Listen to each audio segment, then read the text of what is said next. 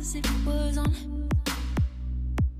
You hit me like a whirlwind and now you're gone, taking your time to get out my mind. So sick of hearing our love story told in every song. It don't matter if I'm feeling bad or good, memories keep playing like I knew they would. Something about you just ain't leaving me alone, got me switching up the stations on the radio. I've been listening to songs with no words, 'cause every single thing with lyrics got you in it. And when I get the nerve to try, it just hurts. I've been listening to songs with no words. I've been listening to songs with no.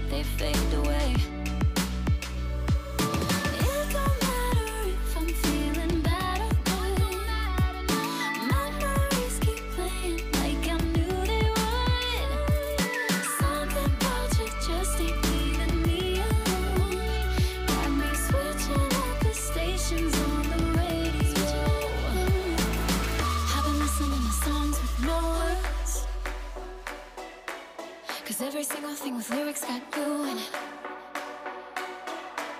And when I get the nerve to try, it just hurts. So I've been listening to songs with no words. I've been listening to songs with no.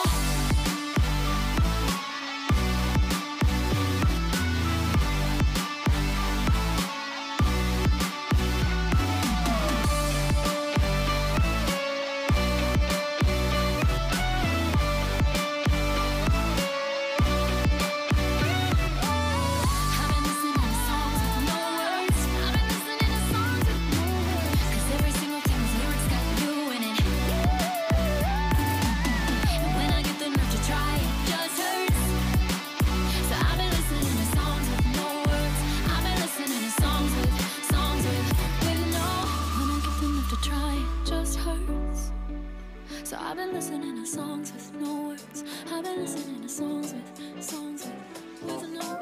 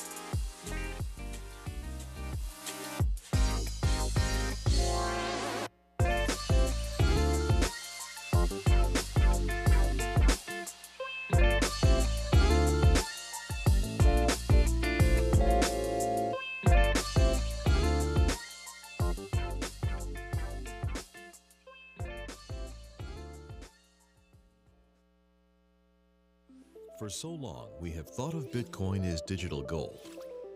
But what if it could be much more?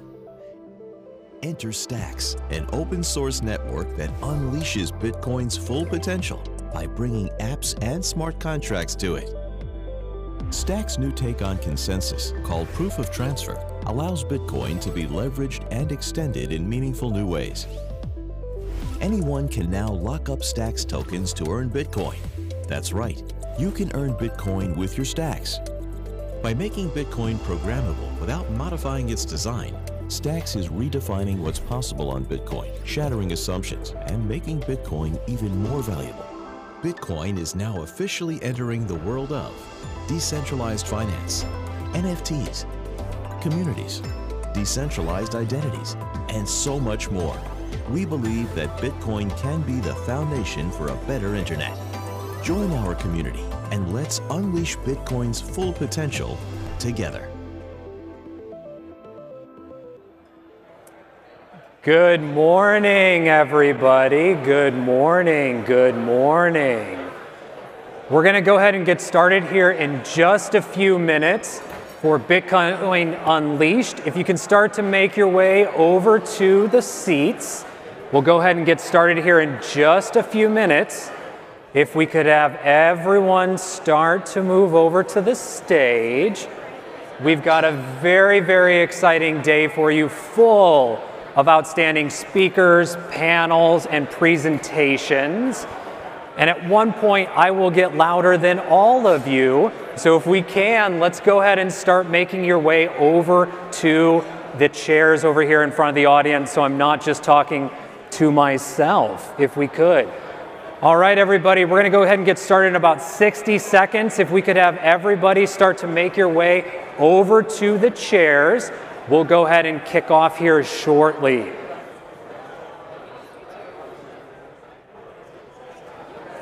Ladies and gentlemen, if we could have you start to make your way over to the seats, we're going to go ahead and get started here. We've got a few panelists that are ready to go and ready to start sharing great information and alpha with you today. So if we can, let's start to make our way over to the chairs. If everyone could bring your coffee, bring your tea, bring your water, bring your breakfast, we can all have it together. Hey, Luis, how you doing? This is the fun part. I get to call people out I haven't seen in person in a very long time. Good morning, Miami. Good morning, Stacks family. Good morning, Bitcoin Unleashed. If we can have everybody start to make your way to the seats, take a seat, namaste, hang out, chill with the beach vibes. We're in Miami. It's a good place, right? We're hanging out. Everyone, hey! Ladies and gentlemen, Andrea, our program director at Stacks Ventures, is here in the audience. All right. All right. We got a lot of friends of the family here today. This is exciting. Oh my goodness, from the left to the right, we got a little bit of everything here today. All right, all right. Again, everyone, if we could make your way over to the seats, take a seat, bring your coffee. You can bring your coffee with you, don't worry. You can bring your tea, you can bring your water, your soda, your pop, whatever you got. Bring it with you, come take a seat. We've got a day full of great speakers, great content, great panels, maybe even some alpha. I don't know. Whoa, I got one hoop. All right, all right. All right. I'll do one more call. Everybody, if we could make your way over to the seats. We're going to go ahead and get started here in just a moment, but I want a few more people sitting down. Will, I see you over there. It's a pleasure. Nice, nice. All right, this is exciting. This is exciting. Wow. We get to kick this week off. This is beginning in April. We get to kick off Q2. Get to kick off the month. Bitcoin Unleashed, ladies and gentlemen. All right, it's getting quieter, quieter, quieter now, quieter now, quieter now. All right, this is exciting. Okay, I think I've got the cue. We are good to go. Ladies and gentlemen, welcome. Welcome. Good morning. All right. Good morning. Good morning. Welcome to Bitcoin Unleashed. We've got a fantastic day for you. Fantastic 2 days, as a matter of fact. We're going to be talking about everything in the Stacks ecosystem and talking about each and every one of you. But first and foremost, we're in Miami. Not bad, right? Shout out to City Coins and Miami Coin out there in the back. Very excited to have you a part of this today. It's also exciting to see so many friends in real life. I haven't met half of you in real life, and there's no PFPs. Everyone's got their real faces here, though I did see some Crash Punks downstairs. Trevor Owens, wherever he may be, has some special Crash Punk t-shirts that he's given away. If you haven't already, check those out as well. But nonetheless, we are here to kick off. We're going to be talking again everything about Stacks, the Stacks families, the Stacks ecosystem, everything that's happening around Bitcoin and building on Bitcoin. We see this year, 2022, as the year of building on Bitcoin. There's so much to talk about that's already happened in the first 90 days and so much more to happen in the next 9 months of the year. That's what we're going to be talking about. Everything from spending to saving to investing to finance. We're going to talk a little bit about city coins. We're going to talk about DAOs. We're going to talk about venture capital. We're going to talk about development. We're going to talk about it all today and all tomorrow. So the way this is going to work, I'm Kyle Ellicott. I am your host and your MC and walking you through this entire day. If you have any questions for me, I'm sorry I don't have any answers. That's what all of our guests are going to be up here to do today, to share more with you as well. I'm also a partner at Stacks Ventures, formerly known as the Stacks Accelerator and Venture Fund. We are excited again to welcome each and every one of you here today. And to kick us off, I want to welcome out two big names in the Stacks ecosystem and a part of the Stacks family, Brittany and Mitchell from the Stacks Foundation.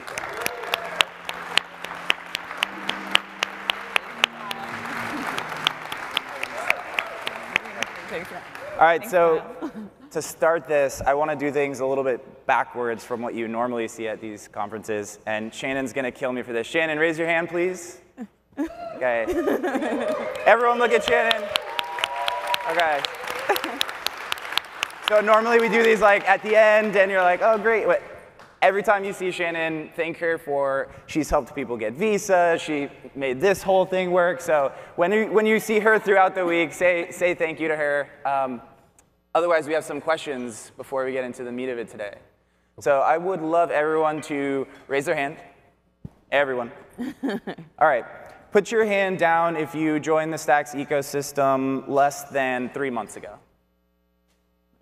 How about 6 months? 1 year. Okay, got some emojis. What about 2 years? Keep your hand up if you were in Berlin in 2018. All right. We got some folks. Okay, awesome. Brittany, you had some questions for me. Yeah, so I wanted to know who here has a Stacks NFT? Who has more than 5? Who has a megapont? Oh, the size and disappointment in the crowd. There's just so much potential here, you know? There's so many things that people can still ape into if they want to. Who has a Stacks-based asset, like City Coins, Deco, StackSwap? All right. Okay. Little context before I leave. Go for it. Those things didn't exist 14 months ago. So I think that's pretty cool. Yeah. And we're going to get to see a lot more new stuff this week. So thank you for being here. See you guys. Yeah, well, so in this morning's session, so you'll see Kyle and I up here a few times. We tried to break the sessions into themes. So this morning is about save and earn. And what we want to talk about is just the growth of Bitcoin. It's 13 years old, but it's just getting started. And if you're a happy stacker, you've been earning some of that Bitcoin along the way. So in this morning's sessions, you'll hear more about why companies are putting Bitcoin on their balance sheet, why people are using it to form their personal wealth, and how Stacks unlocks all of the potential of people earning and saving with Stacks. Right. And speaking of, we actually got a very exciting stat early this morning as well. We have 470 million Stacks, which represents about 700 million US dollars being stacked away right now, according to stacking.club. So huge number, huge gains, according to a year ago as well, which is fantastic. Yeah, and that also just kicked off 14 months ago. So this is hundreds of Bitcoins have been earned through stacking. They've been spent by miners. So if you haven't gotten involved in stacking yet, we highly encourage you to check it out, whether it's through a wallet or through your own personal stacking. We would love to see more of that. But you'll hear about a lot of ways that people can use their stacks to earn and save, even in things like Miami Coin or City Coins. If you're not familiar, this is a growing category of civic governance and crypto coming together to have some really fascinating things happening. Absolutely, and just a few months ago, or a few weeks ago, in February, we had Mayor Suarez here in Miami accept the first ever dividend payment from Miami Coin's city treasury as well for $5.25 million. Yeah. It's huge. Yeah. Huge. Yeah. And what's even cooler about that is what they use the money for. Exactly, right. They're using it for housing, right? I mean, this is exciting. And what else could they be using it for as well in the future? Talking about education, transportation, so much city development. And again, we're just getting started. Yeah, absolutely. So I hope you guys enjoy the sessions this morning. We have 2 stages. We also have a lot of great content. So you'll see us a bunch, but thank you all for being here. And I'll hand it back to Kyle to kick off our first session. All right, thank you very much, Brittany. Thank you. As Brittany mentioned, we do have themes. The first half of this morning, we're going to be talking about saving and earning. The second half, we're going to be talking about everything investing. But I do want to welcome up our very first panel and our moderator, Mackenzie, if we can. And we've got 2 speakers who will be joining us. Mackenzie, let's go ahead and bring you up on stage. We'll be talking now on this first category all about saving. Mackenzie, welcome to the stage.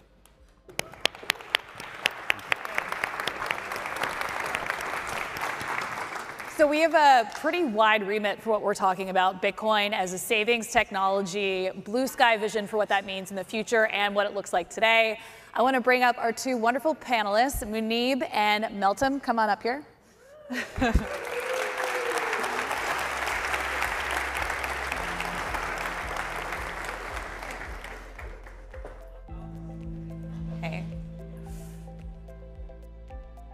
So Muneeb, of course, started the Stacks project. Meltem is Chief Strategy Officer at CoinShares. And once we sit down, we will kick it off. Should we sit closer together? I feel like we're very far apart. I think it's a COVID protocol. I like you guys. Okay, so I want to start with the news out of Lebanon as our entry point to this idea of Bitcoin as a savings technology. Now, over the weekend, the deputy PM said that the state and the central bank had gone bankrupt. That fact is being disputed by the central bank governor. But at the end of the day, this is a country that for 3 years, for multiple years, has been, the banking sector has been suffering. And you've seen the currency plummet by 90%, more than 90%. And so a lot of people are losing their life savings. And, Meltem, you've talked about this idea of Bitcoin as an antidote to chaos. And I guess I just want to start with the broad question of how does Bitcoin fix this? Yeah, look, I think I'll start by saying Bitcoin's not a panacea to all of the world's problems. Like a lot of the issues we have in our world with money are systemic in nature, and they involve not just technology and like the underlying philosophy and fundamentals of how we manage sovereign issued currencies, but there are a variety of issues. And you don't even have to go to Lebanon or Ukraine or Cyprus to see this. My family's Turkish. My parents are from Turkey. I have a lot of family members in Turkey. Right now, inflation in Turkey is rampant, and people can no longer afford the lifestyle they had 6 months ago, 12 months ago, due to the rapid debasement of currency. So this is impacting people, in parts of the world that maybe most of us aren't from or haven't been to, but it's also coming to the United States. If you look at what's happening to inflation in this country, I think very quickly people are starting to recognize these things we've read about in history books around hyperinflation and monetary debasement. They're no longer just ideas, it's actually happening here. And so I think what's interesting about Bitcoin, Muneeb and I met, 8 years ago at this point, when Stacks was Namecoin and we're in a totally different place. But, even back then, the big thing we were talking about is what Bitcoin does is you can't inflate Bitcoin. You can't print more Bitcoin. There's no central entity that's in charge of Bitcoin, even though in the year 2022, people are still fucking trying. So like, hello, Chris Larson, who is now trying to exert control over Bitcoin's source code.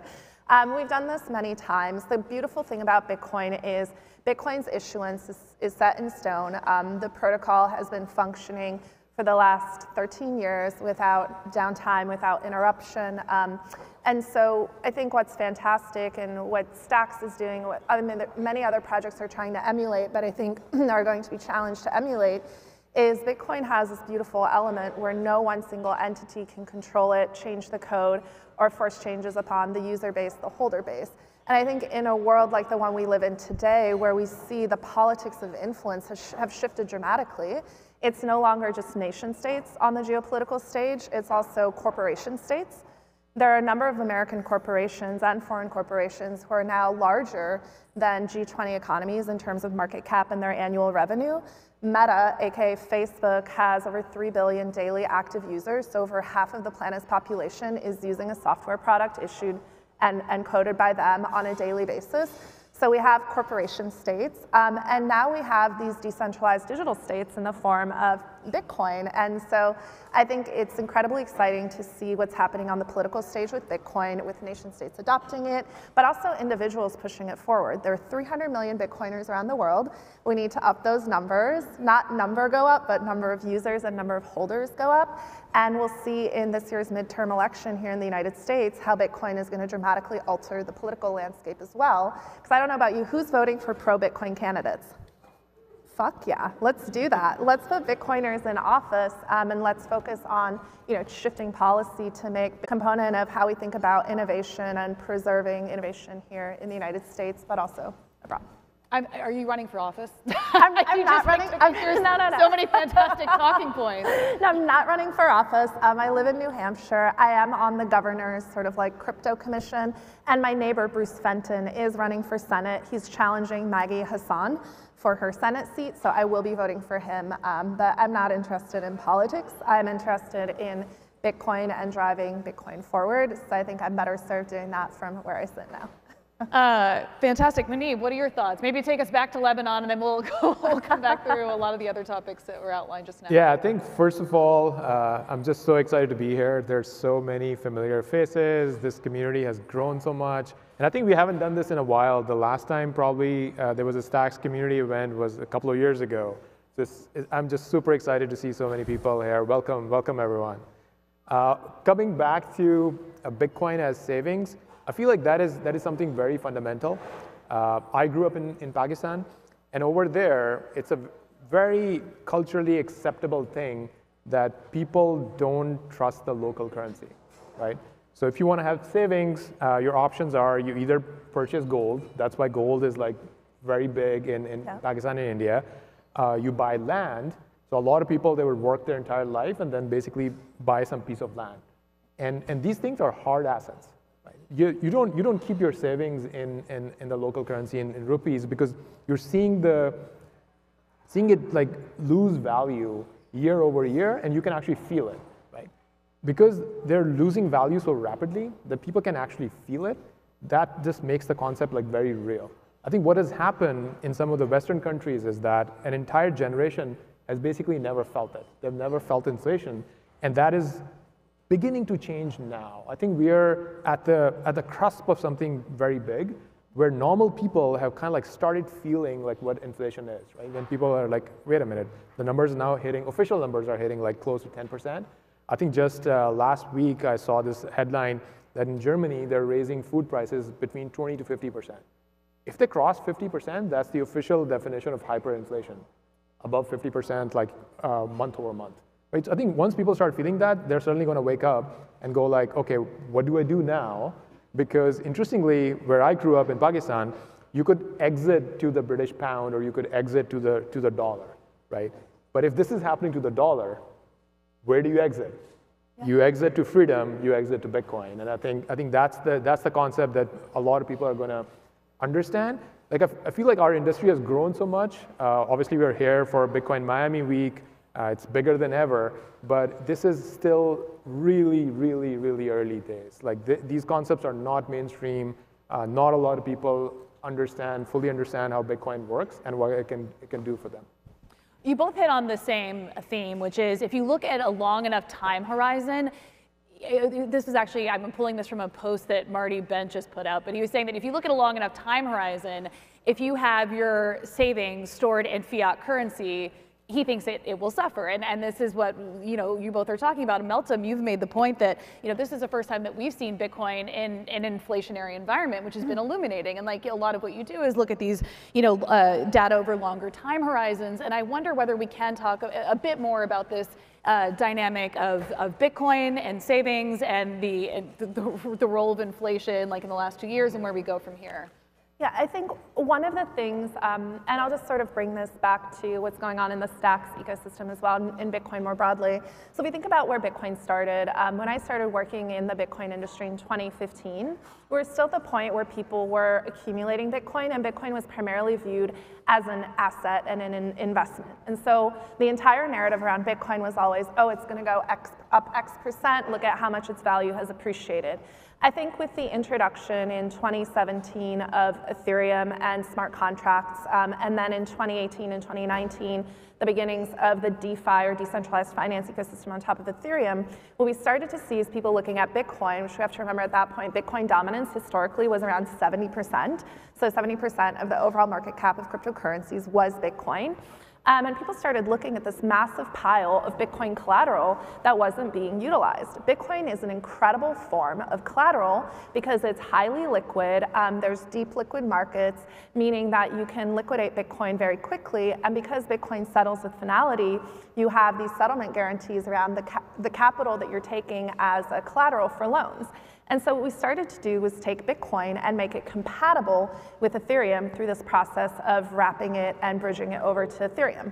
Does anyone know how much of Bitcoin's supply is on the Ethereum network today as wrapped Bitcoin? 1%. All Bitcoin in circulation. What do you think? I think it's 1 or slightly below 1%. It's 2% actually, so fun statistic. But 95% is fully custodial. So 95% of the methods that we have to wrap that Bitcoin is fully custodial, meaning we didn't actually remove this issue we have in traditional credit structures where you have a financial intermediary that controls that collateral and can do all sorts of funny things with that collateral, like rehypothecate it, et cetera, which has caused so many of the challenges we see in traditional credit markets. And so one of the interesting things to observe has been the emergence of BitFi, or what I'm calling Bitcoin DeFi. I don't know if we've officially agreed on that term, but I think BitFi is a good one. I don't know. If anyone has ideas, we can workshop it later. But I think this emerging idea of Bitcoin native DeFi is picking up a lot of steam. And again, I think the challenge for all of us in this room and what I want us to think about as we build this BitFi ecosystem is how do we ensure that the way we're making Bitcoin compatible with DeFi is non-custodial, doesn't create the same vulnerabilities and the same challenges with intermediaries that we've seen traditionally, and continues to remain true to sort of the ethos of Bitcoin. I do think a lot of times in DeFi and what's happening just in Web3 generally, we're taking a lot of shortcuts. We're making compromises with security and decentralization to deliver speed, efficiency, and low cost, and that doesn't work. And we've seen that. There have been over $1 billion of hacks in the last 3 months alone in L2s and bridges. So I think it's very important for us to continue to sort of think about security and decentralization as core principles. That's the whole thing that makes Bitcoin really attractive, and I think we've sacrificed a lot of that in order to bring capital efficiency into DeFi or sort of decentralized finance markets, and that doesn't work. But ultimately, what's so cool to me about Bitcoin, like from the first time I started learning about Bitcoin, still today, 10 years later, what's so cool about Bitcoin, to the point you were making, Manib, is you don't need permission. It doesn't matter where in the world you live. It doesn't matter who you are. It doesn't matter what you believe in.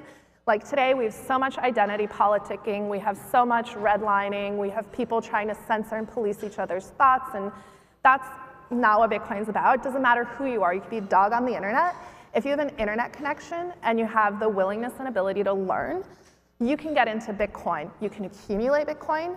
You don't even have to buy it. There are multiple ways for you to earn Bitcoin doing stuff you already do online, which is super cool. And then once you have a little bit of Bitcoin, you can do a bunch of really interesting stuff with it. You can get a loan against it. You can use it as collateral. You can go to Arcadico and you can take out a self-paying loan, which is such a cool concept using the stacking mechanism on stacks. So what I love is that for the first time, like my cousin in Turkey, he's 22 years old, didn't go to college, he's doing stuff with Bitcoin, and it doesn't matter who he is, he doesn't need anyone's permission or approval. Like Bitcoin doesn't care who you are, and I think it's very important in the world we live in today for people to have access to this, because it's super powerful, it's incredibly important, and I think this is actually going to be the biggest battle of our lifetime, is the battle against totalitarianism and authoritarianism, which is happening right here in this country with the Earn It bill and all of these efforts to remove our ability to use end-to-end encryption and communication tools. Our financial privacy is being rapidly eroded. We don't think about it, we don't talk about it, because we're being distracted by all of the identity politics, but it's happening right here, and so it's really important that Bitcoin exists, that we continue to defend Bitcoin, and that we build products and tools that maintain the central ethos of Bitcoin, which is permissionless. That's it. You know, on that. That's it. Like, it's super simple. On that last point, I was having this conversation with Alex Gladstein about the dictator's dilemma, right? And so, you know, China and Russia, Bitcoin goes against the ethos in many ways of, as you said, it's permissionless, and you don't have control over it, and there are a whole set of rules that can't be adjusted. But we recently saw the weaponization of FX reserves in Russia, right? And so now there is this interesting use case where Bitcoin can actually be, you know, quite helpful to governments like the Chinese government or the Russian government. I wonder whether, I mean, do we see Bitcoin become the world's reserve currency, starting with players like Russia and China? What do you think, Manib? Sure. What a question also. Is this being live streamed? I think it is. So, yeah, I think it's a very interesting question. So the dynamic that's playing out there is a little bit like, you know, the enemy of your enemy is your friend. Yeah. And over there, but the interesting thing about Bitcoin is that Bitcoin is truly neutral, and different people go to neutral playing fields for different reasons, right? So if there is a conflict, if there's a war-like situation, you would want to go and play at a neutral playing field. And Bitcoin is welcoming to everybody, right? So I feel like it's an interesting exercise to see that the type of scenarios in which people would become pro-Bitcoin, like you would have never thought about that hey, there would be some sort of a war conflict, which is sad, but at the same time, like that is actually helping to raise awareness for these technologies. I think I've tweeted about this earlier as well, that one of the somewhat sad things about this technology is that we truly believe in it. We think that this is the way the world is going to be, and you're early. But at the same time, the rest of the world is going to realize how important these technologies are in rather painful ways. Right? It's a little bit like every time something breaks in the existing world, be it like financial markets or some currency that is losing value, people are actually losing their life savings, or there's a war conflict. Like sadly, it's things like that that are raising more awareness for neutral, open technologies like Bitcoin than anything else, right? So it's a little bit like, I think it's part of like our responsibility, people who are able to kind of like understand the impact of these technologies early on, to then help educate other people as much as we can. And I think that's an ethos that we've seen in the Bitcoin community a lot, because people do feel that responsibility, that once you have been orange-pilled and you see the light, you feel this immense responsibility that you have to now go and tell your family about it, tell your friends about it, tell the people that you care about, that you need to educate yourself as well before you're kind of like forced into realizing like what's happening in the world and what this technology can mean for us. Manib, I want to stay with you for a minute. So Melton brought up some of the points, some of the nuances of BitFi, or decentralized finance and Bitcoin. But I feel like you're still combating this narrative that smart contracts and Bitcoin don't mix, right? Mm-hmm. And Stacks has been building smart contracts for Bitcoin for years. Mainnet went live in January 2021. So where are we right now? Yeah, no, that's amazing, right? So a little bit of a historical context there. So I started in the Bitcoin industry in like 2013 or so. So between 2013 and 2014, the Bitcoin industry was actually very open to new ideas. Like if you think of most of the stuff that's kind of like taking off today, like NFTs literally started on Bitcoin. If you think about decentralized names, Colored coins. colored coins, like they were kind of like actually ICOs, like they started on Bitcoin. You think about like stablecoin efforts, like they were initially, there was a thing called like Omni protocol that was implementing Tether. Stablecoin started on Bitcoin. And in general, a lot of people were pretty open to like, okay, let's try and build stuff. And people were pretty open to that, right? And the core thing about whenever you're trying to build something on Bitcoin is, are you going to change the main Bitcoin protocol? And the answer is a big no. Or are you going to just use the infrastructure that's already there and try to bring additional functionality, right? And I think then 2017 happened. And 2017 is, for the first time, like Bitcoin always had like such a high dominance ratio to everything else that everything else was pretty much like a joke, right? Like Bitcoin dominance level is at like 80% or above or something like that. And I think for the first time, there was a project, Ethereum, that was gaining real traction and was getting bigger compared to Bitcoin, right? So there was a lot of talk of the flipping. Like a lot of people were like, Ethereum is going to flip Bitcoin. And at the same time, Bitcoin was having an internal civil war, right? Like there were people who wanted to change Bitcoin's core features, and there was an internal civil war happening. And what happened as a result of that stressful event for the Bitcoin community is that they have reacted in a very negative way to basically saying that building these like smart contracts type things and applications is not useful. Well, clearly it is useful. The markets are saying it's useful. Like so many developers and are building there's so much value being created and the industry is moving forward. And B, they became extremely protective of Bitcoin core, like the core protocol. That no one can change this, nothing is ever going to kind of like mess with the protocol. And that's where that narrative clash really comes in. Whereas like fast forward, now we know like how important smart contracts can be. Like we've seen like, you know, like Ethereum itself is like roughly $500 billion worth of the network, but then $500 billion worth of applications built on top. And a lot of this stuff could have actually happened in the Bitcoin ecosystem, probably in a more decentralized, more thoughtful way. Like, because I do think there are cultural differences between these different communities. In Bitcoin, I do think the code base is more rigorous. The process through which people actually care about if something is actually secure or is actually decentralized, the bar is much, much higher. And I think if we bring those technologies to the Bitcoin ecosystem, it will lead towards a future where these stable coins or NFTs or other things are built in a more thoughtful manner, where they are actually more decentralized or they're directly connected to Bitcoin. And I think that's the thing that really motivates me or people in the Stacks community, that we are bringing all of those features to Bitcoin. But obviously, you know, at times it can be challenging to fight that PTSD that happened in 2017 and the aftermath of that some people are still living with.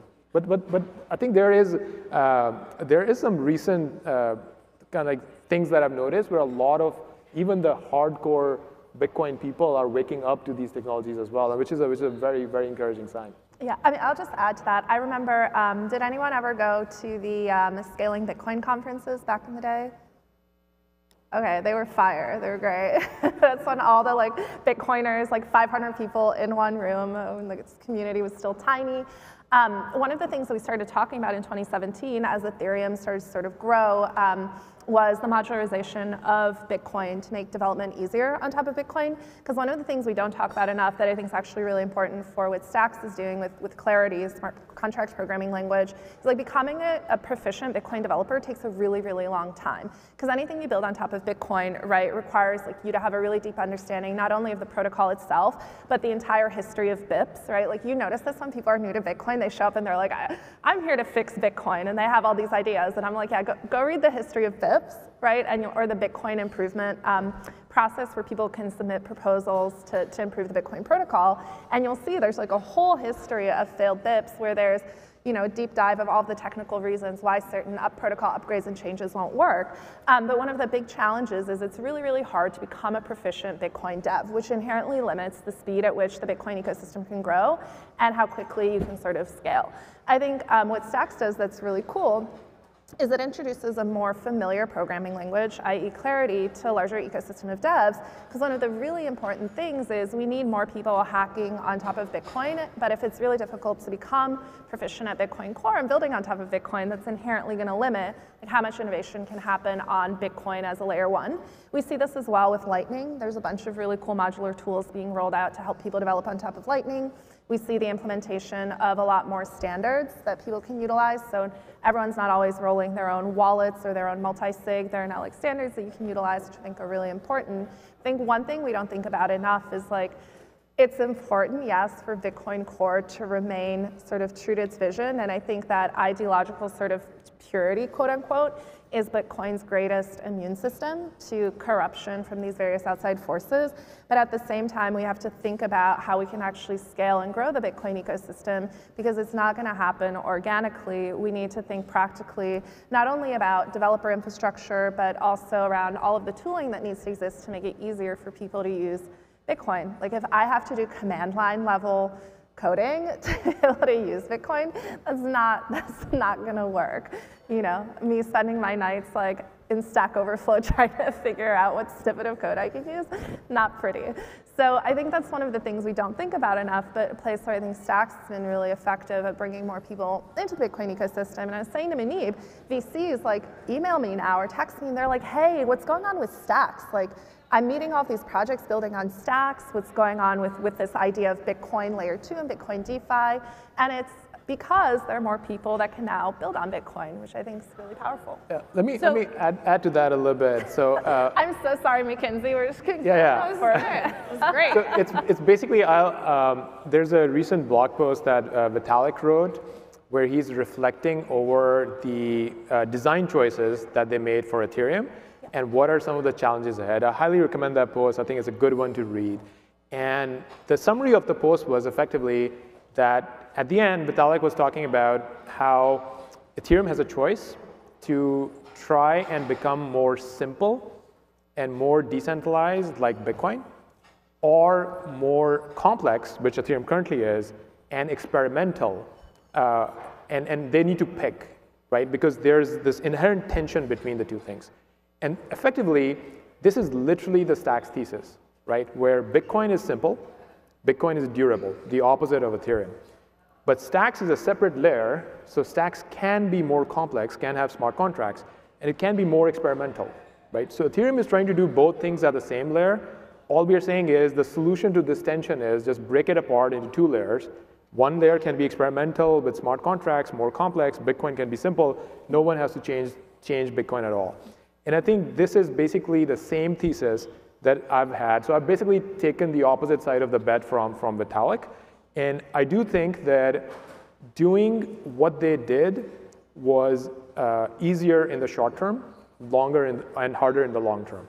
The design choices that we have made are harder in the short term, but they're more fundamental and better in the long term. And I think at some point we're gonna actually see that play out. I have a question about Taproot, Bitcoin's recent upgrade. Now, in the past, you've had soft forks that take a long time for developers to actually integrate and build on top of that. And so, you think about SegWit, and it took years to even get 50% penetration. And so, with respect to Taproot, I mean, does this change anything in the near future with respect to Bitcoin and DeFi? Yeah, so I think Taproot rollout was, I love Taproot. I think it's great. It's the first major upgrade that has happened since the ugly wars of 2017. So which means that Bitcoin community can come together in a sensible way, can make small upgrades. But these upgrades are always going to be like incremental, right? Nothing drastic is going to happen at the Bitcoin layer. So the Taproot thing is amazing because it points back to the question you were asking earlier, that Taproot was celebrated in the Bitcoin circles as this amazing thing that is bringing smart contracts to Bitcoin. It's not. Taproot does not. I'll explain that a little bit. But the reaction was that people were celebrating Bitcoin smart contracts when Taproot was coming out. And Stacks literally actually enables Bitcoin smart contracts, and there's like this sort of a resistance to what Stacks is doing. So interestingly, what Taproot is it's very simple. All it does is it reduces the size of certain complex Bitcoin transactions. And because of that reduction in size, you also get some privacy benefits. zero smart contracts get enabled because of Taproot. Like nothing, absolutely nothing changes, right? It was purely a marketing campaign to portray Taproot as smart contracts. All it does is stuff that was already possible with Bitcoin, you can do it with slightly smaller transactions and with somewhat better privacy. That's it, right?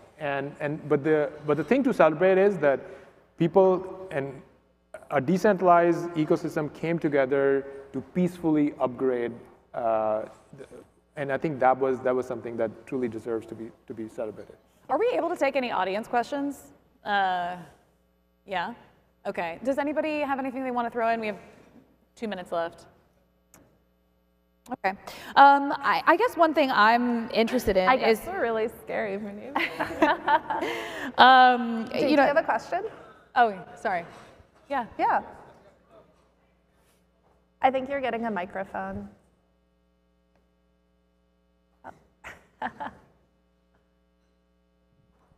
Okay, well, I'm just wondering because this is very interesting, and congratulations for this thing that's been built. That's awesome. So it seems to me the biggest issue right now is governments shutting private citizens out of the kind of economic system. That you have this digital economic system, and now you have this new way to just flip a switch, no trial, nothing. Somebody's just shut out of the economic system. And I'm wondering what sort of precautions or what activities should be happening now to try to preserve people's right to participate economically. I think a lot of innocent people getting rolled up in things that aren't their fault, and it just seems like that's a big problem. So, what are your thoughts? Go ahead. Do you want to take it? I think let me first make sure that I understood your question properly.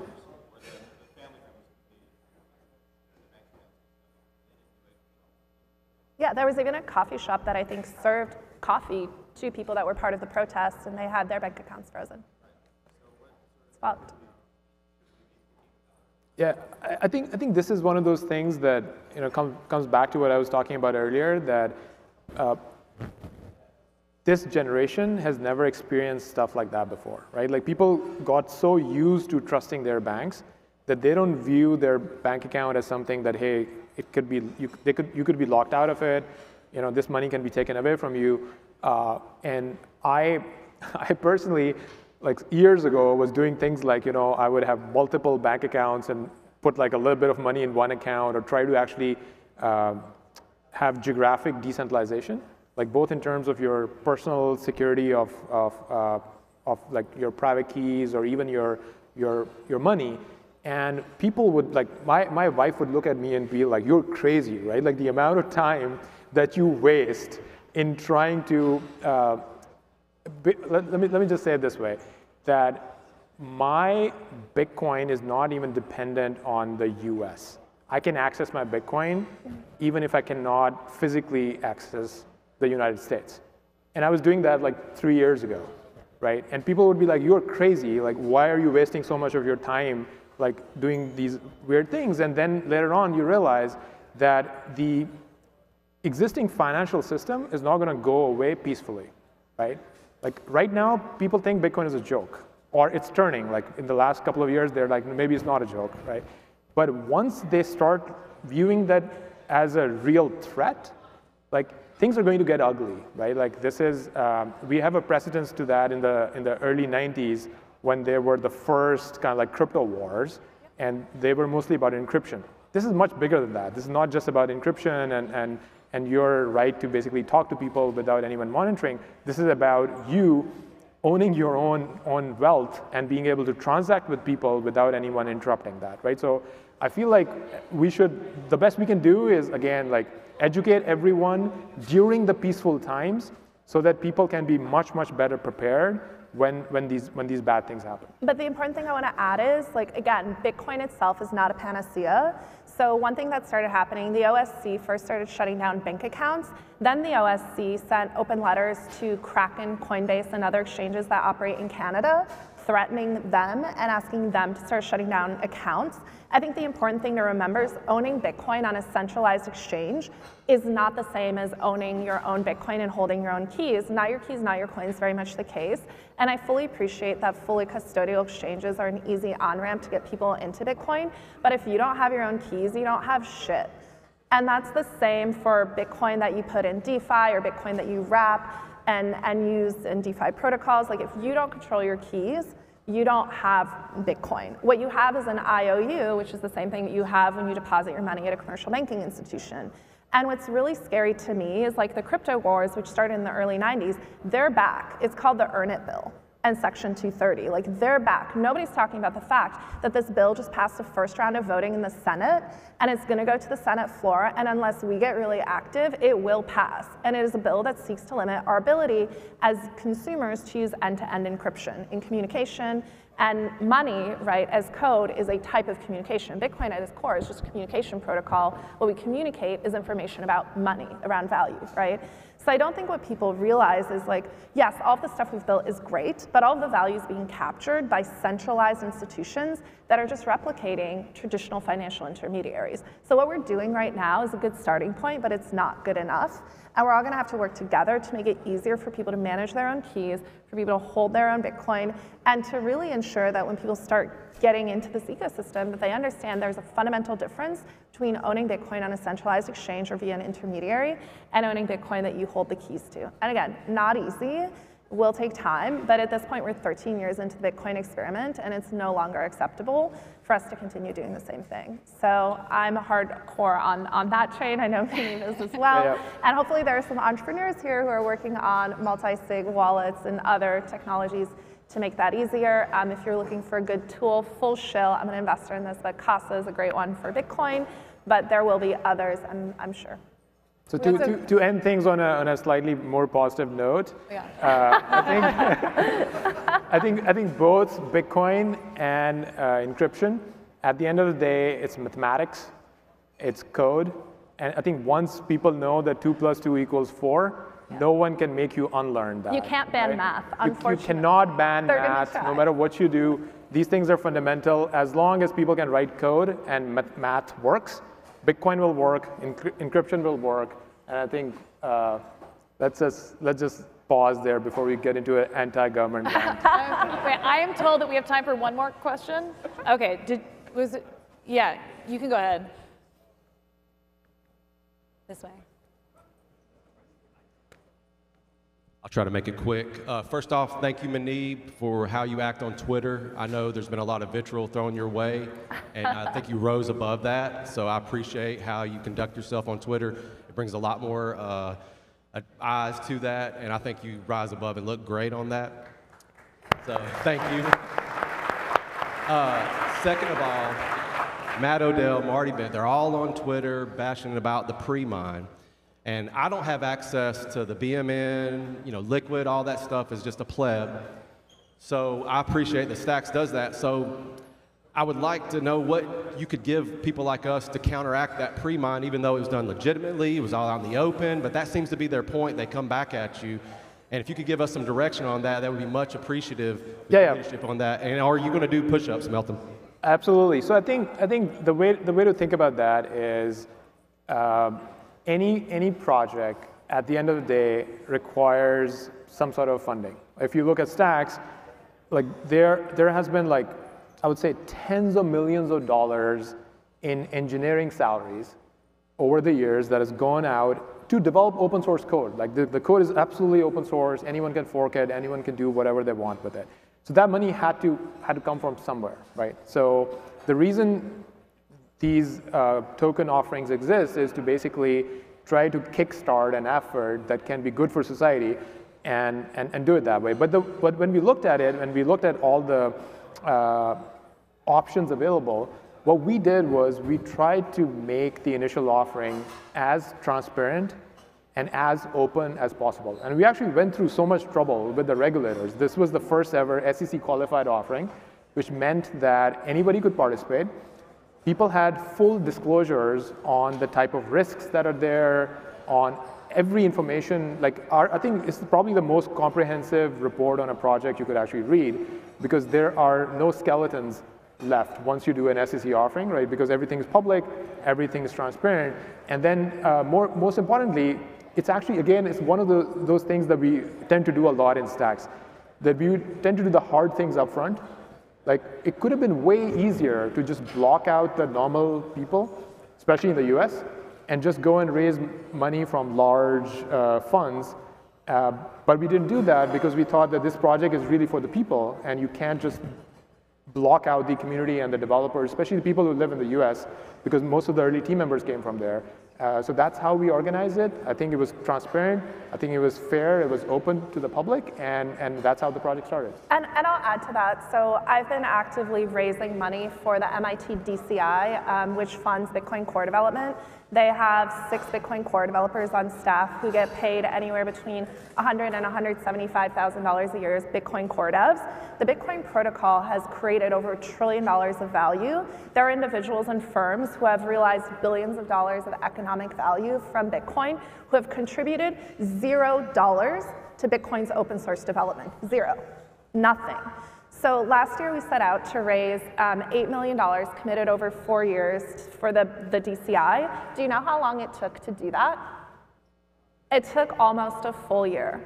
I had to personally go and talk to people who I know have made a lot of money from Bitcoin, firms who are very involved in Bitcoin. They don't have a single Bitcoin dev on staff. Blockstream is one of the few organizations that employs a Bitcoin dev who works on the core protocol. Coinbase doesn't employ a Bitcoin dev. Kraken doesn't employ one. NYDIG doesn't employ one. They give to the DCI.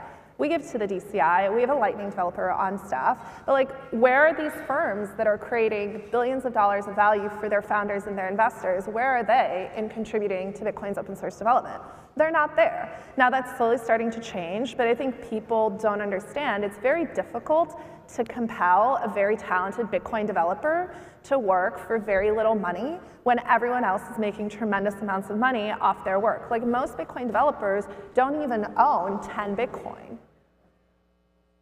So I think that's hugely problematic, and this is another debate that's been going on, like, what is reasonable compensation for a protocol developer? It's really hard to incentivize someone to stay when they could go and build their own project, raise tens of millions, if not hundreds of millions of dollars of venture capital and make themselves like wealthy in the process, versus working at a nonprofit, developing code and keeping Bitcoin as a code base secure when it's not economically viable. So I think, again, it's really important, like my firm, we give to the DCI, I personally give to the DCI, because we care about Bitcoin. We need Bitcoin to remain secure. Like, we derive value from the Bitcoin protocol. So I think, how are you going to bootstrap a huge effort like building a new protocol, building a new code base? How are you going to employ people? How are you going to incentivize people with $0? I think there's this unrealistic expectation that every protocol will be able to do what Bitcoin did, and you can't, because Bitcoin was the first. Right? But all of the rest of us, like, there's so many different models, and there's certainly protocols that have been far more egregious in terms of how value is distributed amongst early founders. So I think you've done a really good job threading the needle, but it isn't as easy as people think. Having tried to raise money for open source core protocol development is really hard, and people don't want to open their wallets because it's a tragedy of the commons issue. So it sucks. I think to take a snapshot of today, like, I'm really excited that just in the last 6 months or so, there's been close to maybe $350 million of capital injection into the Stacks ecosystem. And if you compare that to other Bitcoin projects, I'm sorry to say this, it's a sad state of affairs, but a lot of the things that are being built on Bitcoin outside of Stacks would be 1 or 2 open source developers with barely any funding, and those projects don't go anywhere. Also because of the fact that they don't have any capital. So I think having capital, like, obviously we want to build a community where people are driven by the mission and they are doing it for the mission. But at some point you need to have enough capital base to be able to take care of your living expenses, and so that developers don't have to worry about such things.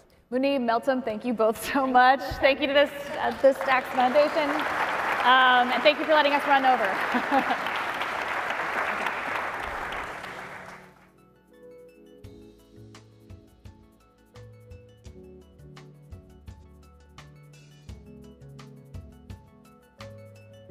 All right. All right, everybody, great panel. To Meltem's point, I think we're going to make BitFi happen over the next 2 days. So it's going to be the new definition for Bitcoin and DeFi, or Bitcoin DeFi. BitFi, credit to Meltem anywhere that you see or tweet. For those standing up, make sure you get a chance to get some coffee, some water, some tea in between this quick break. We brought in some more chairs, so not everyone has to stand as well. As we mentioned earlier, I am going to walk you through this day. We have 2 stages. Stage you're currently at is the ecosystem stage. Downstairs, we have the development or the dev stage that's kicking off here in just a few minutes.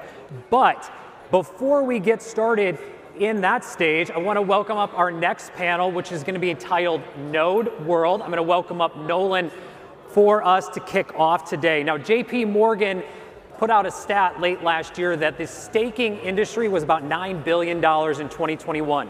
And was looking for that to grow in the next few years to over $40 billion. Nolan panel, I'll let you guys take it away and prove them wrong that's more. Thank you, Kyle. Thank you, Kyle. Welcome, everyone. Welcome. We're talking about nodes today. And I'm wondering,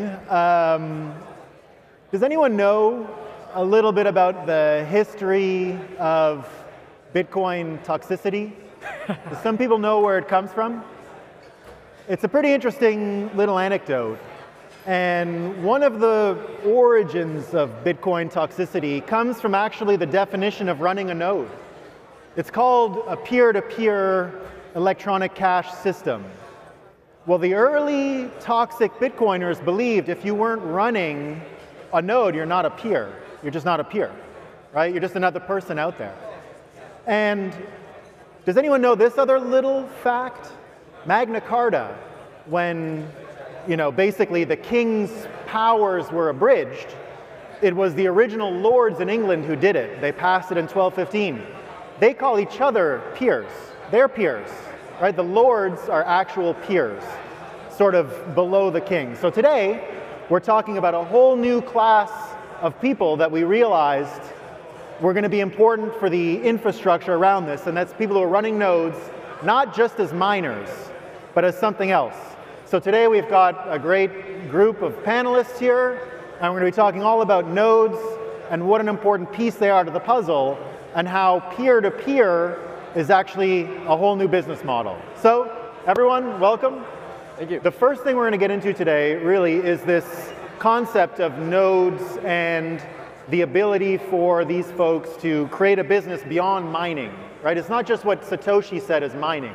The whole process of running a node is a real professional integration into the system, and certainly peers, right? These are peers, these are equals. So let's just characterize a bit first and tell us a bit about your background and how you've seen, because everyone on this panel has a historical perspective of what went on and can share that. So Zen, I'm gonna hit it off with you first. Cool. If we can keep it down a little bit, guys, it's a little hard to hear. We're hearing some feedback and all that stuff. But we're going to be talking a little about the history of nodes and how this industry's grown. So Zen, if you could kick us off. Yeah, absolutely. So I was an early core team member of the Blockstack, or now Stacks team, back in 2017. And so yeah, I remember back then when we were ahead of this problem, and something we started thinking about when we launched the initial technology. A big part of it was more from a standpoint of we want to get to a world that's peer-to-peer, but for right now we need to bootstrap some level of node support on the network, because you want developers to come, you want them to build things. To your point, it's not just about mining.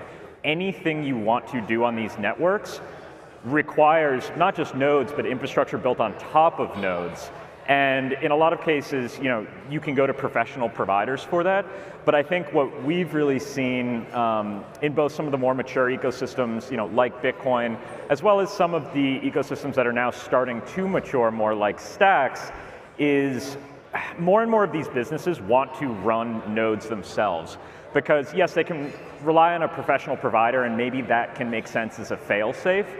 But the amount of control it gives you over your business, the flexibility it gives you with your business lines when you start vertically integrating into a protocol services like that, I think is becoming more and more essential. And we saw this happen at first with exchanges, who became some of the biggest node runners on all of these networks. But we're seeing it happen with kind of every sort of service provider now because of that value that it brings to the end use case that you're delivering.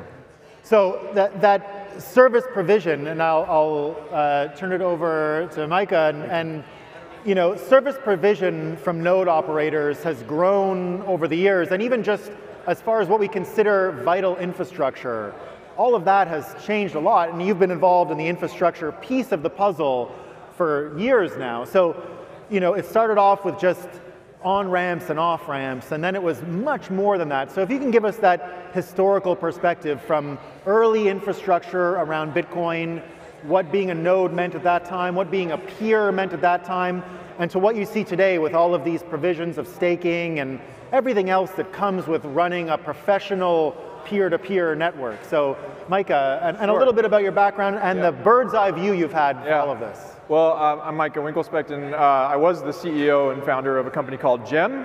We provide fiat on-ramps and off-ramps for a bunch of different crypto companies. And we were recently acquired by Blockdaemon, so I'm only 2 weeks into this. But I've been following Blockdaemon's success with Constantine. Constantine used to work for Gem and then spun off the company. So, but you know, I think if you go back historically, one of the biggest problems that Bitcoin always had was we created an incentive model for running mining nodes. That was a very profitable enterprise, but we did not create proper incentives for running general nodes to create a large peer-to-peer network. And so it's always been a bit of a tragedy of the commons, as you said, or as Meltem said. And so what's changed, I think, recently is that there's now strong incentives for running node infrastructure that didn't exist before with all of these proof-of-stake networks and all these different ways of running blockchain networks. And so we've seen an incredible growth because of the incentive model that's so strong that large institutional players, large crypto companies can now put their money to work in these other networks. And so the node infrastructure market has exploded in popularity. You know, Blockdaemon now has about $10 billion worth of tokens staked, over 50 protocols, and you know, they have points of presence in over 70 different data centers, including the majors, you know, Google Cloud, Amazon, but also bare metal providers to create a global distributed network across 50 different blockchain networks. So just the scale of this industry has exploded, and I think the large reason why is that there is now a strong incentive model attached to it, in the same way that there was a strong incentive model attached to mining Bitcoin, and that changed everything. So Rodolfo, you're a VC, and you've seen and you've met some of the folks on this panel in the early days, and you've seen the industry grow. Now, when I think it was Coinbase who wrote the first large check to Blockdaemon, and I was working at Kraken at the time, and I said, whoa, that's not where I saw that number coming in. So, take us through that. You saw some of the first checks go into this industry of node provision and what it means. You've seen some of the original infrastructure pieces come into place. What did you think when you saw it sort of take a life of its own and start to get real definition around what the industry is, what the products coming out of it are, not just mining, but everything else that came after? So from a VC perspective, what does this little industry that's blossomed so much mean to you, and give us your bird's eye view on how you've seen this happen? Thanks for having me. It's great to be here, everyone. So I've been in Bitcoin and crypto since 2013. So I got to meet Meltem and Muniv early on. Micah, just been around the block for a while here. And actually, our first investment within Foundation Capital, the firm I'm part with, is BlockCypher, which very early on was doing software around transaction confirmation back when it was not clear if somebody was trying to double spend on the Bitcoin network and so on.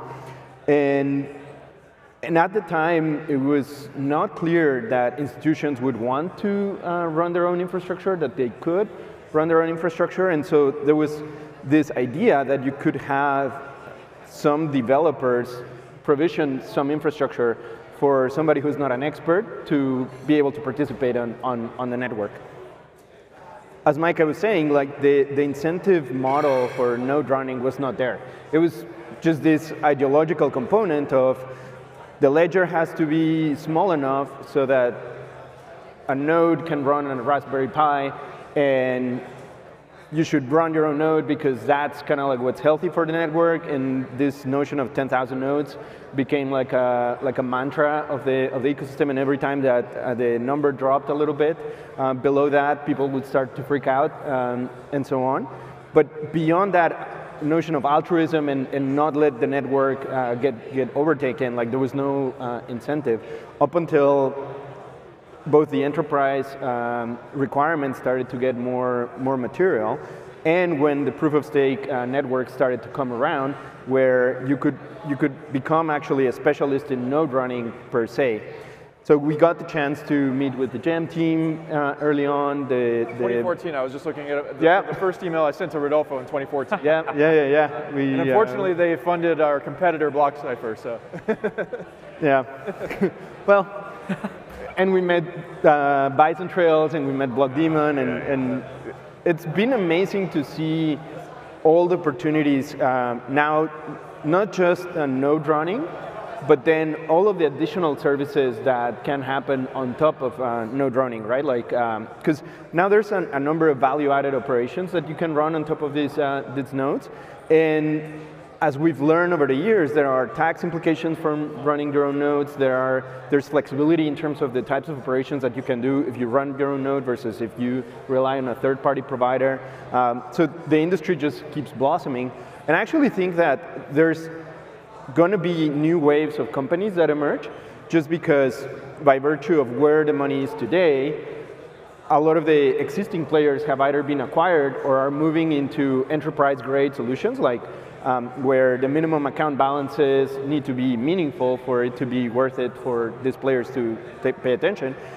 But now the next wave of developers that are just getting started, that want to play around, need to either provision their own infrastructure, and that just means that there's going to be new waves of RPC and developers that are going to run nodes for the new waves. You know, historically, I remember the Brian Brooks, when he was in charge of the Office of the Controller of the Currency, and you remember in the summer of 2020, he came out and said, you know, all of these things are going to be okay for US banks and all these service provisions. And it was a lot of the stuff that came with running nodes and how that would operate. And if you remember, that's when the beginning of this node service provision industry really started, because that's when Coinbase came. Once again, I saw it from Kraken, and I said, there's only so many of these guys, and there's so many exchanges. Therefore, this is going to be a beauty pageant of very few participants, and therefore, there's going to be a lot of attention placed on these. Now, when I look at what happened in the world, for example, since then, China and the mining situation, and Zen, you worked at Hong Kong for a lot of the time. Is there a geopolitical element to this piece? Like, China kicked out miners, sure, but what about all these service provisions that came along with the miners? Is that now geographically impacted, or is that something that we can still abstract and say it's just out there? I do think it's related. You know, my 2 cents generally is I was always a little shocked with the degree to which they allowed all of this to exist in China, because it's so counter to the entire system. And I think they may have actually made a little bit of a miscalculation in terms of, you know, we can allow this to a point and limit the degree to which it will spread and it will kind of become an industry here. And it's kind of a mind virus in a way that you can't control in that way. So I think what we're seeing happen now, obviously mining has been kicked out for a while. Every meaningful miner has moved their stuff out of China a long time ago. And I think it's one of the healthiest things that could have happened for the Bitcoin network. You are still seeing development around assets. You know, NFTs are huge in China. They've actually come out and said, you know, NFTs are not crypto, they are collectibles. They are accessible on services like Alibaba. Alibaba has their own NFTs. But again, when it gets to the enabling infrastructure in the node level, it's a very different world where you essentially have a completely centralized and controlled back end. And so you don't have the same level of service providers that we're seeing kind of explode everywhere and kind of this blooming of 1,000 kind of flowers to service this new industry. Instead, what you have is you have these teams that want to issue an end asset, like a collectible or some service that, in some cases still has a token. And because of that, it's most of the time, they are just bootstrapping the infrastructure needs as much as needed, and it's really just this minimum viable infrastructure to enable that end use case. So it's very different, and I think what we'll continue seeing there, NFTs will continue being issued in kind of this centralized way. It works well with their centralized digital currency model that they are, the digital yuan, which they're rolling out in, currently and over the next few years. But I do think you're going to see them push even the projects that are just issuing these end use case assets, fungible tokens especially, pushed out more and more from the country. And then I guess, even all of their entrepreneurs aren't able to, let's say, leverage this new infrastructure that's getting built, like a lot of the American exchanges are. Yeah. Whatever came out of China can't just now offer these staking services, all these new products. So briefly on that, I think we're still in a little bit of a gray area when it comes to just general development around these things. Because right now, I have a couple of engineers that sit outside of Shanghai, and they're fine right now doing development around these services. We're one of the bigger miners on the Stacks network, and so we've built out some of this node, and then on top of the node infrastructure, API infrastructure to service what we do, and then we've tried to generalize that to help other people doing the same thing. And right now, that kind of, I would say, crypto adjacent development where you're not issuing tokens, you're not, you're kind of creating that infrastructure, that's fine, but I'm already getting, early red flags that's even going to become targeted in the next few years. Mm-hmm. So we'll have to see what happens. And targeted at a pretty vulnerable time. Yeah. Because we see what's going on with Infura and Ethereum, and the concept that maybe this could get shut down by politically connected, politically motivated people. And Micah, you brought up incentive models before, and how incentivized private businesses like exchanges are to add staking services and add professional node operation services. And there is an aspect of decentralizing as far as the incentives go to make sure that this has some resistance to political influence. Do you see that as a major a path for growth for the folks at Blockdaemon? Is this piece of not allowing the sort of choke points we saw in Canada to the financial system to replicate themselves? Because let's be honest, Canada is banana republic banking as it is. There's a handful of banks, and if they get a call, it was pretty simple to shut it all down. There's only so many people on their central ledger, and they all would know each other. So now we've got nodes that we don't necessarily know, we don't know if they're going to be in the same country. They could spin up anywhere, and we can actually start breaking the captive models of physical nation-state borders for financial infrastructure. Is that something on the roadmap for an infrastructure provider like Blockdaemon? Is that something you see, that new incentive models will allow you to go outside of countries, find new places, find new services that won't allow you to be vulnerable to whatever political whim is going on in that country at a time? Is that something you see? Well, I think what you're really referring to is a general problem with building these large peer-to-peer networks, and it's always been a debate between centralization and decentralization. It's not one or the other, it's somewhere in between. And I think it's a major risk, honestly, for the industry if we don't have if we only have a few infrastructure providers, and those infrastructure providers are running on the same stacks and the same data centers. That is a centralization risk for all of these networks, and it does exist, and it's a real problem. I think the way we're trying to attack it is by being essentially a Switzerland provider. So we're not married to any one cloud provider. We work on bare metal stacks. We are able to do white label services. We're able to do hosted services. We don't take a strong opinion on that. and we let our customers sort of decide what works for them. But it is a real thing that we think about. We don't want to become the largest infrastructure provider, and we don't want everybody to be relying just on our stack. Now, obviously, it's a financial benefit if everybody is, but I don't think it's good for the underlying networks. So our approach is to essentially build hooks into every single data center and make it extremely easy for our customers to launch nodes across 70 different points of presence so far, and we're increasing that every day. And that's globally. So being globally distributed, being distributed across data center providers, bare metal stacks, all of these things are really, really important. And the reality is if you are, let's say, a large institutional customer and you want to run these nodes, for you to try to build that level of diversification across all these different jurisdictions and different providers, it would take a massive team of engineers to be able to just manage that level of infrastructure. And so the advantage that you get with a provider like us or some of the others, like Infura or whoever, is you get a team of engineers who are basically monitoring and managing all that. Additionally, when you're running these nodes, you also have to think about things like high availability, right? So if these services go down, there's massive penalties against those node providers and slashing penalties. So one of the benefits of using these providers is that you get high availability guaranteed. And one of the things that we've done to take it a step further is actually to provide insurance policies against slashing. So if you're using our nodes, you basically do not take on the risk of slashing. So there's a whole new risk management element there to integrate this into Wall Street type infrastructure. Right. And so it just becomes a level of professionalization that large institutions would not be able to build on their own. And they're basically offloading all of that difficulty and risk to us. Yeah. So integrating the machines into our responsibilities and obligations has other ramifications, let's say. And how would you have seen how would it have been processed what happened when Amazon had that? I'm not sure if it was a DDoS or whatever it was that caused some Ethereum hiccups with the Infura about 2 months ago, if I recall. Yeah.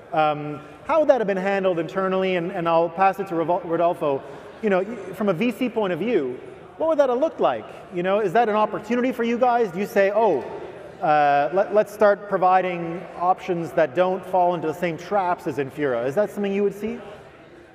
I think it's less around I think it's just more like with any other ecosystem, more diversity is good. Diversity in the stacks, diversity in the location of the servers, just so that you don't have as many single points of failure and there's less risk of contagion in some capacity.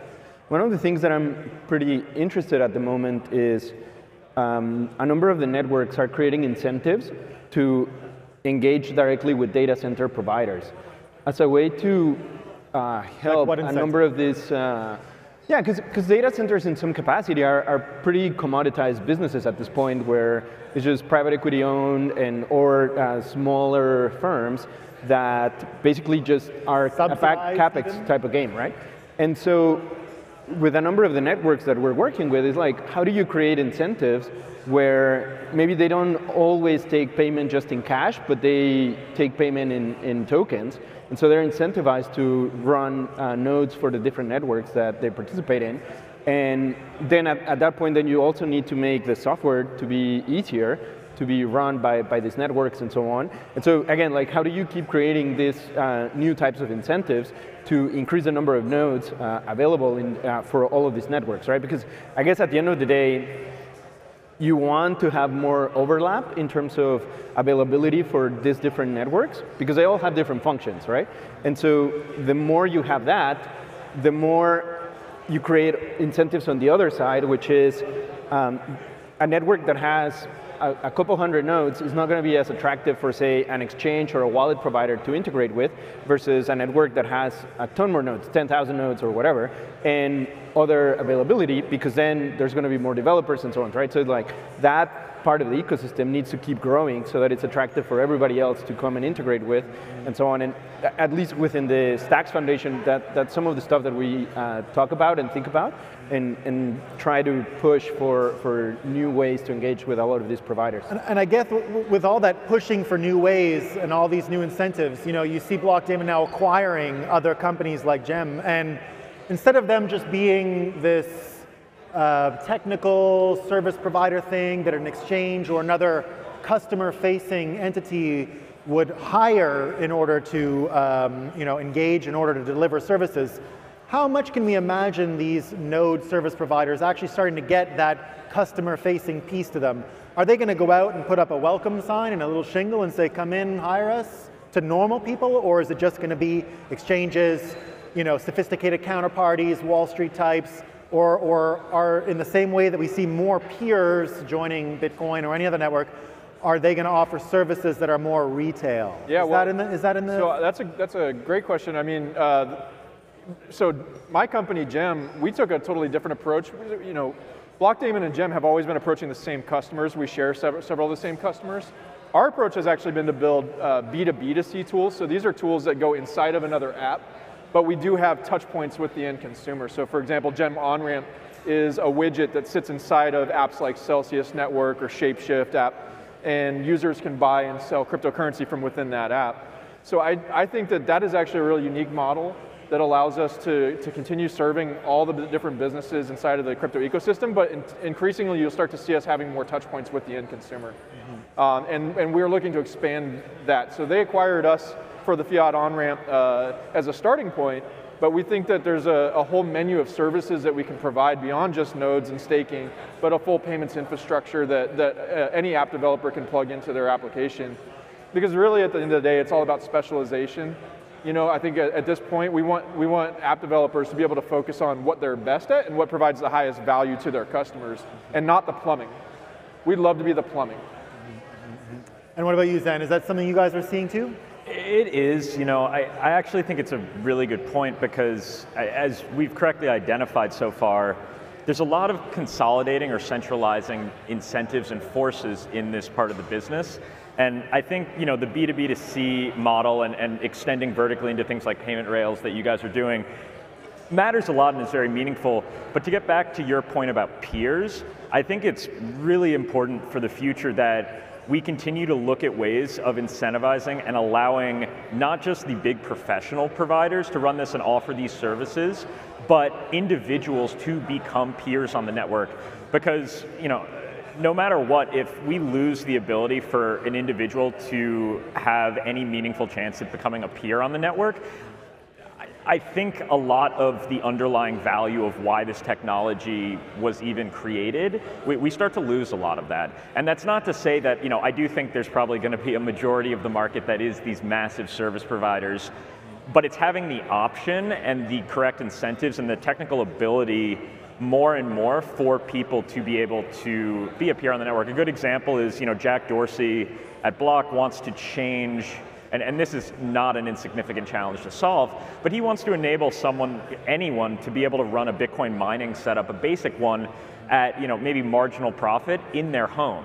That's not viable today, but I do think missions like that are paramount for the future of the space generally, and these networks to really kind of maintain their status as enabling permissionless participation.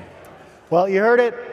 You got to run a node or have one of these node providers to be an actual peer, just like Meltem said at the last one. You got to hold your keys. Same idea here. Peers are the ones running nodes, and they're not all equal, but be a node. Thanks, everyone. Thank you.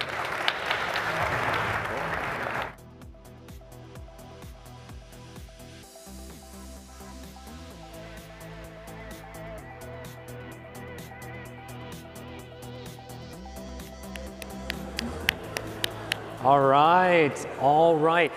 Everybody, just a quick note. I want to talk to all of you. You want to talk to everybody. We're all here in real life, but just a few tips. If you are going to talk during presentations, we've got a few closed off areas in the back, meeting rooms. Take your conversations back there. If you're getting coffee, come hang out. Come sit down, listen to the panels as well, but let's keep it down in the back so our panelists and what they have to share can be heard amongst all of us as well. Next up, I want to welcome our esteemed keynote speaker to talk to us about CityCoins 2.0. We are here in Miami. We are here talking about Miami Coin. Ladies and gentlemen, please welcome up Patrick Stanley. See you. You too, buddy. You too. Hey, gang. Thanks, everyone, for coming today. It was a really special event. It's great being here in Miami. You know, I think Miami is becoming kind of like the crypto capital of the world, and it's just, we're all here making that happen. So I'm here today to talk about one thing, and that is CityCoins 2.0. We're going to go through a bit of a history of what CityCoins 1.0 has been, and then we're going to talk through what CityCoins 2.0 can be. So let's first go through some CityCoins 1.0 milestones. So April of last year, the idea for CityCoins came up on a Twitter Spaces call. We were literally just hanging out on Twitter Spaces, and we were talking about Stacks' consensus mechanism and how proof of transfer works. And it was proposed that a dev fund could be one receiving entity of proof of transfer. And so the idea was like, what if the dev fund was actually just a government? And you pay an opt-in tax out of opportunity instead of obligation. And that was like a real mind blow, and we decided that we wanted to pursue that. So by September 2021, Miami Coin had been created. It was the first, Miami was the first city to formally accept protocol donations from its token. We donated $5.25 million to affordable housing in the city of Miami. So we're talking about, and that's like, we're like very proud of that. Yeah, thanks. And you know, that's CityCoins affecting the city. CityCoins also can help build protocol, you know, help you know, build the protocol itself as well. But I mean, there's 5,000 people who are getting their rent reduced by $100 a month for a whole year. That's insane. I'm really happy about that. And within a few months, it had generated $25 million. You know, that 5.25 had already been deducted. In 2021, Mayor Suarez announced that he planned to award Bitcoin yield to Miami citizens. So that's going to be happening this year. Right now, just from the Miami treasury of Stacks, they've earned about $500,000 worth of Bitcoin. And so that's just going to get airdropped directly to Miami citizens. And like, what better way to educate people about Bitcoin than to educate a whole city all at once? So that's going to be happening pretty soon. We'll have some updates on that. Thanks. So then the second city coin, New York City coin, got activated in November on Eric Adams, the mayor of New York's first day after he won the election. Literally the first thing he brought up on the Bloomberg interview was that he wanted to have a city coin for his city. So within 5 days, our community activated New York City coin, and it generated over $30 million in under a month.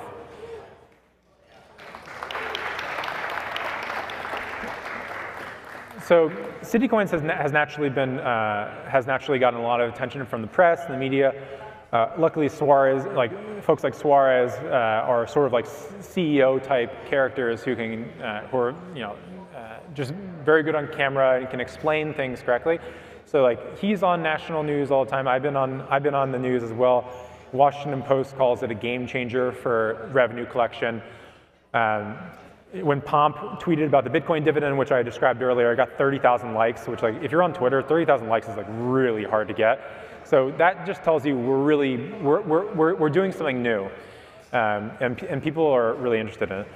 Now that's not to say that it's all been just like smooth sailing up into the right. Like we acknowledge, there's always going to be like volatility with any crypto asset, and we're making fixes to ensure that there's more utility, more integrations with wallets and exchanges, and also more cities being activated and the protocol being fine-tuned further.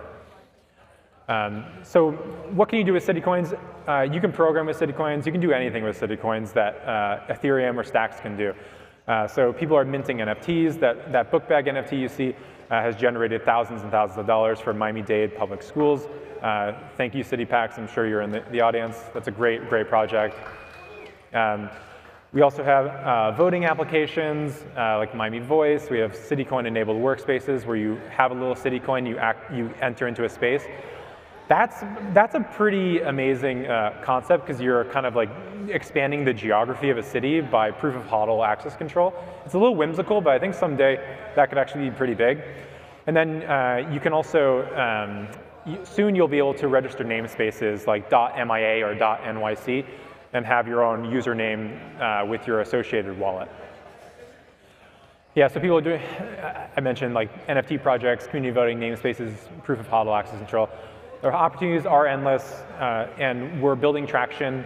And how we're really focusing on doing this is we put a lot of time and attention into the CityCoins Accelerator track that's run by the Stacks Accelerator. Stacks Accelerator has been like doing a really great job. I'd highly recommend joining the accelerator. Right now, I think there's over a dozen teams that are building on CityCoins. There's like internet service providers trying to do like a Helium type thing with CityCoins. There's public safety that's working on creating like an application for public safety. It almost like augments a police force in a way. And there's a whole bunch of other things. Like some people outside of the accelerator are thinking about creating a federated stablecoin between cities. That's a very, very interesting thing. We'll talk about that in a few slides. But we want to grow CityCoins faster, right? So we want to be able to vote on new cities. We want to be able to onboard new cities faster. We want to, and maybe most importantly, we want faster, more capital efficient, more efficient capital deployment. So $5.25 million for rental relief is great, but we don't want to cook the golden goose. We want to continue feeding it so it lays more golden eggs. And that means like reinvesting back into the protocol so the protocol can help the city itself. And basically like the core direction that we want every CityCoin to go toward, we think, like as a community, is improving the health, happiness, and wealth of citizens in cities. So that's like increasing state capacity. So let's talk about CityCoins 2.0. So CityCoins 1.0, as I mentioned, we unlocked a new funding model for cities. In CityCoins 2.0, we upgrade to a governance token and unlock faster city allocation and capital deployment. Okay, so this is 2.0. What I'm explaining right now are concepts that I've talked to the community about. I've pulled in concepts from other people, so these are not all my ideas. These are just like some of the highlights that I've kind of seen. So the first thing is decentralizing CityCoins activations. All these cities are actual real city brands, and there's a lot more. Like, so we could basically activate any city anywhere in the world with a proper activation strategy. Right now, the activation strategy is it's almost like playing with a Ouija board, where it's like, okay, who's controlling this thing? Like, which CityCoin's happening next? What we want to have happen is like there's like a very clear threshold that's met, and a new city is activated, and everyone's on board. So how would decentralizing city activations work? First, and this is just an idea, you could have like a token curated registry that keeps like a top 50 that are like in play to potentially be activated. And then you basically vote on these cities by forwarding stacks into that city's wallet. Once a threshold is met, let's say like 2 million stacks, that city is activated. And once it's activated, mining begins with all those stacks that were forwarded, like committed toward the first week of mining. And if the activation threshold is not met within a certain amount of blocks, let's say maybe it's 2 months, maybe it's 3 months, maybe it's 6 months, all those stacks could get refunded back to the owners. Okay, so what are the benefits of this? The first benefit is you have critical capital allocation, critical capital for each new city. If you start with a few $1 million, like $4 million for a city and its related DAO to invest, that is like seed capital for a startup. You can actually turn that into something really significant. That's enough to really get going. The other thing is clarity and automation. So having the clarity to know when you've hit that threshold for a new city and for that to automatically happen is really fantastic, because instead of just like doing one city and then trying to decide which city is next and then doing another city, you can actually get to a world where many cities are activated concurrently if key thresholds are met. And these key thresholds, key thresholds would have to be significant. The other thing is faster activation.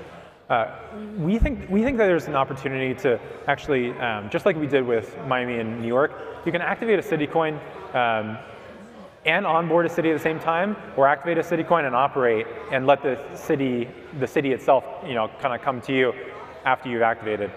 It's really important to have a system where you can actually allocate capital, though.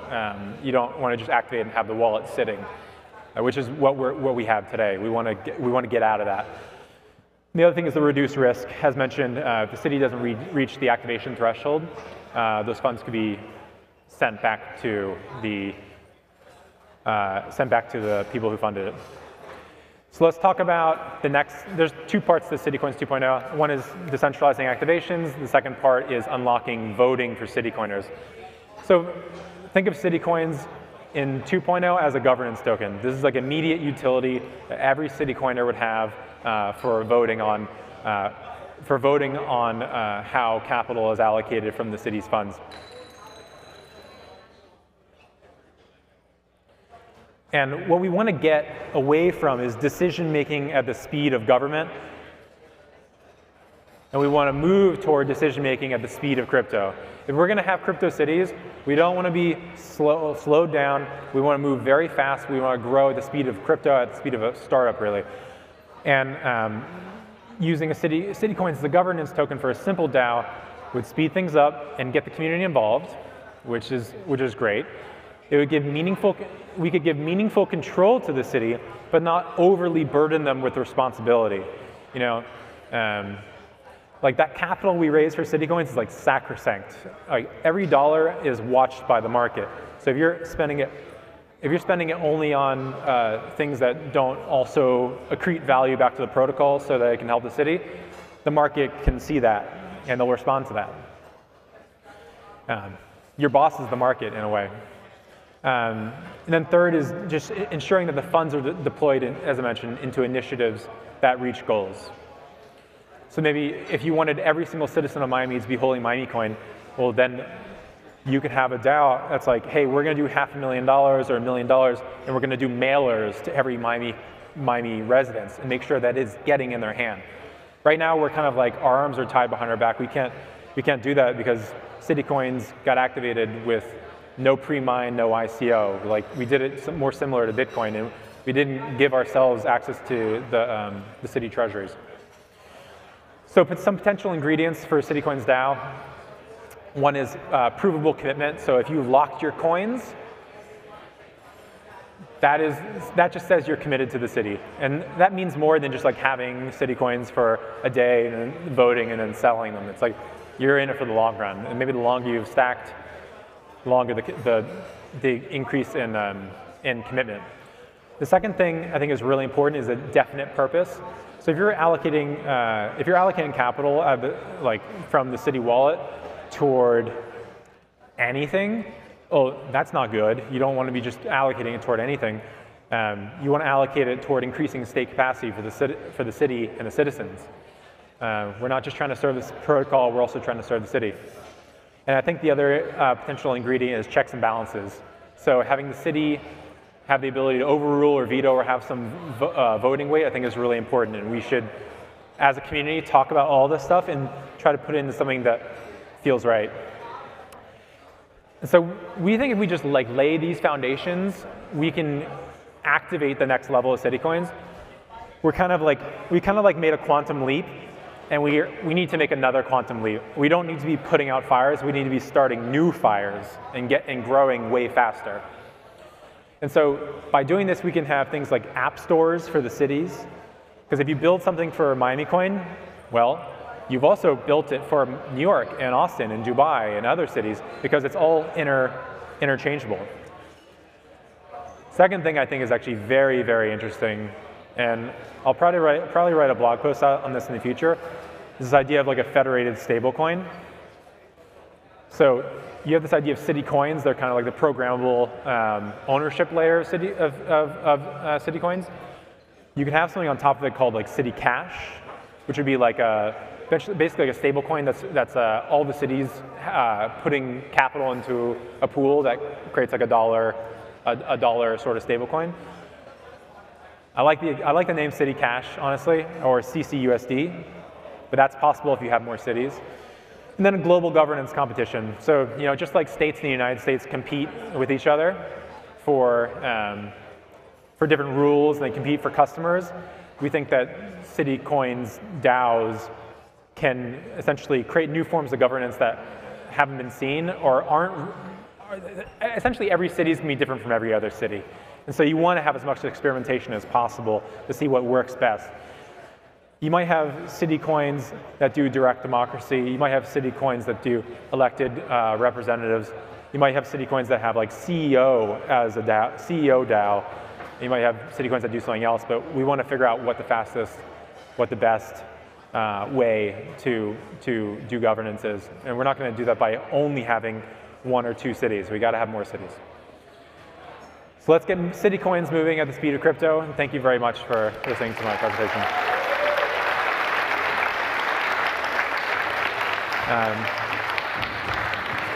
Thanks. So up next, I'm going to do a little Q&A for like 15 minutes or so with Isaiah Jackson here.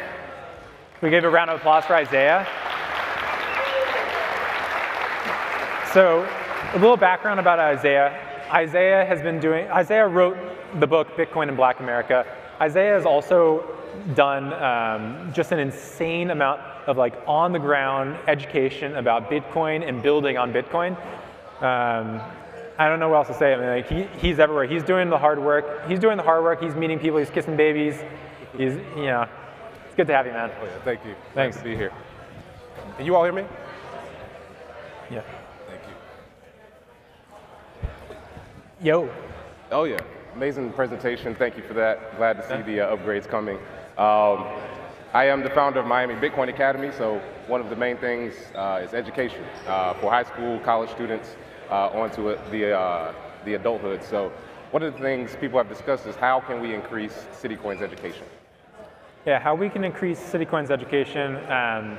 Well, one, very soon, maybe within a couple days, we're announcing a developer track for learning about how to code in Clarity and build on Citycoins.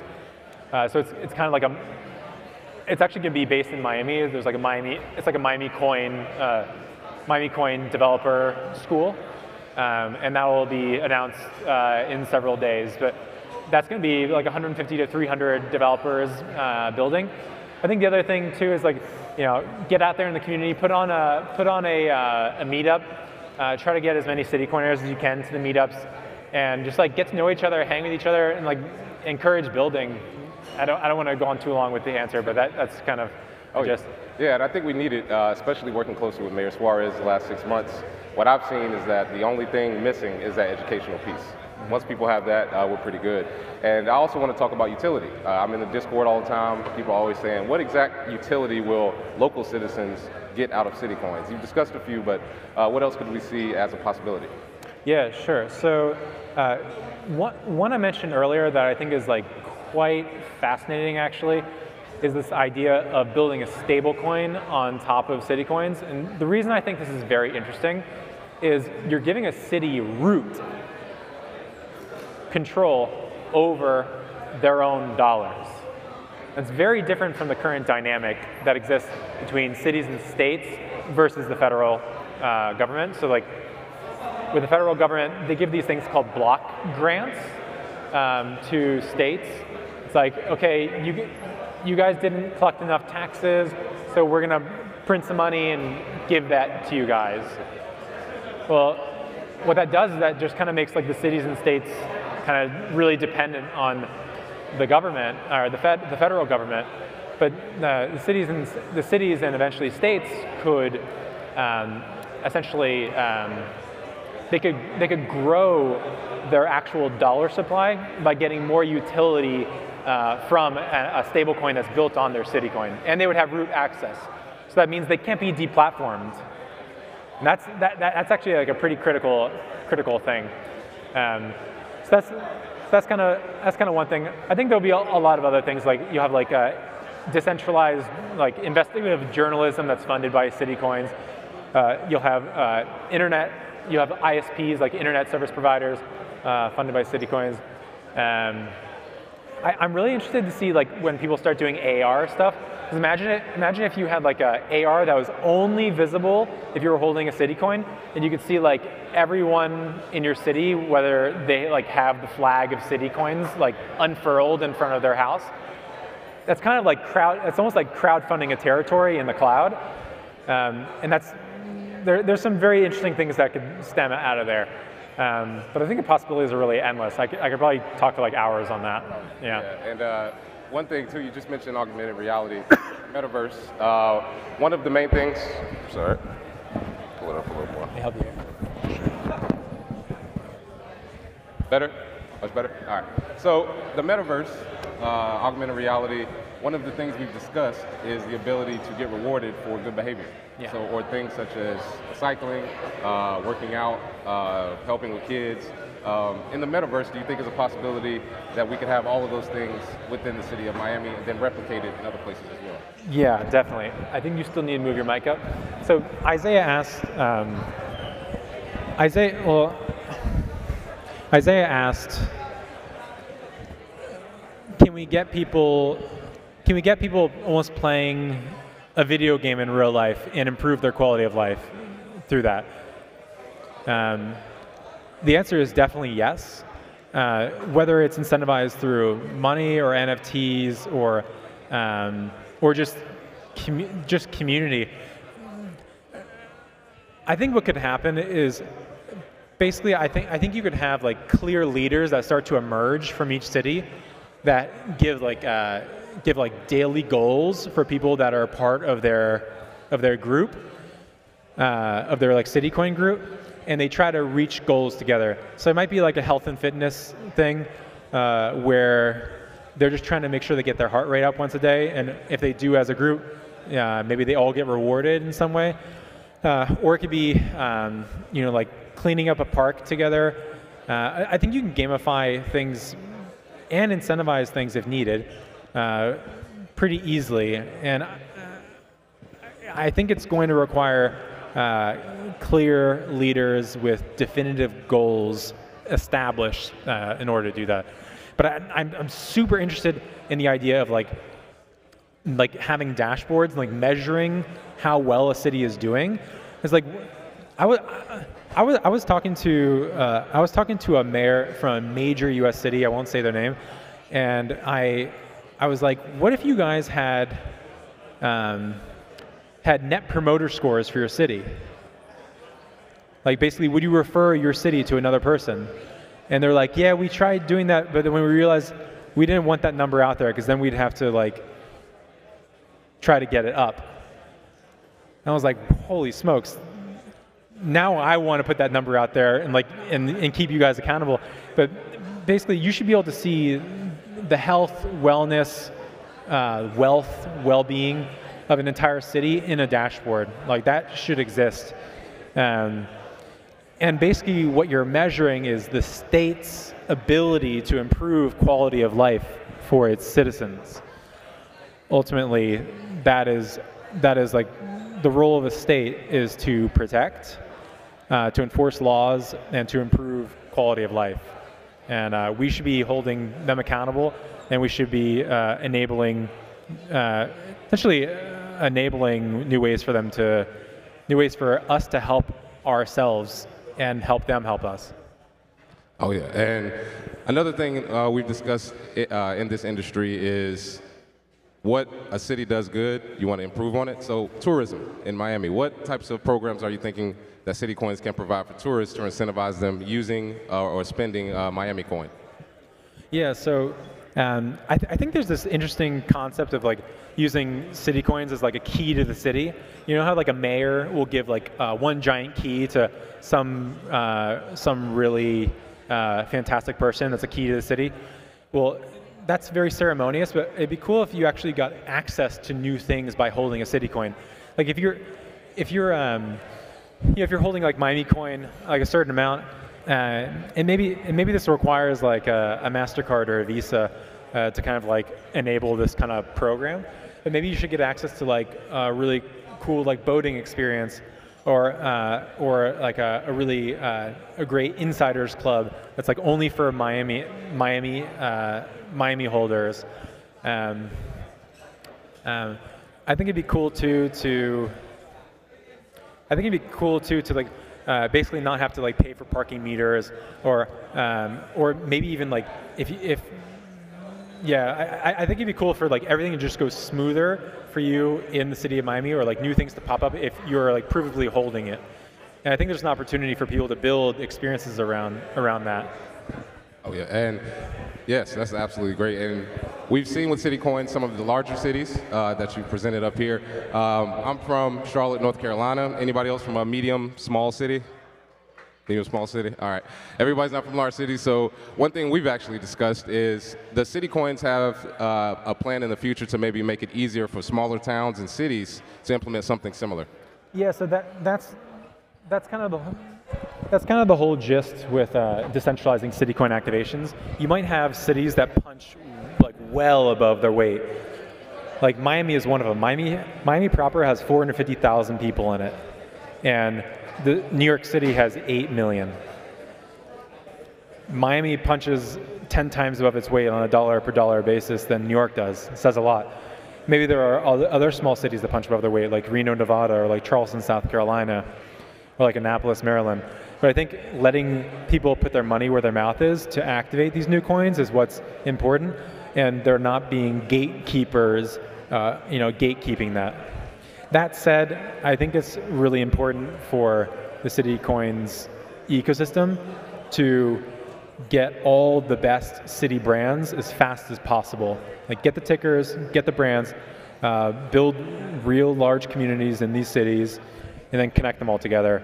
And I think larger cities equal larger market caps, typically. They also equal larger communities, more developers. And so I think from a prioritization standpoint, it makes sense to start with like name brand cities. If it were up to me, which it's not, but that would be what I would do first.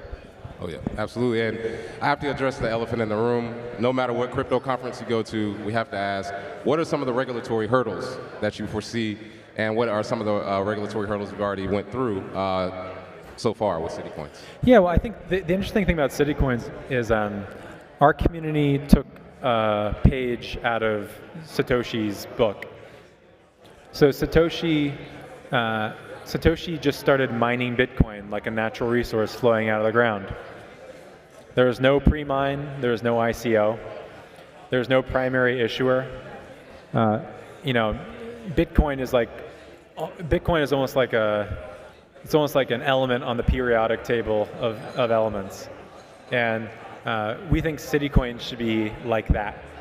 And so city coins had no pre-mine, no ICO, no primary issuer. It's really a group-run project, I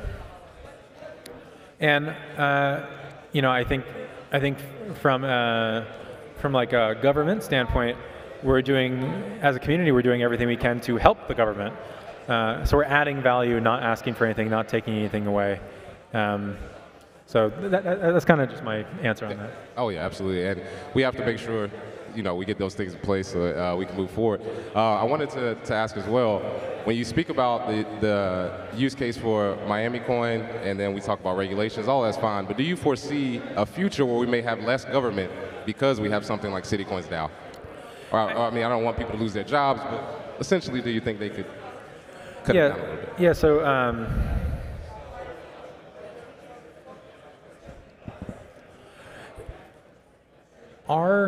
our institutions that we have today, I think a lot of our institutions today people are losing confidence in. And that's just the reality. Lost confidence, someone goes lost confidence in. However, a lot of these institutions are worth saving and upgrading. They're not worth throwing out. They're not worth throwing out for some anarchic vision of the future. And there's a lot of really great people that work in city government, and there's a lot of great people that work in some of these institutions that we've lost trust in over the years. Like truly great, like salt of the earth people that are like taking really low pay, like they work long hours, low pay. They're doing the best they can. And so Citycoins is not aiming to replace cities. Citycoins is aiming to augment and improve cities. It's like in addition to kind of thing.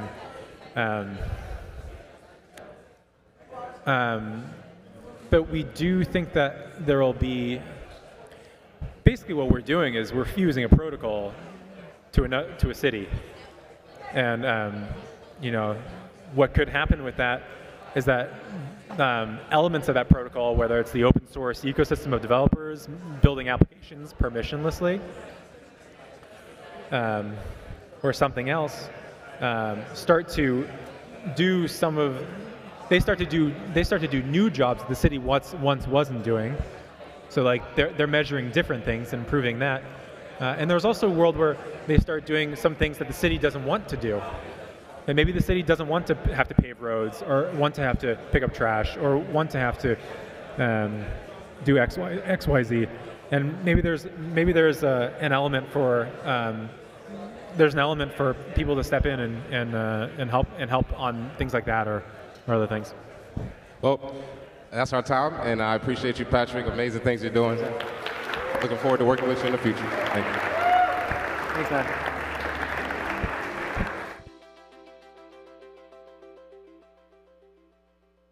Thank you very much, Isaiah and Patrick. Thank you, guys. Great conversation about Citycoins and Citycoins 2.0. As a reminder, if we can keep it down in the back, we have a few more talks, and we're going to take a break for lunch, and then we can talk for hours. So don't worry, everybody. Let's just calm it down a little bit. We also have the developer track downstage if you haven't visited that already. But next up, I'd like to welcome up our next two guests, Hank from Mechanism and Bowtie Munib, to talk to us a little bit about pool parties. With a bow tie on himself, look at this. Hank, it's a pleasure. Looking nice sharp.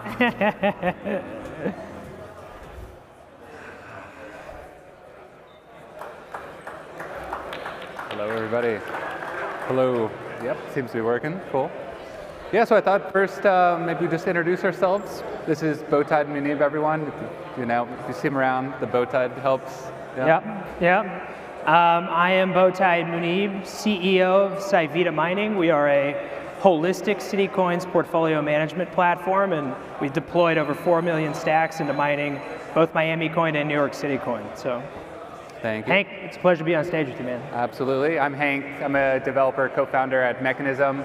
We help teams build out their products in the Stacks ecosystem, whether it's sort of tokenomics or mechanism design. That's kind of the thing we love. And so today we're going to be talking about stacking, which to me is, I think, one of the biggest inspirations for just the opportunity space around stacks.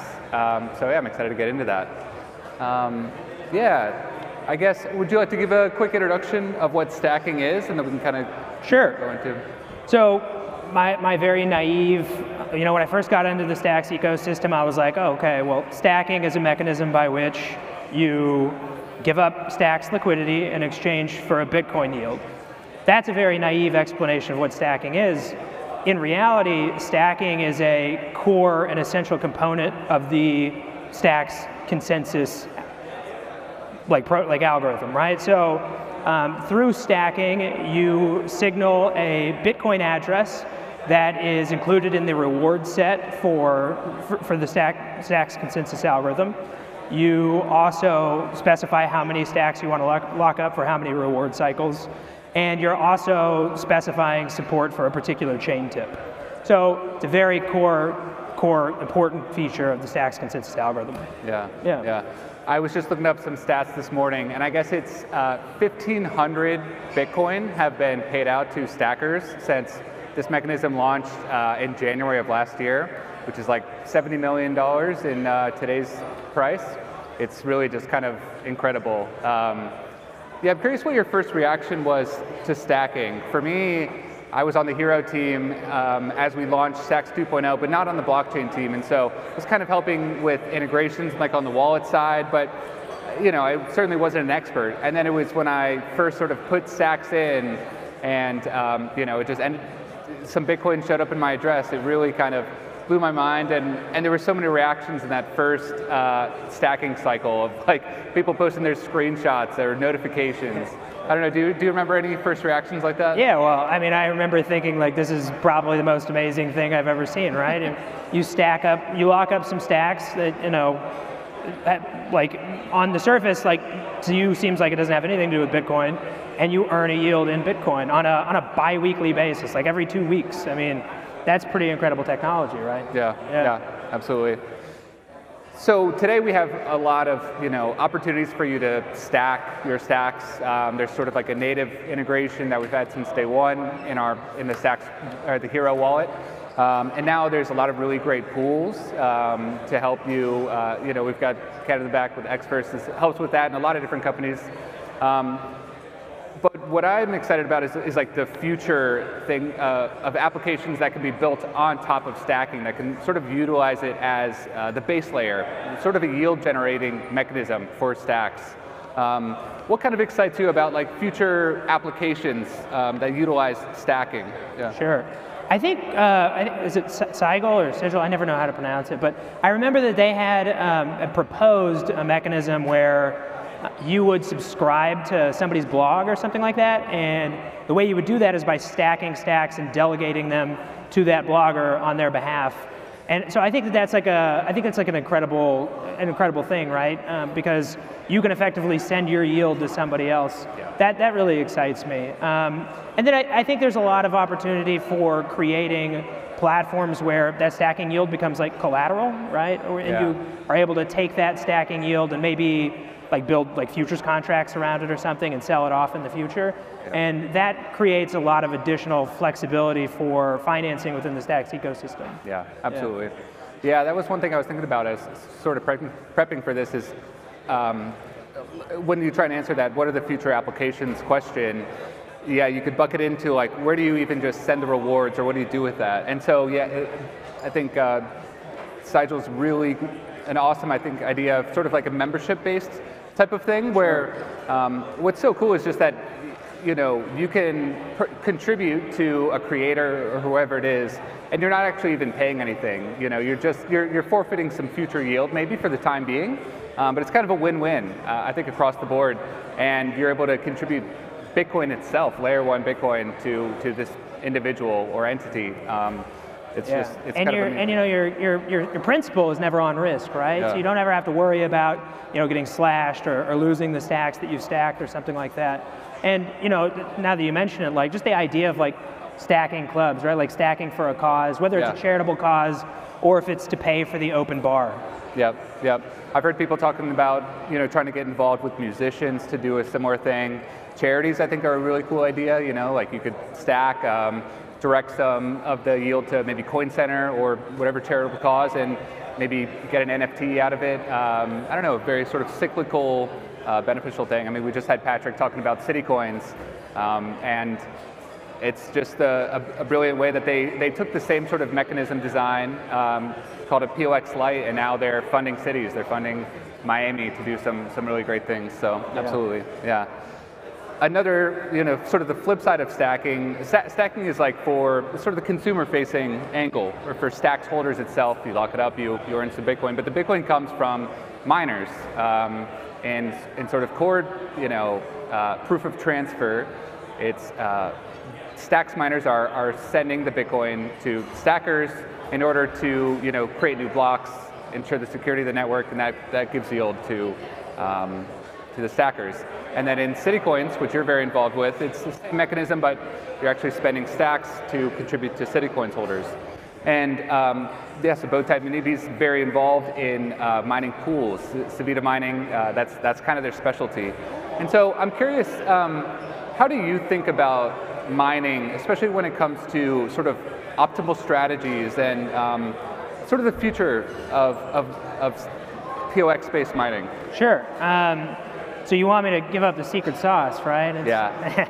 It's actually really simple. If you do the data analysis, and it's really not that complicated, what you find is that the optimal mining strategy is to bid as low as possible across as many blocks as possible.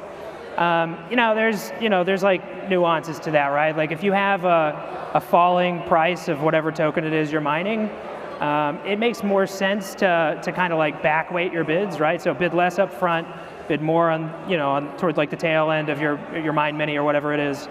And then if the price is like trending up, then you probably want to bid heavier earlier, get it cheaper now because it might not be as cheap in the future. So that's kind of like the ideal strategy. And then, I believe that probably the proof of transfer mechanism, Citycoins is like the first implementation of proof of transfer light, right? Where you've taken the Stacks consensus algorithm, proof of transfer, and you've extended it and modified it in a way that's like, you're not necessarily like settling blocks on the blockchain or something like that, but it's just a funding mechanism. There's a lot of different ways that you can do that, like Citycoins is, and we've talked about this. We had this the Twitter space not that long ago. We were talking about, is there a way that you could do like proportional rewards or something like that? And so I think there's so many different potential constructs for what proof of transfer light could look like that we've barely even scratched the surface, right? Yeah. You were kind of getting into that with sort of what do you do with the proceeds of mining, and that's a question that I really don't know the answer to. And it's interesting with POX because that's sort of true with all mining. Should you reinvest rewards? Should you just hold sort of the rewards itself? But then now you have this stacking aspect where you can get the rewards and then stack it and sort of earn future rewards. And so how do you think about that? Whether it's sort of from Bitcoin to Stacks or from Stacks to Citycoins, you could complete the loop, and kind of go in a full circle. You could go in sort of just one direction. Sure. Sure. Yeah. That's a great question. So I personally, I like to stack with Friedger pool, just because I want, first off, like you want to be able to stack, like at least a certain number of slots. Otherwise, you run the risk of not getting like the expected yield on your stacks. So like if you only stack one slot, potentially that slot could be part of like or the Bitcoin rewards that go to that slot could be like part of a flash block. Right. In which case you may not get like the full Bitcoin reward, right? So by stacking with a pool, you kind of mitigate that risk. What was that question that you asked? I'm sorry. Well, and yeah, whether you stack your mining rewards. Okay. So with the reward, the reason I like to stack with Friedger pool is because Friedger on the back end, he's selling the Bitcoin, exchanging it to Stacks, and in the long run, Stacks being like a $2 billion market cap project, I believe it has a lot more upside relative to like Bitcoin, right? Which is a $1 trillion token, right? I mean, Bitcoin could do 10x, but going from 1 trillion to 10 trillion, that's a huge move. That takes a lot of capital, a lot of adoption, whereas Stacks going from 2 billion to say like 100 billion, like probably a little bit easier, right? So I personally like to take that yield and go full circle, go back into the token that I'm mining. And then same with Citycoins. With Citycoins, I would say I've like de-risked a bit, right? So one of the benefits of stacking and mining early on during like the bonus period of mining rewards is that you can really quickly recoup the cost of your cost basis of like mining Stacks, and in that way like de-risk your investment. So personally, like I've just maintained the Stacks that I've received from mining Citycoins. Yeah. But I'm still like I haven't sold any Citycoins. Yeah. Very bullish on Citycoins. Yeah. And yeah. Yeah. it is nice that you don't have to make that decision really necessarily. It's sort of win-win Right. across the board. Yeah. It's like an active management thing, right? Like if I wanted to reinvest into city coins, that would be like an extra step, right? Right. Yeah. Back to sort of mining.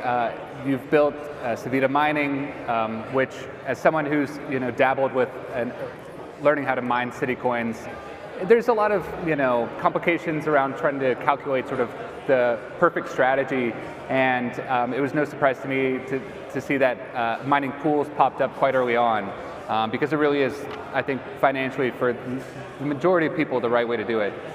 What challenges do you see as sort of with mining, especially on city coins today, and what are maybe some strategies to mitigate that? Yeah, I think the challenges really revolve around education.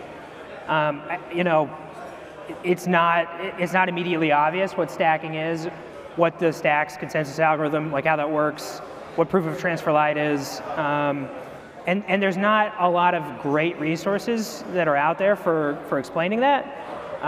So in terms of like things that we can do to improve that, I think is just like content, right? Just more educational content. And at Savita Mining, we are incredibly busy, but we are working on improving our landing page to help educate people on what mining is, how to get involved. That's great. And how just like simplify that for the retail user, right? Yeah. I would wonder also, today when I look at Savita Mining's app, it's sort of bucketed into various groups of blocks, which makes perfect sense, sort of given the way the construct is designed. But do you foresee a future where you could build even sort of derivatives, kind of getting back into this financialization, where it could be more of maybe it's a single asset that sort of represents long-term rewards? Absolutely. I do believe we've talked about it numerous times. I think it can get pretty complicated in that, let's say you want to destack your city coins for 4 cycles, right? The derivative token that would represent that would be different than the derivative token. It would have to be different than the derivative token of city coins locked for, say, 5 cycles, right? So that's a challenge. I think that's a challenge maybe best solved directly through these city coins contracts, as opposed to building something on top of it. Right. But that's definitely something I think that as city coins evolves will probably be explored more and more. Yeah. That's why I'm excited about city coins too, the city coins DAO, because the way it was designed first, it makes perfect sense. It follows the POX mechanism, almost to the T. But we're all learning sort of how this thing works in the real world, and so having some sort of upgradability or just governance layer to sort of tweak mechanisms here and there, it'll just make it all a lot better, be able to move faster. Yeah, absolutely. I also, you work with Matty Stacks, who seems to be a really brilliant mind in sort of the financialization layer. I'm curious when we'll maybe see some of these financial products that you were kind of talking about in the beginning of, maybe it's like fixed rate interest swaps or futures. Do you see that as something that's kind of maybe right around the corner, something that's maybe more of an adoption type thing? It's also more complicated, and so it's questions of user demand for that sort of thing. Yeah, I think it's probably going to be driven by user demand, right? So, I don't see a lot of scenarios right now where somebody may have a desire to lock their tokens and then sell that forward, right? I could see that, maybe when there are like multiple mining pools or like large institutional investors that maybe they want, the stacking yield from stacking city coins because it's really high, but they don't want the actual city coins risk, so they sell it, the unlock, they sell that forward or something like that. But I think for your everyday, I think for at the moment, like there probably aren't that many institutions that are mining city coins. It's probably primarily retail, and I don't think that there's a lot of retail demand for those kinds of products at the moment, right? I mean, maybe eventually as retail investors become more sophisticated and more, maybe there's like a higher demand for that kind of product, but for the time being, probably not so much. When I think about stacking, and it's hard to sort of calculate what your sort of expected future rewards would be because these prices vary, but it's all built on this base amount of 1,000 stacks as the block reward. And so roughly there's 1,000 stacks worth of Bitcoin spent per block on stacking. And with 2 slots per block, that's kind of like each stacking slot will earn about 500 stacks worth of Bitcoin. And so if you sort of take that analogy and bring it further, you know, I've wondered, like myself, I've thought, I'd probably like to participate in a contract where I've got stacks and maybe someone would essentially maybe pay me up front for all that future yield, maybe even in the form of stacks. And I still don't know exactly sort of, you know, what that play looks like in terms of, is that a hedge? Is that is that sort of a future?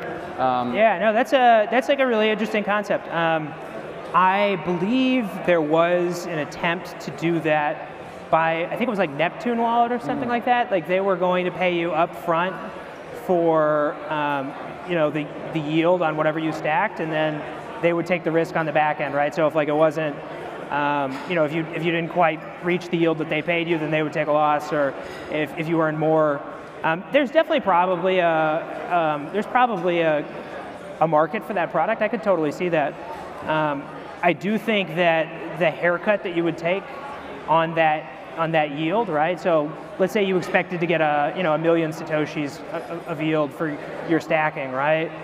You know, like that's probably going to take like a 20% haircut, right? Because of the potential volatility of both stacks and Bitcoin, right? Yeah, exactly.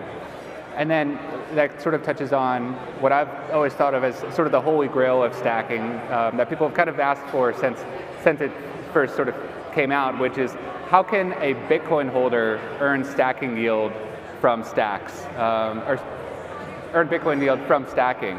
And there's, you know, something to figure out, because ultimately there has to be stacks locked up. But to me, if we could sort of solve that in a way that's sort of price hedged, it could be one of the biggest sort of user adoption mechanisms for stacks as a whole. Yeah. No, I haven't really given that much thought out, to be completely honest. But yeah, I could see a situation where maybe like, you know, you post Bitcoin as collateral, somebody on the stack side posts stacks as collateral and stacks it, and then all of a sudden you've got this yield.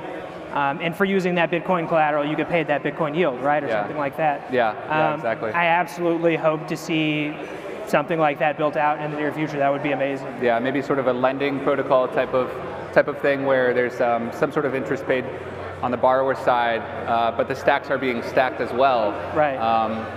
Yeah, especially if it allows sort of leverage stacking. I don't know. It's like whenever you get into these conversations, it does kind of go on. I know, right? Well, it's still very much like a greenfield space, right? There's so much to explore and so many different directions that we could go with all of these things, right? And I think it's unclear what where the market demand is at the moment, but I think that as the Stacks ecosystem grows, we'll get there, right? Yeah, absolutely. Well, I think that's it for us, but thank you so much. Thank you so much, Bowtie Muneeb. This was fun. Thanks, Hank. Appreciate it, man. Yeah, thank you. Yeah, it was good.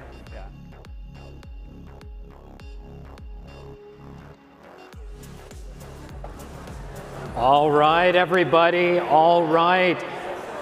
Bowtie Muneeb, ladies and gentlemen. Bowtie is perfect on point today. And with that being said, if we could have everyone quiet down just a little bit. We've got one more talk and then we're going to break for lunch. Also a big shout out to Hero Gamer, who's watching us live at home right now, for some comments on Twitter. Appreciate the love. If we can, everyone quiet down. I can be louder than you can, so if we can, quiet down. Quiet down. Shh. All right, next up, I want to welcome our last guest before we break for lunch. I want to welcome Muneeb back up on stage to talk to us about what Stacks projects are to come here in 2022. Muneeb, welcome back to the stage.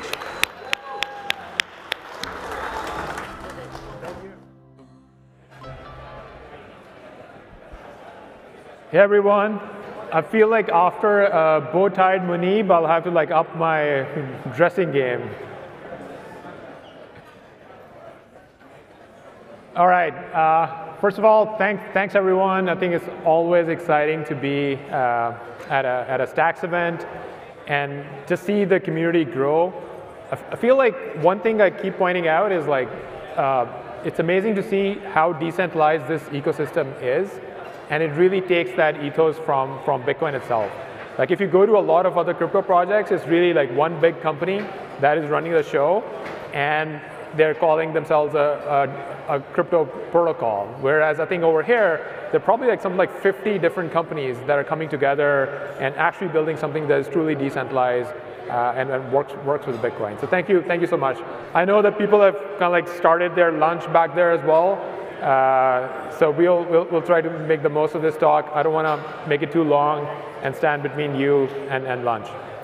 All right, so let's dive right in. I want to do like a quick overview of the opportunity in front of us, where we stand, and what I see some of the core challenges that this year, I would love to see more work on. Let's just start from the beginning. I think Bitcoin can be the best settlement layer for Web3, and that is something that remains like a somewhat underexplored area in crypto right now. I think what's happening is that Bitcoin has established itself as the sound money layer. Why? Because it's the most decentralized, it's the most durable, it is simple, and I think people can easily rely on it. And at the same time, we're seeing smart contracts and applications being developed on new types of networks. And the key idea here is, can it all just happen on Bitcoin? Can we bring all those applications and smart contracts to benefit from the durability of Bitcoin, from the decentralization of Bitcoin? And that's kind of like what this community is about. If you look at Ethereum, I think it's an amazing case study. So Ethereum is something like $500 billion of network value, and then $500 billion of applications built on top.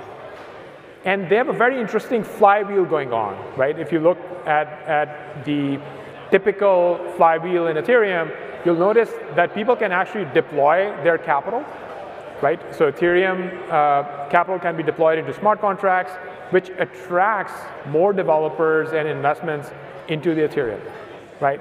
And it's a little bit like this interesting flywheel could be brought to Bitcoin. If you look at what's happening with Bitcoin, Bitcoin is roughly like $1 trillion of capital with very little applications built on top.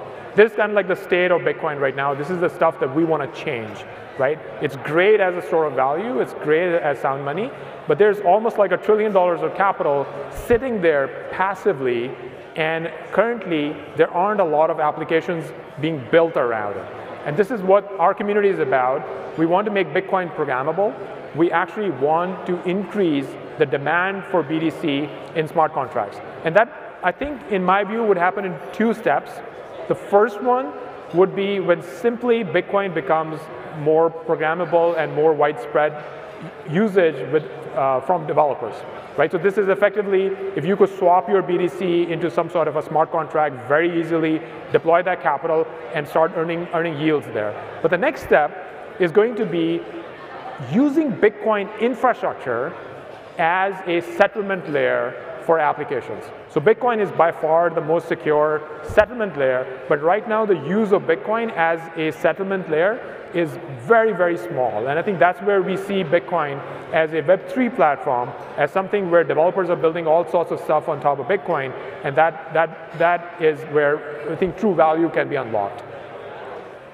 And I think by making Bitcoin programmable, you actually make it easier to interface with other ecosystems as well. We know Ethereum, Solana, Avalanche, these other interesting networks exist out there, but to better bridge them to Bitcoin, to better kind of like connect Bitcoin to the rest of the crypto ecosystem is something that can be done through Stacks as well.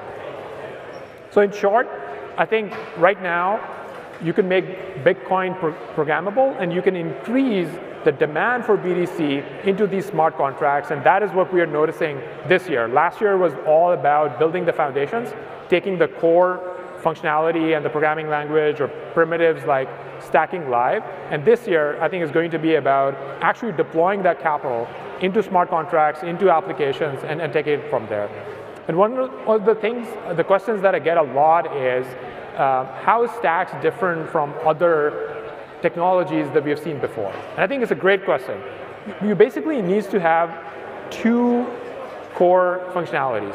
One is that Bitcoin needs to stay on the Bitcoin chain.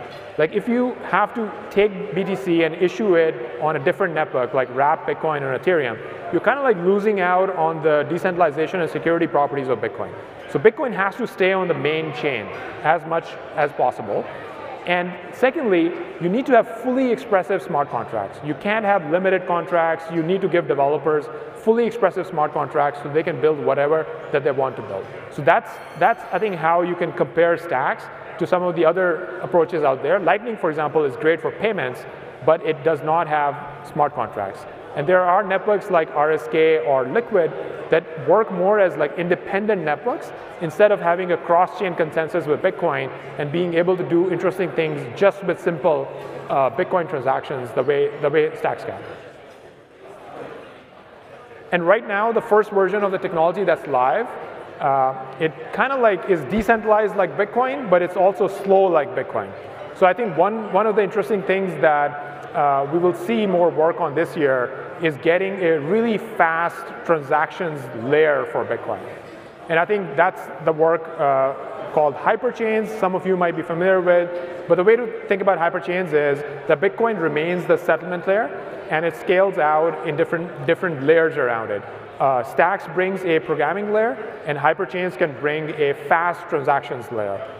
But if you look at the crypto industry right now, what's happening is that most people, they experience smart contracts through some of the newer generation L1s, like Solana or Avalanche, and they see really, really fast speeds, right? And they start to expect like that type of performance from more decentralized ecosystems like Bitcoin as well. If you go and experience the contracts on Stacks today, you'll notice that Stacks kind of like works with Bitcoin blocks. And it's kind of like Bitcoin blocks happen every 10 minutes. So there's a trade-off between decentralization and speed. And the works like hyperchains are giving you the best of both worlds, that you can have extremely fast speeds. You can get the speed of like a Solana, but you are in the Bitcoin ecosystem and you're benefiting from settlement on Bitcoin. So I think that's going to be a major unlock that I'm really excited about, because our community is already hyped up about what's possible today.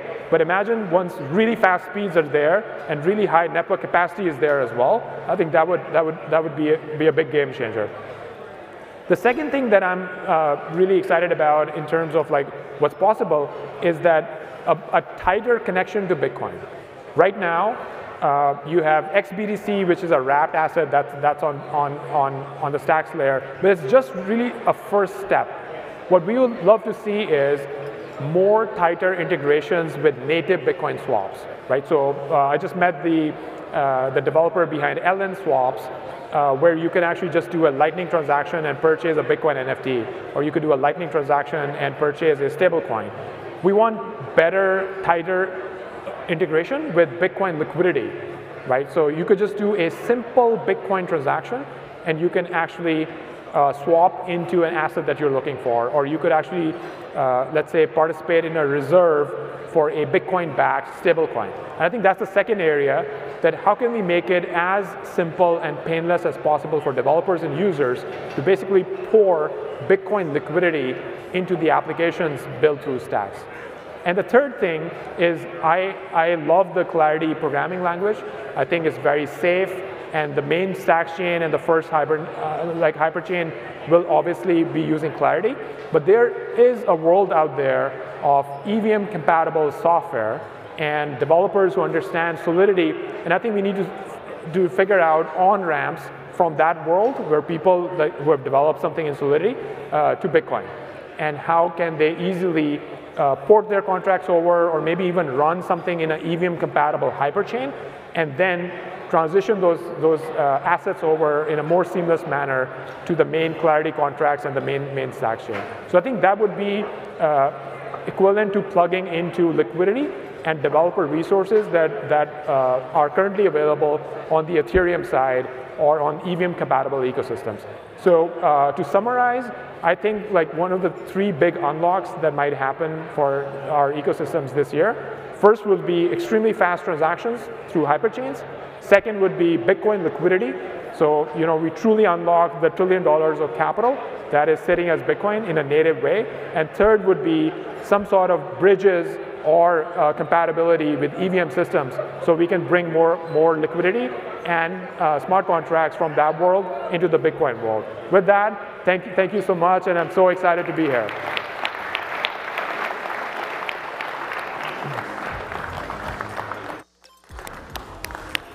All right. Thank you very much, Manib. Big round of applause for the first half of our speakers today, everybody.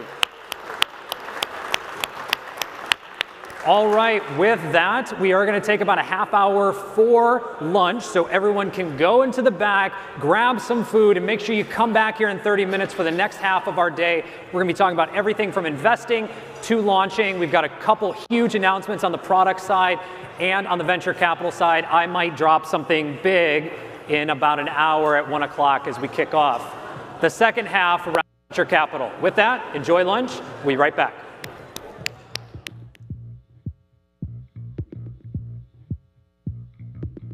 I'm not awake.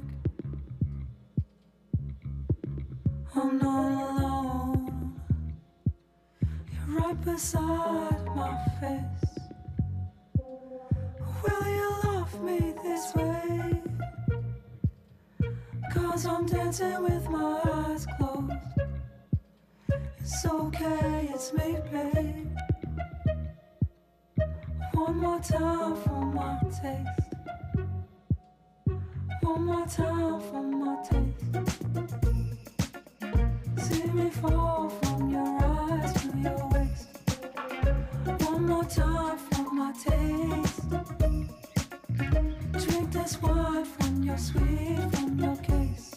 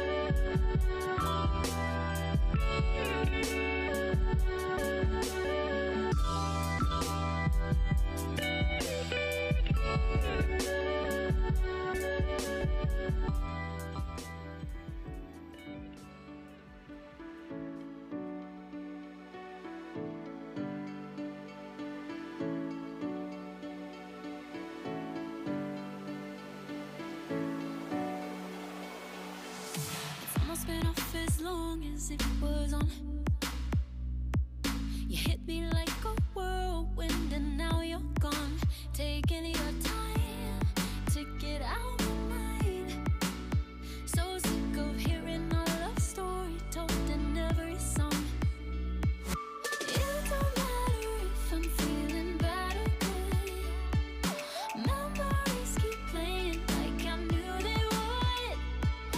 Something about you just ain't leaving me alone. Got me switching up the stations on the radio.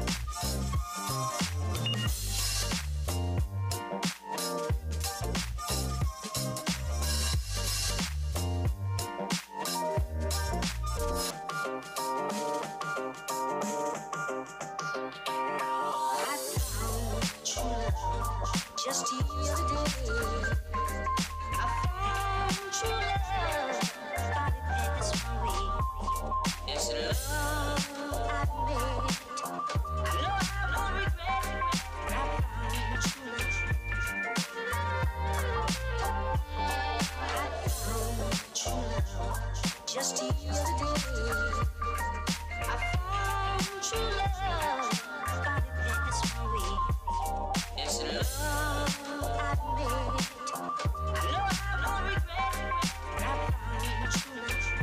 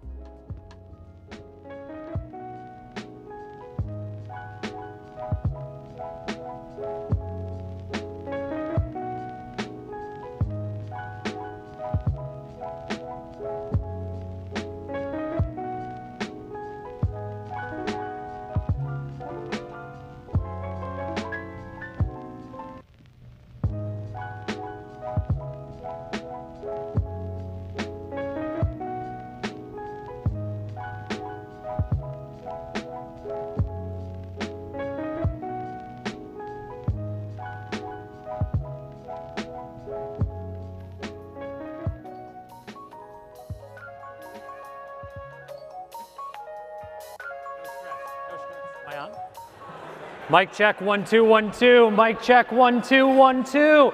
Ladies and gentlemen, welcome back from lunch and welcome back to Bitcoin Unleashed, the second half of our show today. I hope everyone had a great lunch or a great woo!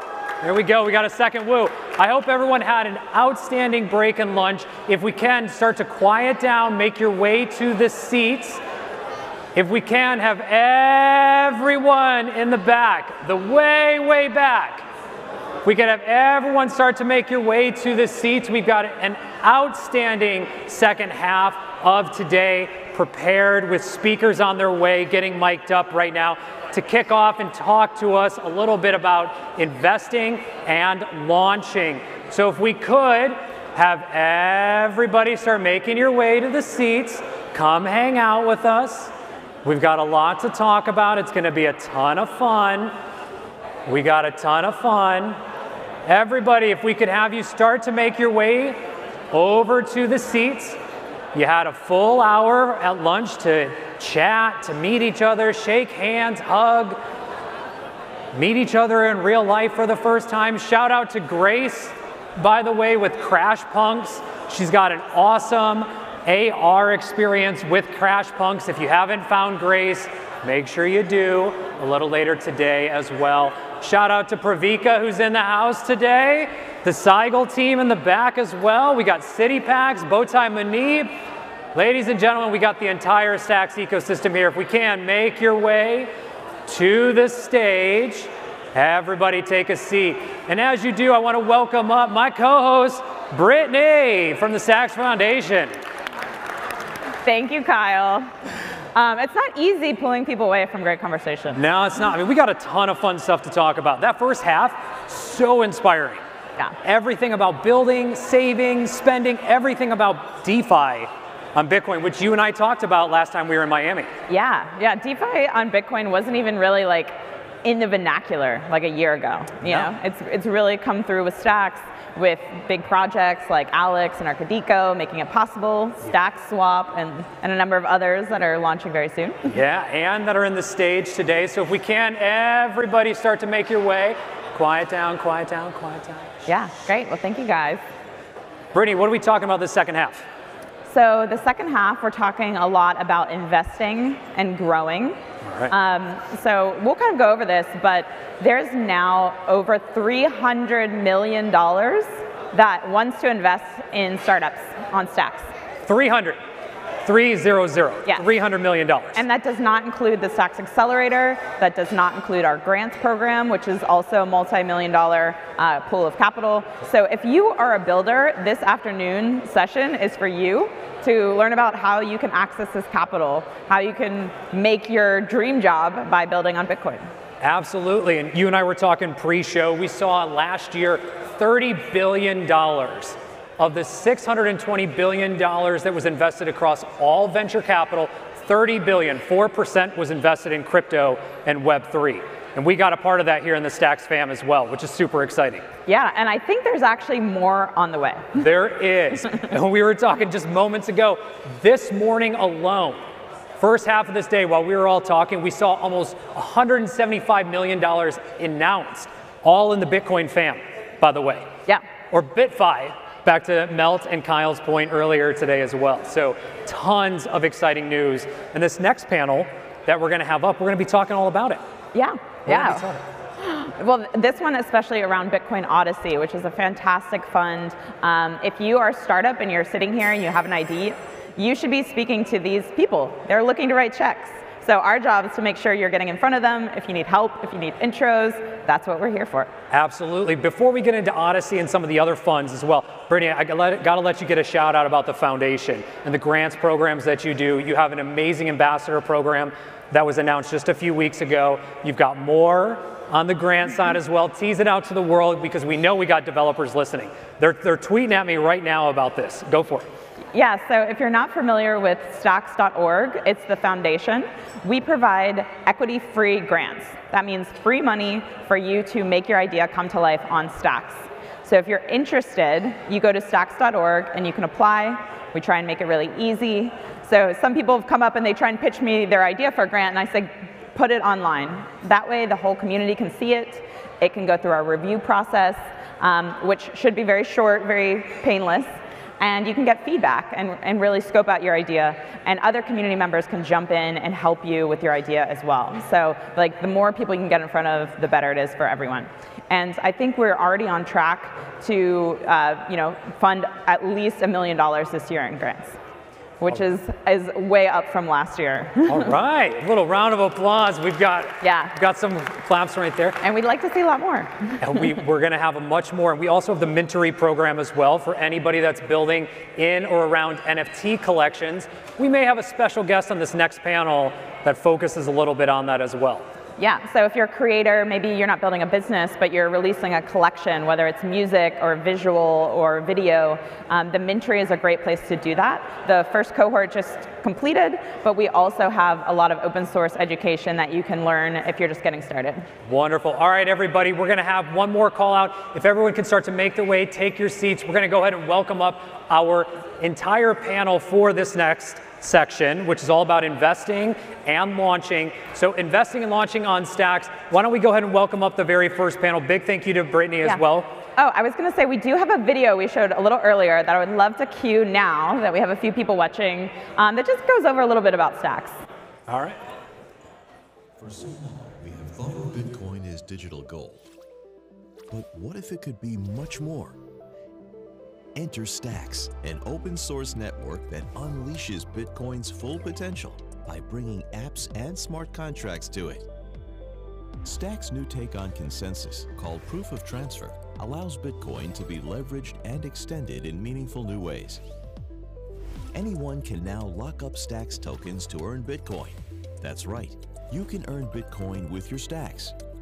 By making Bitcoin programmable without modifying its design, Stacks is redefining what's possible on Bitcoin, shattering assumptions, and making Bitcoin even more valuable.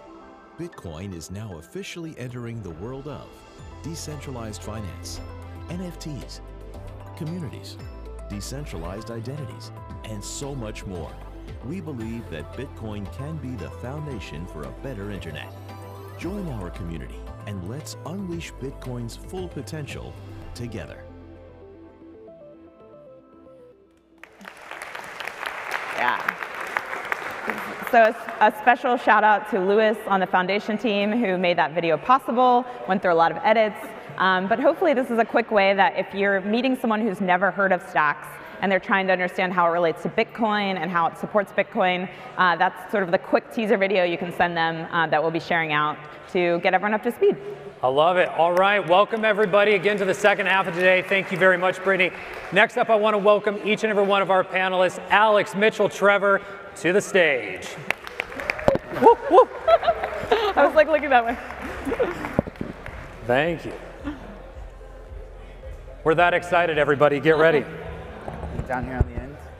You're at the end. All right, everyone. This next panel, we're going to talk about the Odyssey beginning here in 2022. We had a very exciting announcement on March 10th, a very special day for many reasons, including one of our panelists' birthdays as well. But as a collective, along with about 20 plus venture capital funds who have been funding the Stacks ecosystem from the beginning with a ton of interest as well, announced a $165 million pledge fund for those building on Bitcoin, a very exciting initiative for this year. Each and every one of us, including each of the venture capital funds, are looking to fund projects and developers along with entrepreneurs investing in this ecosystem over the next year and beyond. Our panelists today represent each and every part of that ecosystem. I'm your host for this panel. I'm Kyle Ellicott. I'm a partner at the Stacks Accelerator and also co-chair at Bitcoin Odyssey. To my left, we're going to start on the very end because Trevor has a special announcement. Mitchell, kick us off with a short introduction. Hey, I'm Mitchell. I head of growth at the Stacks Foundation, which just means anything and everything I can do to help people building on Bitcoin through Stacks. Wonderful. Alex. Hey everyone, Alex Chiswick. I'm the head of listings at OKCoin. Guys, you guys are going to get some alpha here. You have the Stacks Accelerator. We're talking about $170 million going into the ecosystem and projects. Come on. Come forward, guys. Come forward. You came here for alpha. Let's get some alpha, okay? That's great. Yeah, go find Alex after this. Go find me for some alpha. He's writing checks as we speak, or transferring monies. I'm Brittany from the Stacks Foundation. I work with Mitchell, and we're really just focused on bringing more capital, more talent into the Stacks ecosystem, and like funding great ideas. And I'm Trevor Owens. I'm one of the partners at now Stacks Ventures with my partner Kyle here. Kyle, great job today. And yeah, we just rebranded. So we were Stacks Accelerator, we're now Stacks Ventures. We're expanding, we're hiring, and we're expanding our horizons to provide more value to our portfolio and future portfolio. Excited to be here. Awesome. Excited to have all four of you joining today. I'm going to be moderator, so you guys are going to get the chance to tell everybody the great stuff around that's happening in the industry. But as I mentioned, March 10th, happy birthday, belated Alex. March 10th, we announced a $165 million Odyssey fund to focus on 2022 as the year of Bitcoin. Last year in 21, as I mentioned with Brittany, we saw over $30 billion come into the Web3 ecosystem. In Stacks alone, we've got over 300 million that has already hit the ground and running this first quarter. And that's not all. This morning, as I tracked, we had $168.5 million announced today, all within the Bitcoin and Stacks family, 70 million of which was to Lightning Labs. Shout out to the team there. We also have another $500 million sitting on the sidelines. This is a lot of capital quickly coming into the ecosystem. Call me $500 million. It's so exciting. What does this all mean? For an ecosystem where mainnet launched just over a year ago, the venture fund, almost year-to-date launch. What does all of this capital mean for the builders and for the aspiring entrepreneurs out there? Brittany, I want to start with you. You're the OG in this space currently, and then Trevor. Amazing. Yeah, well, the foundation started 2 years ago with this mission to support builders on Stacks. But it was only about a year ago that the mainnet launched. So you could use smart contracts on Bitcoin at that time. And at the foundation, we were kind of the only game in town for money. Like, people came to us for grants, they were able to build their prototypes. But it wasn't until the Stacks Accelerator got launched that companies had a next step up.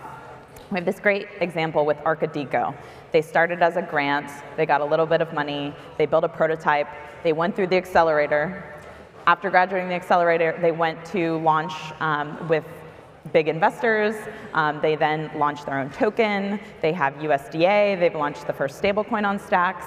And like, that evolution of really helping teams go from like idea early to growth stage is what we've wanted to see in Stacks.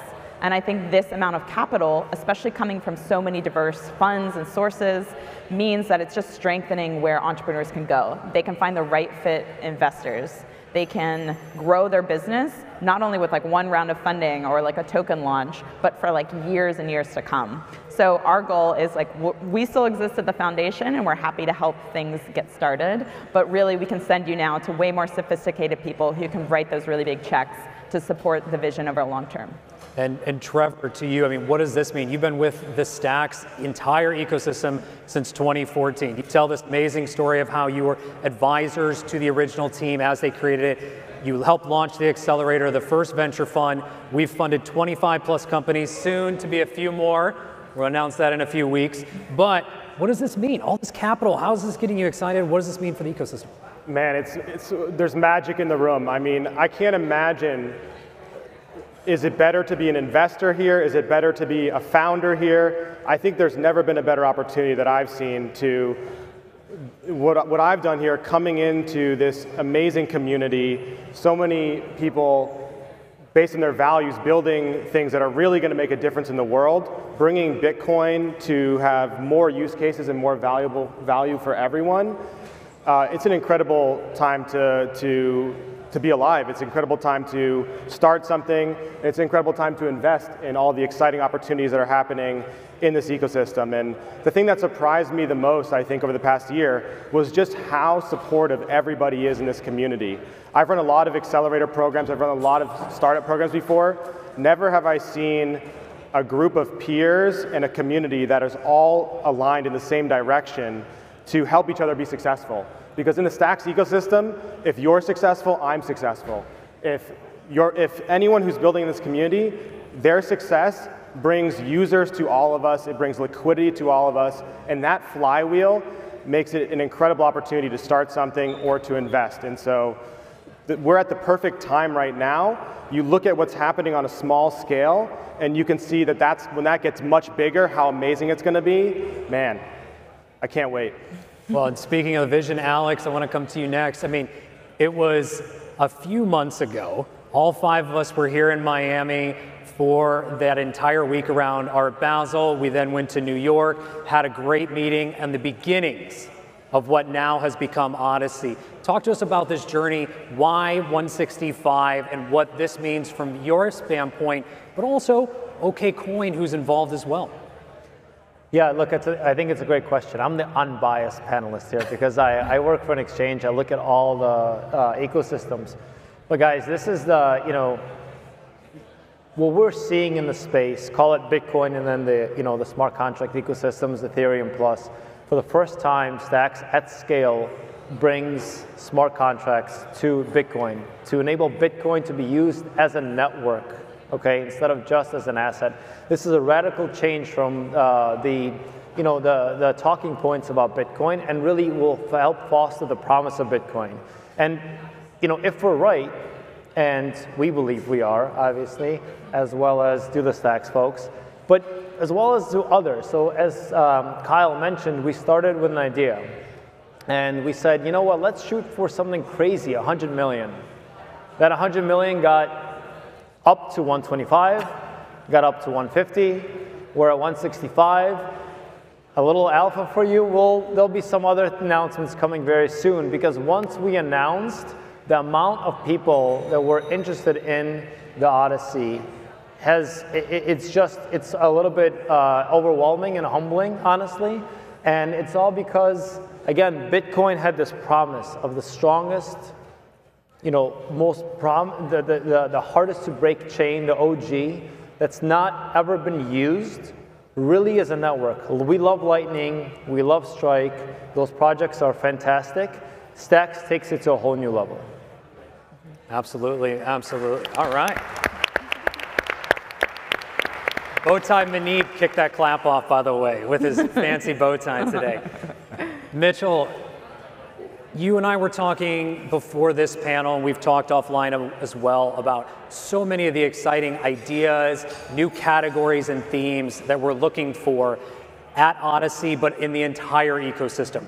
As an investor, what has you excited about the year 2022? What projects and ideas do you want to see in the ecosystem that we can start funding? Yeah, building on a little bit what Alex said, I think it's exciting that we've put this signal out because there were these people waiting in the woodwork to come and build on Bitcoin, and now that there's this path, it's like, okay, we can finally do away with this notion that it's just a store of value, that it doesn't do anything else. Like, I think that's pretty much settled at this point, right? Like, half of the teams here are in your guys' portfolio building on Bitcoin in real life. So that's exciting. That's but as far as what I want to see next, I'm biased because I've been working on a program called the Mintery. We've got a few of the folks who are presenting later downstairs. Yeah, hey. Mintery. Thanks for being here, guys. And so I've been thinking a lot about how can we serve artists. I got into Web3 in general because I wanted founders and artists to be treated better. And I saw crypto as a potential path for that to happen. And so at the Mintery, what we've been just discovering is all these different places where it's really interesting for an artist to do an NFT collection, galvanize their communities, but if they actually want to deliver utility on these collections and have them be sustainable income for years and years, they have to deliver on that utility. And there's a lot of scaffolding, a lot of tools, products, services, and connective tissue that still needs to be built in order to really realize that. So that's what I get excited about. I know someone in the room actually is building native integration with Shopify for, hey, if I've got this collection, I can get a discount. We've had mentors in who are working on proof of attendance for concerts, all kinds of cool stuff like that. Very cool. Trevor, to you, same question. What ideas, what's getting you excited that you and I, but this panel for you, want to fund over the next year? Yeah, we want to fund DeFi, we want to fund NFTs, we want to fund GameFi, we want to fund Web3, we want to fund city coins. I want to fund everything. You have an idea, come to me after this. You're like the Stacks Oprah. Sorry? You're like the Stacks Oprah. You get funding. You get like Santa with the beard. I want to fund everything. So really what we look at is the team, what we look at is the market size, who are the users, how valuable is this to these users. The limitation is really your imagination. I mean, building blocks are also a great thing. You can think about, imagine building tools that every other startup that comes through Stacks Accelerator, that every other builder in the ecosystem is going to build on top of. That's an easy win. At the end of the day, what our thesis comes down to is finding great teams who can find an easy way to do something difficult. So we want you to have the ambition, but we want you to have a killer plan and strategic thought and practical. It's all about being practical. The more practical you are, and if you can combine that with ambition, man, are you going to be successful. And so, again, find an easy way to do something difficult. We will fund anything. We would love to fund you. I dream about writing checks. And so, come talk to me. Just turn this it's like into the a pitch competition for who's most popular person at this conference. I don't know. I think I dream about writing checks kind of wins. The panel is over. We can all go home now. Yeah. I cheated, guys. Brittany, same question. What's getting you excited aside from Trevor who wants to cut checks for everything? Yes. Anything specifically, whether it's be BitFi, as Meltem threw out there earlier today, and you and I spoke about again here in Miami, where I also, Trevor, opened up the checkbook for everybody as well. So coming full circle, Brittany. Yeah, well, I think that there's all of these words that we're very familiar with in Web3 about like DeFi and NFTs, and I think there is so much potential there. But I also look at ways to get more consumers comfortable with crypto in industries they care about. So whether that's like education or entertainment or things like energy, like big industries that have huge potential for any type of business that can actually build on Web3 as well. I think that there's actually some very world-changing things that are going to happen on blockchains over the next few years. And I think we have all of this really ambitious capital to put to work. And I think those investors are going to be looking for like, what is a 10x return? How are you going to really shake the world? And I think you're going to do that by getting more people in, more people either using crypto and not knowing it, or more people that have a better experience using crypto. So I would love to see ideas across industries that expand far outside of Web3. So Brittany, let's shake the world up a little bit. You've got a lot out there right now around education. What in education specifically would you like to see? What kind of themes are you talking about with the world of Web3 coming into education, how it could transform? Yeah, I think education is like at every single level. So you think of like K through 12, like what CityPax is doing here in Miami, using NFTs to fund, schools and programming to understand what Web3 is. I think it's at the getting more developers into Web3. So all those Web2 developers who are afraid to touch Solidity, maybe they'll come to Clarity because it's more secure, it's easy to learn, and they can start building and serving all these companies that are out there raising all this capital. And then even just like with people with their wallets, like it's still not super easy to use your wallet. And it can be a little nerve-wracking, sending a transaction or setting up with an exchange. And so I think there's a lot of opportunity to make those like just small behaviors much easier. But I do think that like anything that touches education, that's what people keep talking about. And even going a step further of saying like, how do we empower users? Not just to say, okay, I know what Web3 is, but like I know how to use Web3. I know why it's important and why I should be paying attention here. I think that shift is happening a little bit now, but I'd love to see over the next year, people just get it. Like they're not sort of questioning it as much anymore. Love it. Alex, same question to you. What themes, what's getting you excited? What ideas do you have to bring to the table for those looking to build on Bitcoin in 2022? Yeah, look, I think if you're building, I would kind of break the world up into two parts. One, something that's going to have a token, something that's not. From an exchange perspective, I care about listing something that has a token. But in general, I would say all the themes are important, right? But maybe pick a theme or pick a real problem that needs to be solved. And I think a lot of projects that are not going to make it are projects that just slap on crypto or Web3 on a problem that doesn't need to be solved with crypto or Web3. The fact that Stacks right now is a couple years, or any kind of smart contracts, in this case Stacks, is a couple years behind Solidity, building on Bitcoin, has pros and cons. The big pro is that you can look at what's working on the Ethereum Plus ecosystems, take those things, right, and make them better. One huge issue what you talked about is UX and UI, okay? It's this space, I love this space, but it's hard to use, okay? So one, you can just improve UX and UI, actual fundamental improvements, not like, oh, I have a prettier landing page, right? Fundamental improvements of abstracting away wallets, right? Abstracting away connections, having removing the, oh shoot, I lost my crypto moments, right? And safeguarding. I think that's a huge need. A second need that we just talked about is infrastructure in the space. So infrastructure tools. NFTs are very sexy and I love my NFTs, but the middleware layer is not touched. And so think about middleware layers, think about bridges, think about connectivity. All of these things still need to be built. And then look, as thinking about Bitcoin, one aspect that for me really excites me about building on Stacks and obviously on Bitcoin is DeFi, right? When we think about money flows, I believe that money will flow a lot to the hardest chain, right? Which is Bitcoin. So Stacks sitting on top of Bitcoin can bring DeFi to the forefront. And so I'm very excited about that. So look, just solve a problem that needs an actual solution.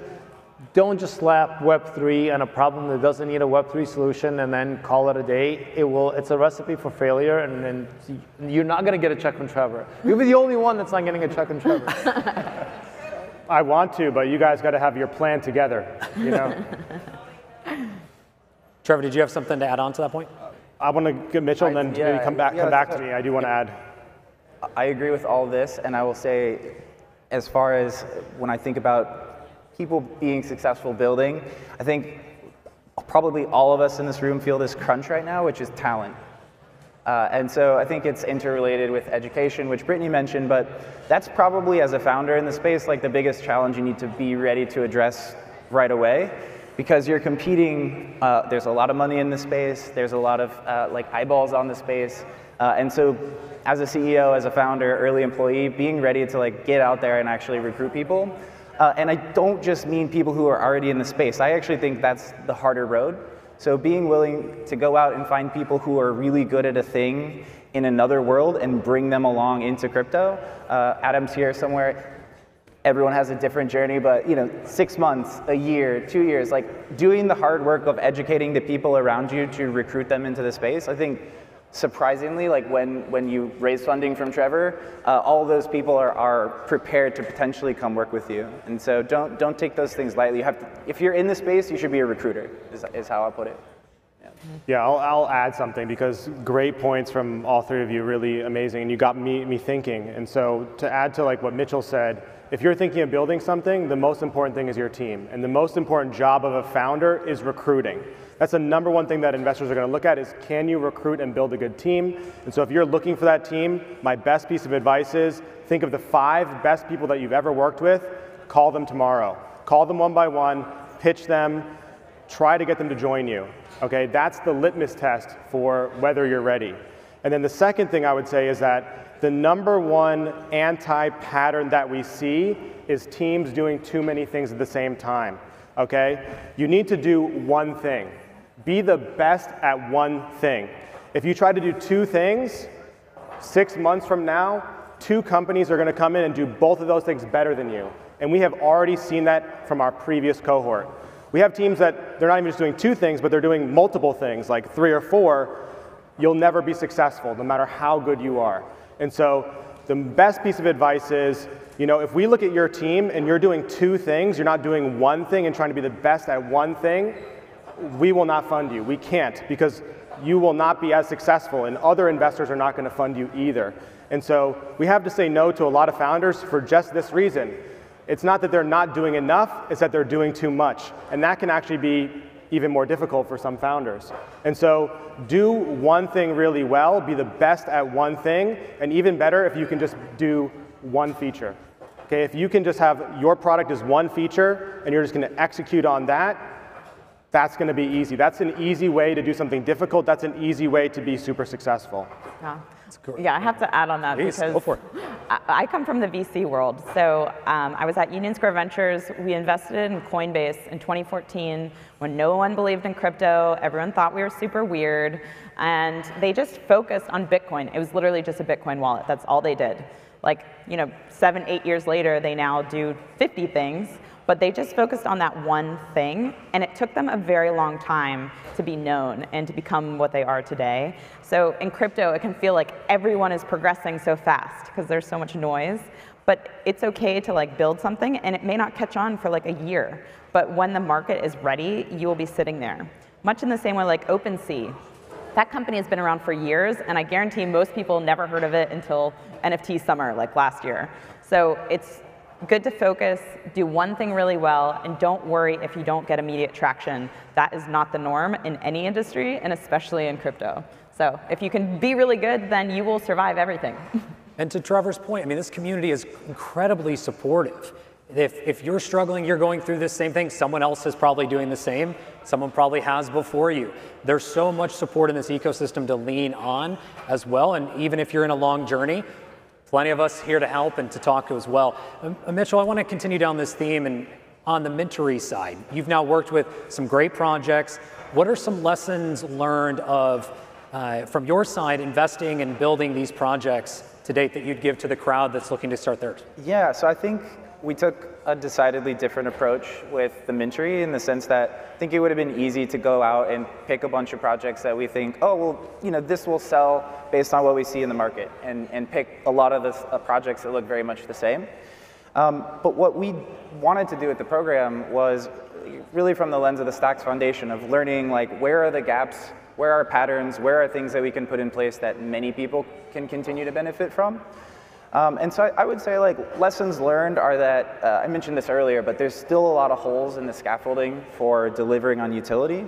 So I think there's about 20 different startups. Drew's here, he's building Friends.Plays, shout out, he's helping all of our teams.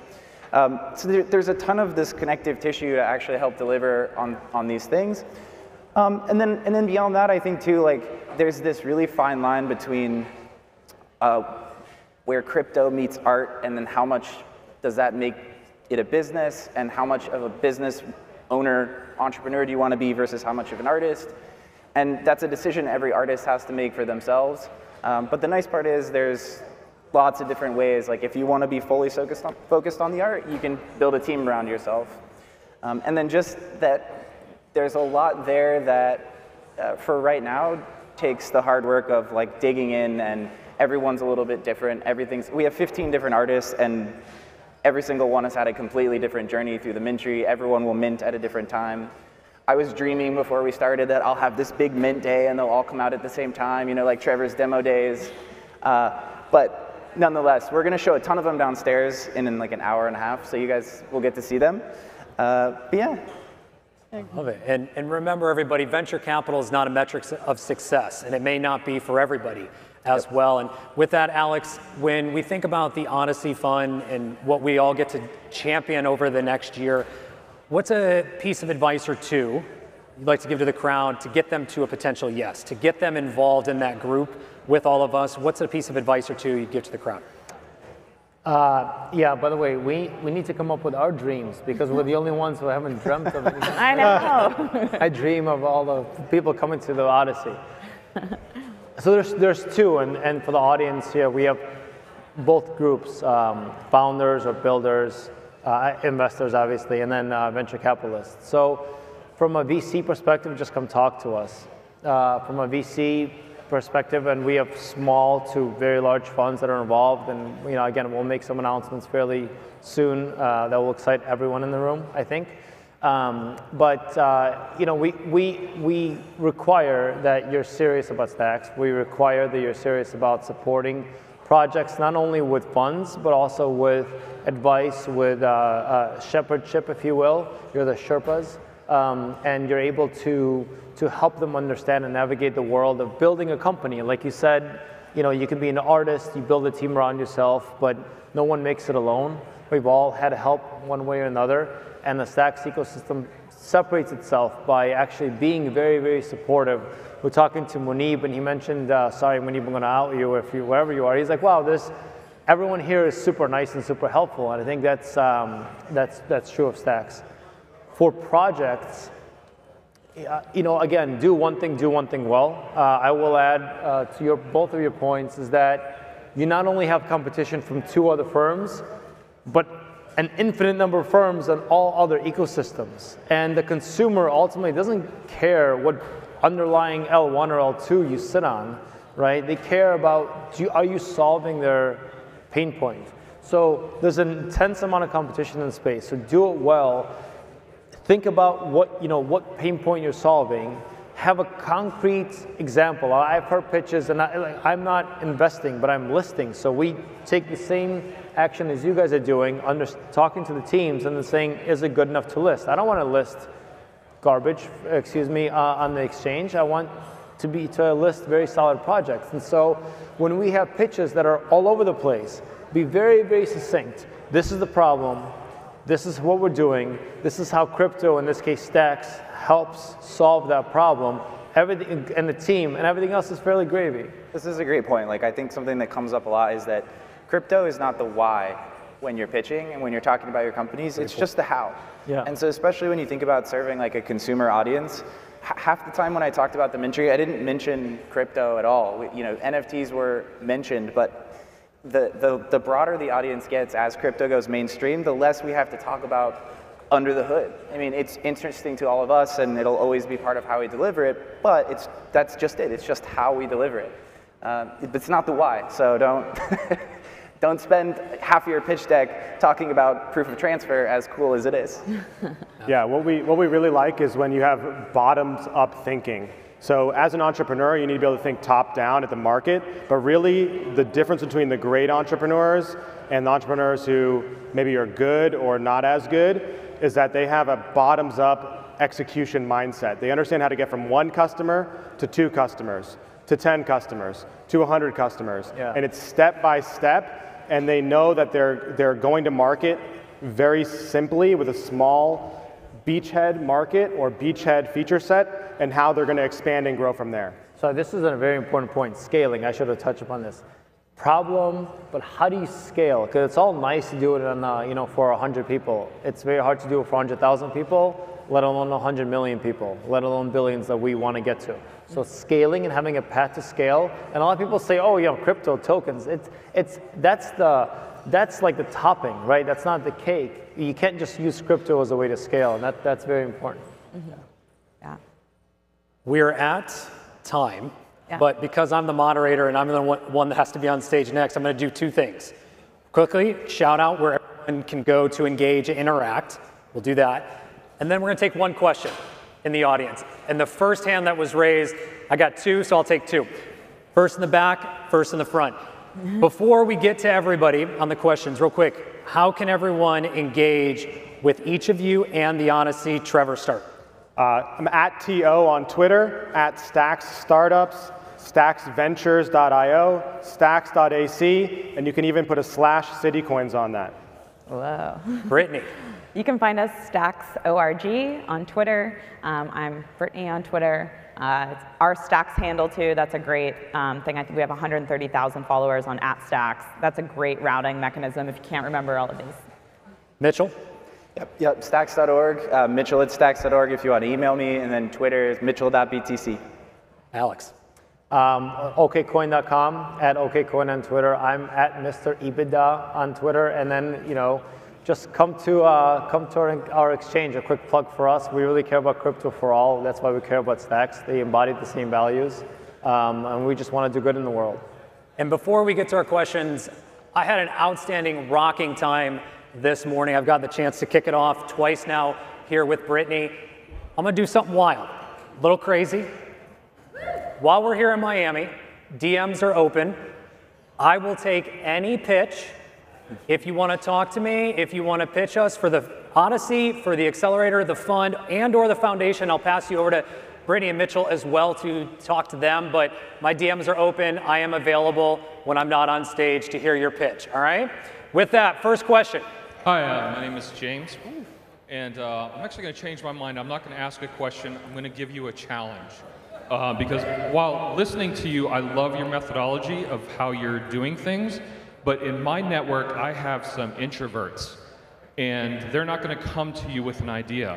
But if you gave them a challenge, they would knock your socks off. Ooh. So my challenge to you is weekly, give us something. Give us an idea, and I will give that to my network to approach you with a solution. I love it. My socks are knocked off, but go for it, Mitch. I've got one. So we have this notion of wish list grants in the grants program. You can find them on GitHub. That's a great list of ideas that we'd just love to see built that are fast-tracked for grants. So that's one easy answer, but I'm sure these guys have more. I got a bunch of crazy ideas. This is like your job as a VC. Like one of the first ones that Coinbase pitched us was, imagine you're driving down the road and there's 2 smart cars are driving by, and they are negotiating using tokens on who can pass who and who can go faster. So literally AI would be using crypto smart contracts in order to determine traffic patterns. Like, I have yet to see that happen, but I think it's possible. I have asked for this idea for 2 years. The first person to come pitch me today, we're funding.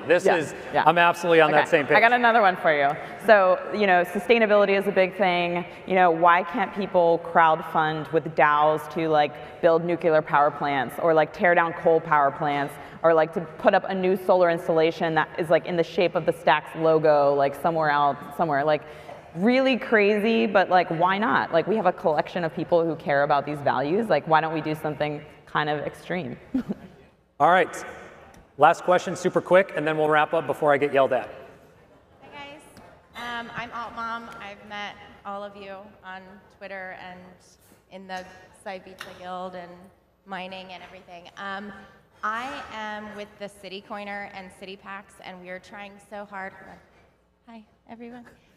We're trying so hard to build utility for city coins. Obviously, this is like our #1 aim, and for someone like me that is just out here on the street, you know, boots on the ground, interacting with people all day, it's so hard to be funded to do these things as an individual. So we come together, and like you were saying, you know, don't do 2 projects, don't do 3 projects, but a lot of us have issues having enough funding with 1 project. So I would like to actually invite you guys to kind of a call of action to come on the City Coiner and do a Twitter space with us, and invite all of you, we'll plan it out like 2-3 weeks, to kind of come back to this and revisit it on the online platform and talk about it and really get to dig in with some of everyone in here's questions and how they can be a part of this. And yeah, so. Perfect. I'll speak for all of us. We're all there. I was gonna say we'll be happy to do a Twitter space with you, Larissa. We can talk to you afterwards. We can. I mean, we're a big as an exchange. We're the only ones that listed City Coins, Miami Coin, New York Coin. So let's do it. Let's do a Twitter Spaces. We'll just hook up. Okay. Yeah. I'll also say, Trevor, I think you should maybe mention the City Coins track in the accelerator. Yeah, we have a dedicated track for City Coins, which is amazing. There's some special mentors for that program, specifically like Balaji Srinivasan, Amanda Cassette, and many others who are just like rock stars.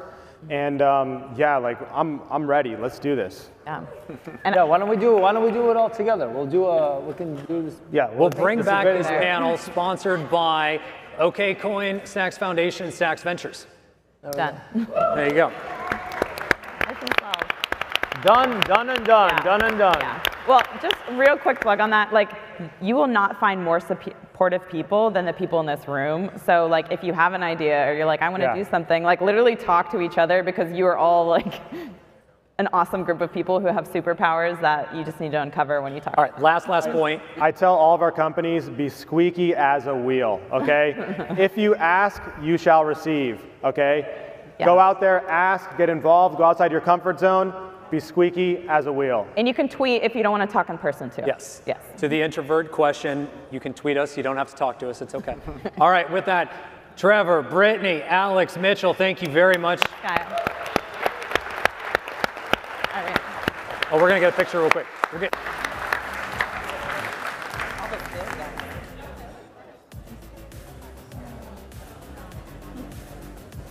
Perfect, thank you. All right, as our panelist walks down, Trevor, you can hang out here. You're on the next panel, don't worry. You don't have to go anywhere.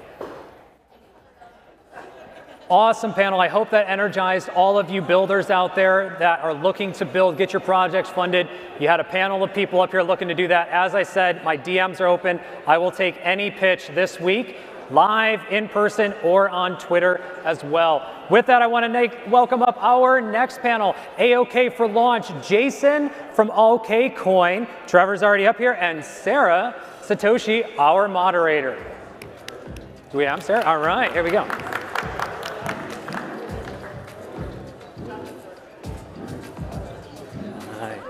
I'll send you a message in a little bit. Kyle?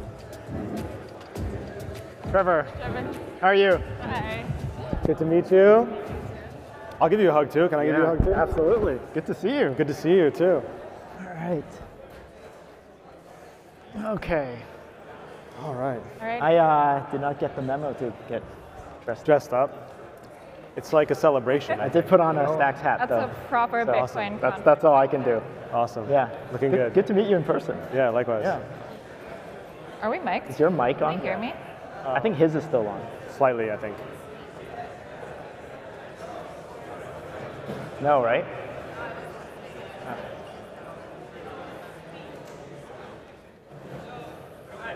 Do we start? Can they hear me? Can you hear me?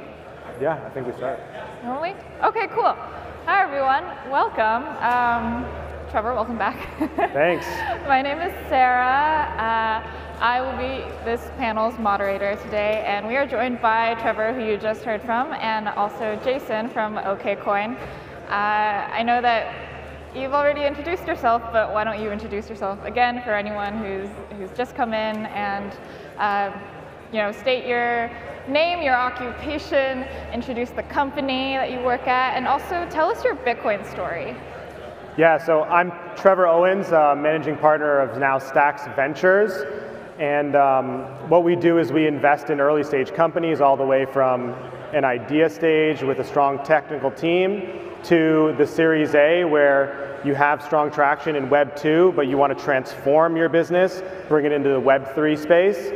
And my background in Bitcoin actually goes back to my friend, one of the co-founders of Stacks, Ryan Shea. Back in 2012 or 13, he forgot his wallet when we were going out for dinner, and so I spotted him the dinner, and he said, "Let me pay you back in Bitcoin." And so he sent me 20 bucks in Bitcoin, 2012, 2013. I literally still have it sitting in my wallet, and now it's like $2,000. And so unfortunately, I actually did buy a lot more Bitcoin, but then in like the 2013 run, when it started to go back down, I sold it all. So lessons learned, but second time around, I won't make the same mistake. And so that's why I'm here building in Stacks, because I see the massive potential of bringing more use cases to Bitcoin. And I'm very grateful to be here with Sarah and Jason and many of you to help make this happen. Thank you, Trevor. Cool, thanks. Hi, everyone. I'm Jason. I'm COO here at OKCoin. We're a crypto platform where users, individuals, and institutions can come to us to get from local currency into crypto. We're big supporters of the Stacks ecosystem. We allow users to come by as little as $10 in Stacks, and one click of a button, you can stack it, start earning Bitcoin. We also support Miami Coin and New York City Coin. So yeah, that's what I do. My Bitcoin story goes back to around the same time as you. Mostly as an investor. I think more interestingly is my Blockstack story. Is actually I was in Hong Kong at the time, and Larry, who's still pretty active in the Blockstacks community or Stacks community, gave a presentation about Blockstacks and how all these decentralized apps could be built on top of Bitcoin, and that's what got me sucked in early on. And yeah, that's it. Amazing. Yeah. Amazing story. So your history, both your histories in Bitcoin go back so far. I'm really jealous. But in talking about sort of that history and how exchanges and their roles have evolved, Jason, OKCoin was one of those exchanges that sort of survived that whole 2013, 14 like big Chinese exchange era, and now it's evolved into one of the biggest Bitcoin and crypto exchanges that people use. And so, what do you think? Can you tell us a little bit about how, what OKCoin's sort of role is now in this industry, where we are always encouraging people to take best security practices with their Bitcoin and take them off of exchanges, and how does OKCoin sort of facilitate the Bitcoin ecosystem as it's evolving?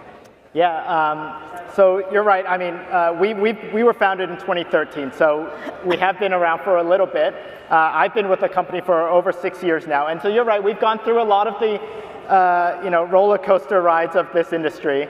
But I think most importantly for us and for everyone in this ecosystem, and Trevor, you mentioned this earlier too, is really trying to build stuff that our users want, right? We just focus on what our users want. If they want to easily buy crypto, buy Bitcoin, take it offline and store it, we allow that and we provide that. If you want to use Lightning, we have that, right? If you want to get into the Stacks ecosystem, we support that. So that really, we're just listening to our users and building what they want. And if that's what we do, we think that that's how it sort of allows companies to exist and roll with how the sort of the industry changes over time. For sure. OKCoin is one of the only exchanges, and I think probably the only exchange that really robustly supports the Stacks ecosystem along with City Coins. And how did OKCoin sort of get into that much involvement with Stacks? I think Munib earlier had a slide where he sort of showed Bitcoin as the sort of the base layer, and then Stacks on top, and then further implementations. I think that jives really well with how we think of ourselves, but also this space evolving, becoming sort of a Bitcoin first type of approach.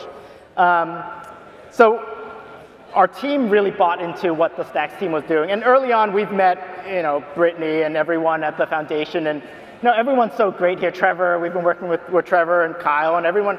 It's just such a great community, and I think that really helped us really double down on our efforts in making sure that we make sure the community has that on and off ramp, has that easy one-click access.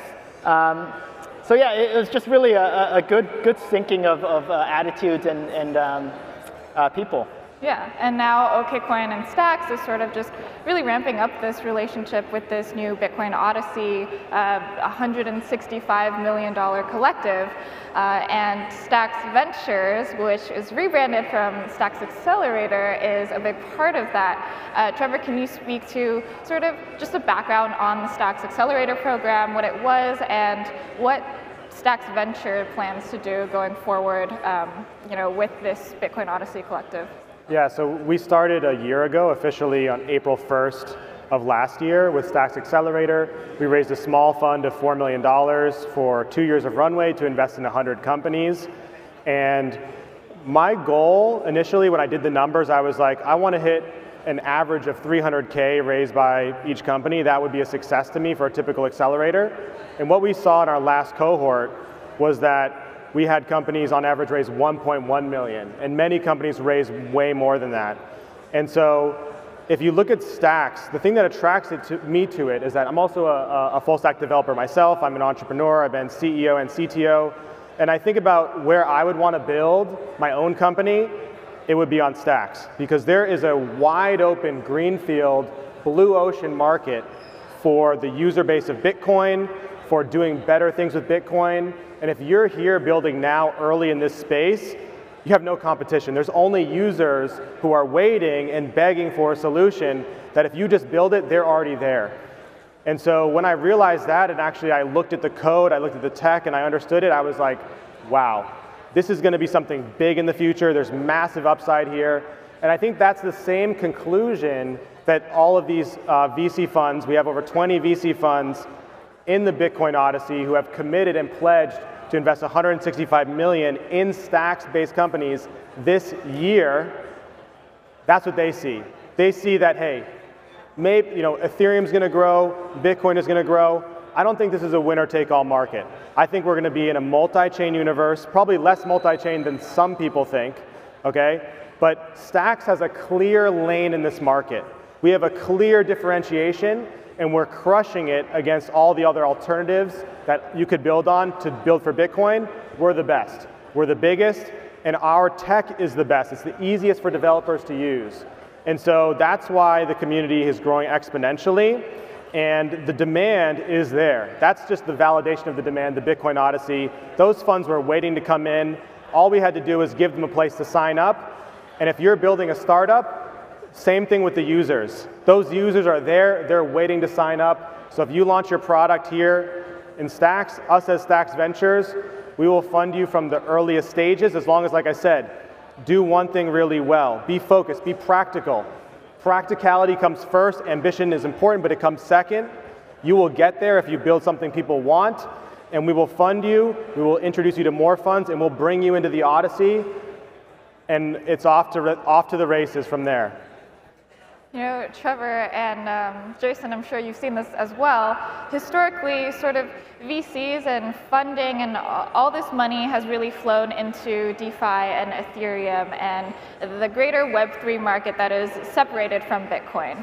And now we have the Bitcoin Odyssey, which is pretty much just going directly all into Bitcoin. $165 million from very minimally, almost no funding has ever been really pushed to help people develop on Bitcoin. And so, do you think that that's because Stacks is sort of pushing that momentum, or is it just that people are realizing that Bitcoin is this open market for people to develop on that really hasn't been explored in the past? You got that one. You want to do it? You first. I mean, listen, it comes down to proof of transfer. Proof of transfer is like a light bulb. It's a brilliant technical innovation that allows Stacks to do something that no other chain can do. The whole way the tech is structured in terms of every block of Stacks is recorded in a hash on Bitcoin. Every block on Stacks is timed with the block on Bitcoin. And Stacks has SPV proofs. It's reading what's happening on Bitcoin state. And then we're looking at DLCs and multi-sig wallets and how we can actually unlock, not just going from Bitcoin to Stacks, but back around. We're on the bleeding edge of what's possible. And so I think it was just a matter of time that now it is possible, and that's why all the capital is coming in, because the other solutions that have been out there, they're mainly side chains which use a federation where you're using a pegged altcoin, okay? Sarah and I, we fight Bitcoin maxis, toxic maxis, because I consider myself a Bitcoin maxi until I met some of the toxic maxis. We fight these guys every day on Twitter because they don't understand really how important it is as an innovation for Stacks, whereas before, these pegged altcoins are still not Bitcoin. Just because your token is pegged to Bitcoin, it's not Bitcoin. In fact, your Bitcoin is sitting in a federation of 15 key holders or something else where that's not going to be viable for the vast majority of people who are Bitcoiners. And so Stacks is the first and closest to a viable solution, and that's why we're seeing all the capital pouring in here. And people, it's not that we've figured everything out, there's more coming. There's hyperchains, there's scalability, like I said, there's DLCs. These are the final bosses in this video game, where once we conquer those, we're on the moon. Just to add on that, the timing of this is actually very important. If you take one step back and look at how the market has been broadly, most people would say that it hasn't been that hot, right? But to have this big announcement at this time really echoes some of the realization that people have around the clear path, the blue ocean, all that stuff that could happen with Stacks. You know, we've also seen some of these projects and experiments play out on other chains to great fanfare and also great demise, unfortunately. And so there's also the opportunity for lessons learned here. And so I think that's what makes it so magical is there's the technology that Trevor just mentioned. There's the community that, you know, part of us are here. And, but also this opportunity really is just coming together at the right time. It's a good place to be. I want to add one thing to that. I would say that it also comes down just to the people. It comes down to all of us. If you look around this room, I would place money on the bet that the average IQ in this room is higher than any other crypto conference. That's not because I'm biased, I am. You guys are all geniuses, you're beautiful, you're handsome. But in the food is better. The steak was good. The average IQ in this room, I think, is higher than any other crypto conference, not only because it's smaller and it's early, but because it's not easy to understand this stuff. We are on the leading edge. And then when all of us build things and we go to venture capitalists and investors, they can tell how smart we are. They can tell how we've thought things through. And so we are the ones on the ground actually convincing these investors who initially they're going to be like, oh no, like what's Stacks? Why should I invest in a company like Stacks? But then when we send really smart people to argue the case and they win that argument, that's when it starts happening. You know, Munib talks a lot about incentives and proper incentives for people to be able to build. And one of the reasons why Stacks as a network works is because people are incentivized to contribute to it, to hold, to mine, and whatnot. There's a lot of criticism that comes from specifically the Bitcoin maxi community. Toxic maxis. The toxic maxi community that comments on how just venture funding, especially as through Web3, DeFi, Ethereum products and whatnot, is sort of just very grifty and scams people and is the problem with crypto today. And so, now that this whole not going to call it a fund, Bitcoin Odyssey collective is happening, which does include a lot of VC money, being pumped in. How do you respond to that, and how do we work with a lot of these toxic maxis who, honestly, some of them are building very cool things, not on Stacks, but for the better of Bitcoin. And so how would you respond to that, and how do we work with these people to sort of say, like, hey, this is a good thing. This is good for Bitcoin. You want to go? Sure. Do you want to go first? No, all you. I mean, listen, there is some legitimacy to the idea that crypto is the Wild West, okay? There's a lot of rug pulls, there's a lot of scams. I would be lying if I said that that weren't the case, right? We know that's there, but I think that two ideas can conflict and coexist at the same time. This is what we call cognitive dissonance, and this is not easy for everybody to reconcile these two ideas, but in any fast-growing market, look at the dot-com boom of '99, okay? What did we see? Pets.com, a lot of ideas where people were well-intentioned, but other people lost their lunch. They lost maybe even everything, some people did.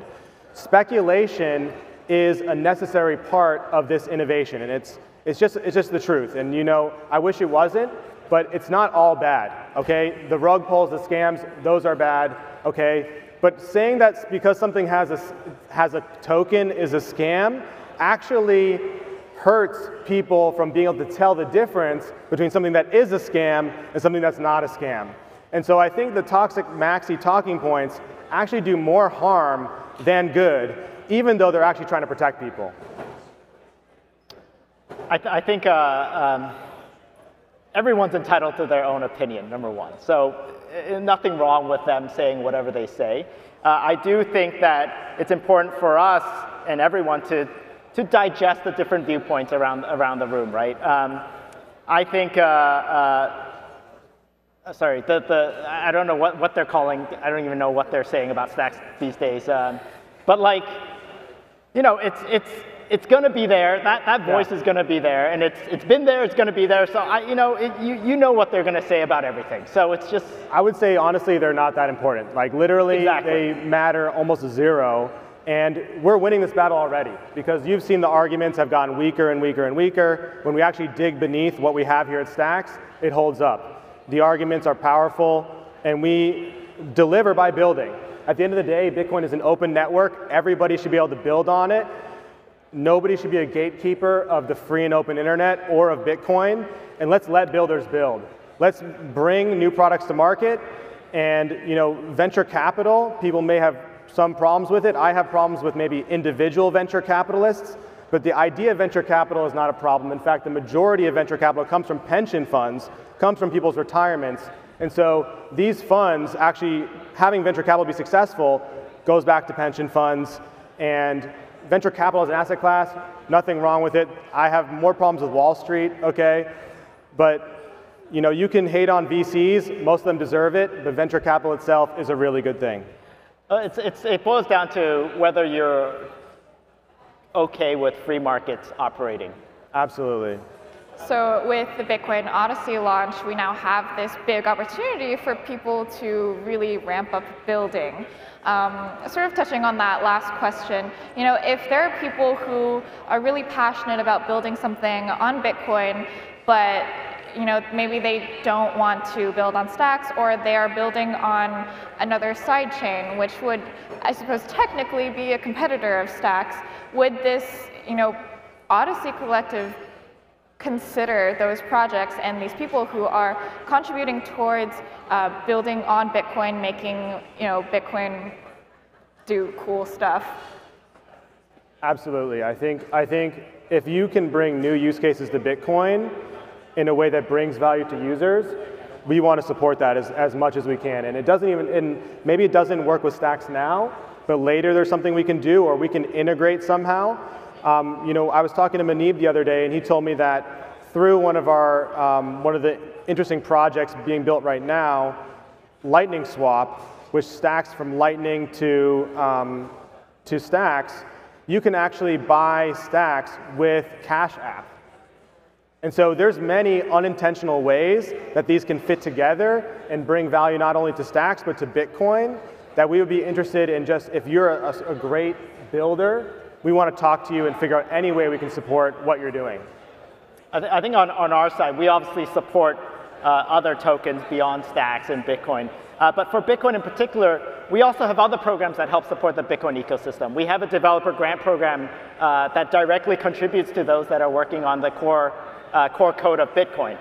We've done this for, this is our 3rd year running now, and I think we've given up over $1 million towards individual developers that are building on that. So like Trevor said, there are other avenues to get funding and to get support. Yeah, I mean, there's some stuff we're announcing later this week, so I shouldn't probably say it, but you know, there's a lot of things out there. If there's other ways to make Bitcoin usable and grow that adoption, I know Trevor's down for it, we're down to hear it, so yeah.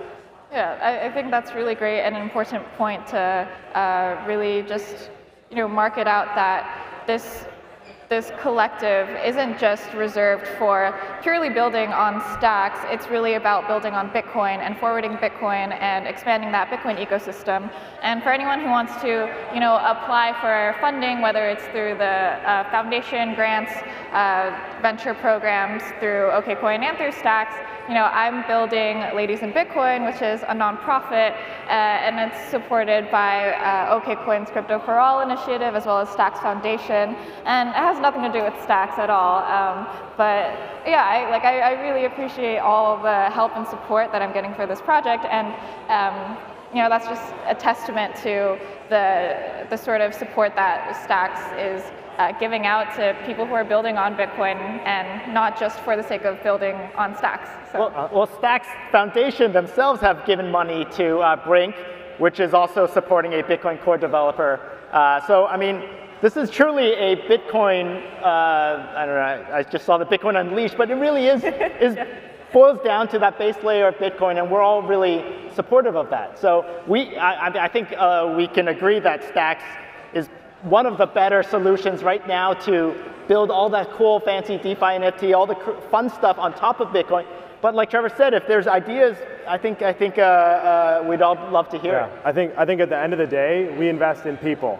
And so somebody like Sarah, who's doing great work out there, we want to support all the Sarahs out there as much as we can. If you're doing great work, we want to support you. It's as simple as that. So what are the sort of plans for support, and what you guys working with Bitcoin Odyssey can provide to those who are granted funding for their projects that they want to work on? How do they, how do you guys help them shape their go-to-market strategies, their launch timelines, and all that? Do you want to talk about the listing side? Sure. Yeah. So from our perspective, OKCoin, we're an exchange, and we provide that easy access for someone who's just sitting at home and I want to get my first steps into the ecosystem. So we've worked with other Stacks ecosystem projects. I mentioned the Citycoin stuff, but also Deco. And so, we hope that we can be valuable to the Stacks community by providing these services, the listings of new tokens. Alex mentioned that. Talk to Alex if you have something you want to discuss there. But ultimately, we are I view ourselves as sort of infrastructure, or part of the infrastructure for the ecosystem. And so, I hope we can do a good job supporting that. Yeah, so when it comes to Bitcoin Odyssey, what I think of is this is the program for scaling and also getting your token listed. Having a really great listing for your token is incredibly important. And being able to access the OKCoin team, who are all here, who are literally reaching out to you to help you, to open the door for you so that they can increase your success, is a priceless value that they bring to the table, and something that we want to make sure that when you work with us in the Stacks ecosystem, when you're driving towards that listing, it's going to be super successful. And so Bitcoin Odyssey, we're getting you the capital to scale and the support to do an amazing listing that's going to make your token, I don't want to say go up, but do well, where people actually believe in it and value in it, and there's demand for it. And then when it comes to the accelerator program, that's getting that first round of funding or getting you transitioned onto the tech of Stacks. So the accelerator is all about growth and fundraising. Odyssey is about scaling and getting that token out there listed in a way where you've made an incredible first impression. So OKCoin is also a consumer of some of these projects too, right?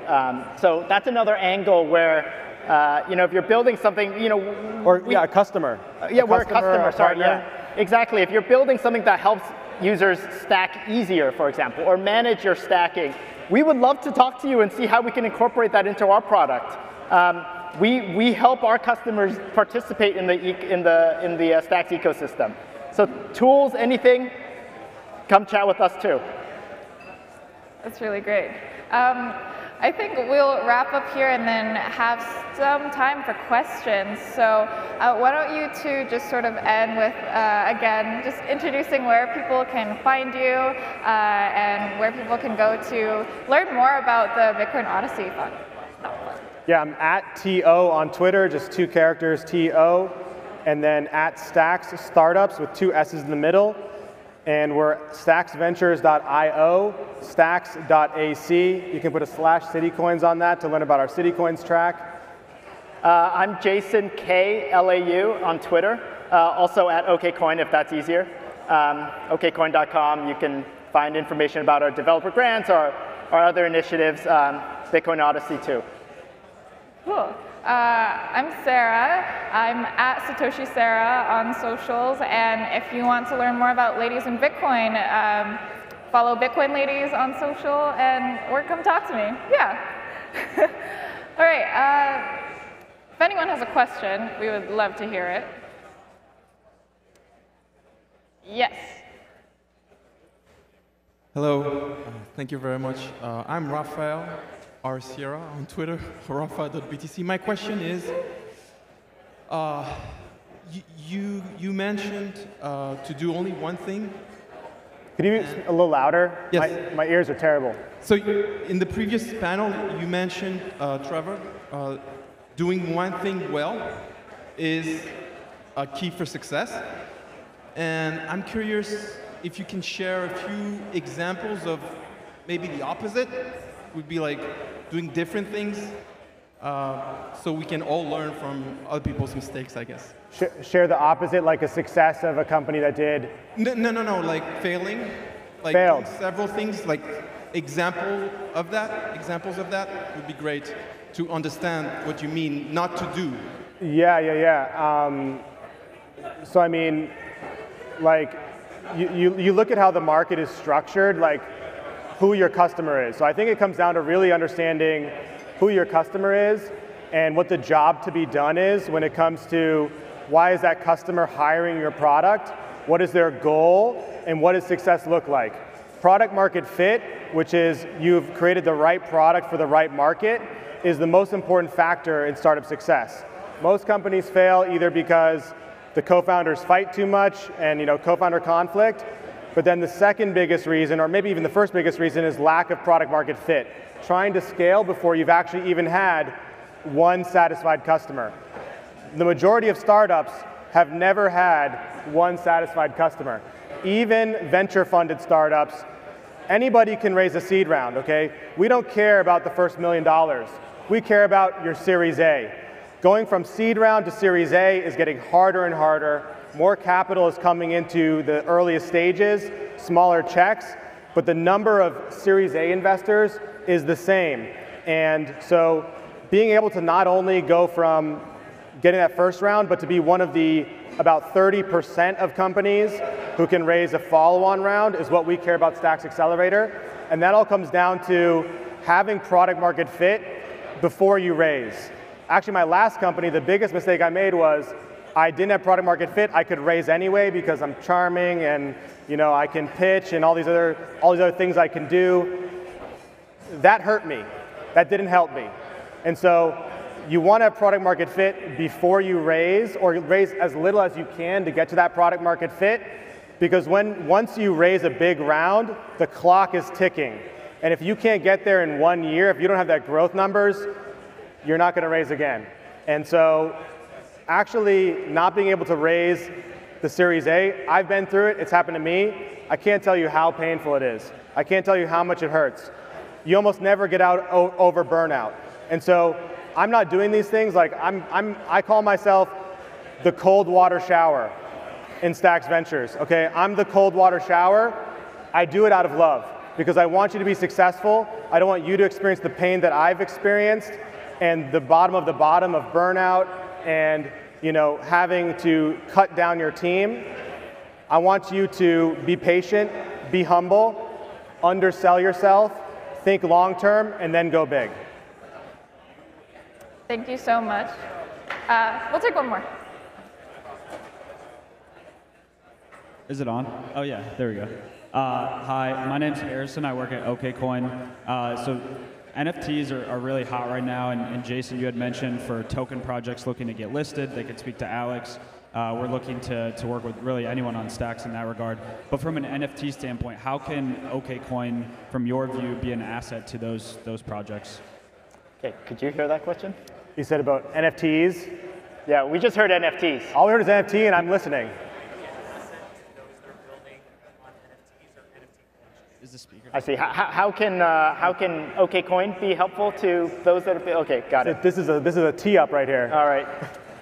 Look, there are things I can't announce yet, but certainly we're keeping an eye on the NFT space. The Stacks NFT community actually is incredible, by the way. Ooh. If you haven't been downstairs, go take a look at the gallery, get your free NFT, download the Xverse app.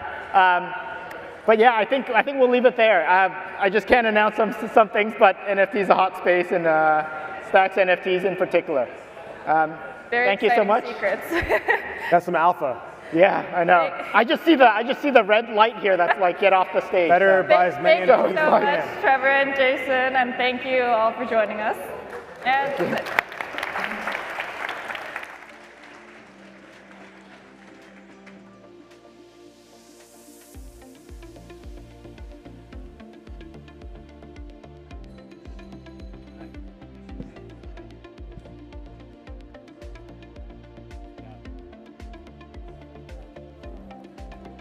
All right.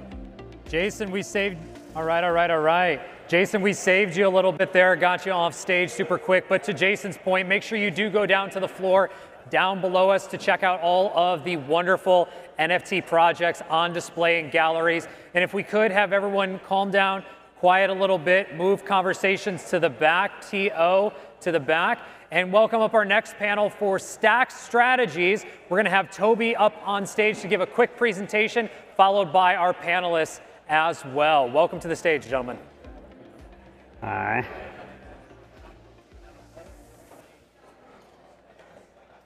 Very cool.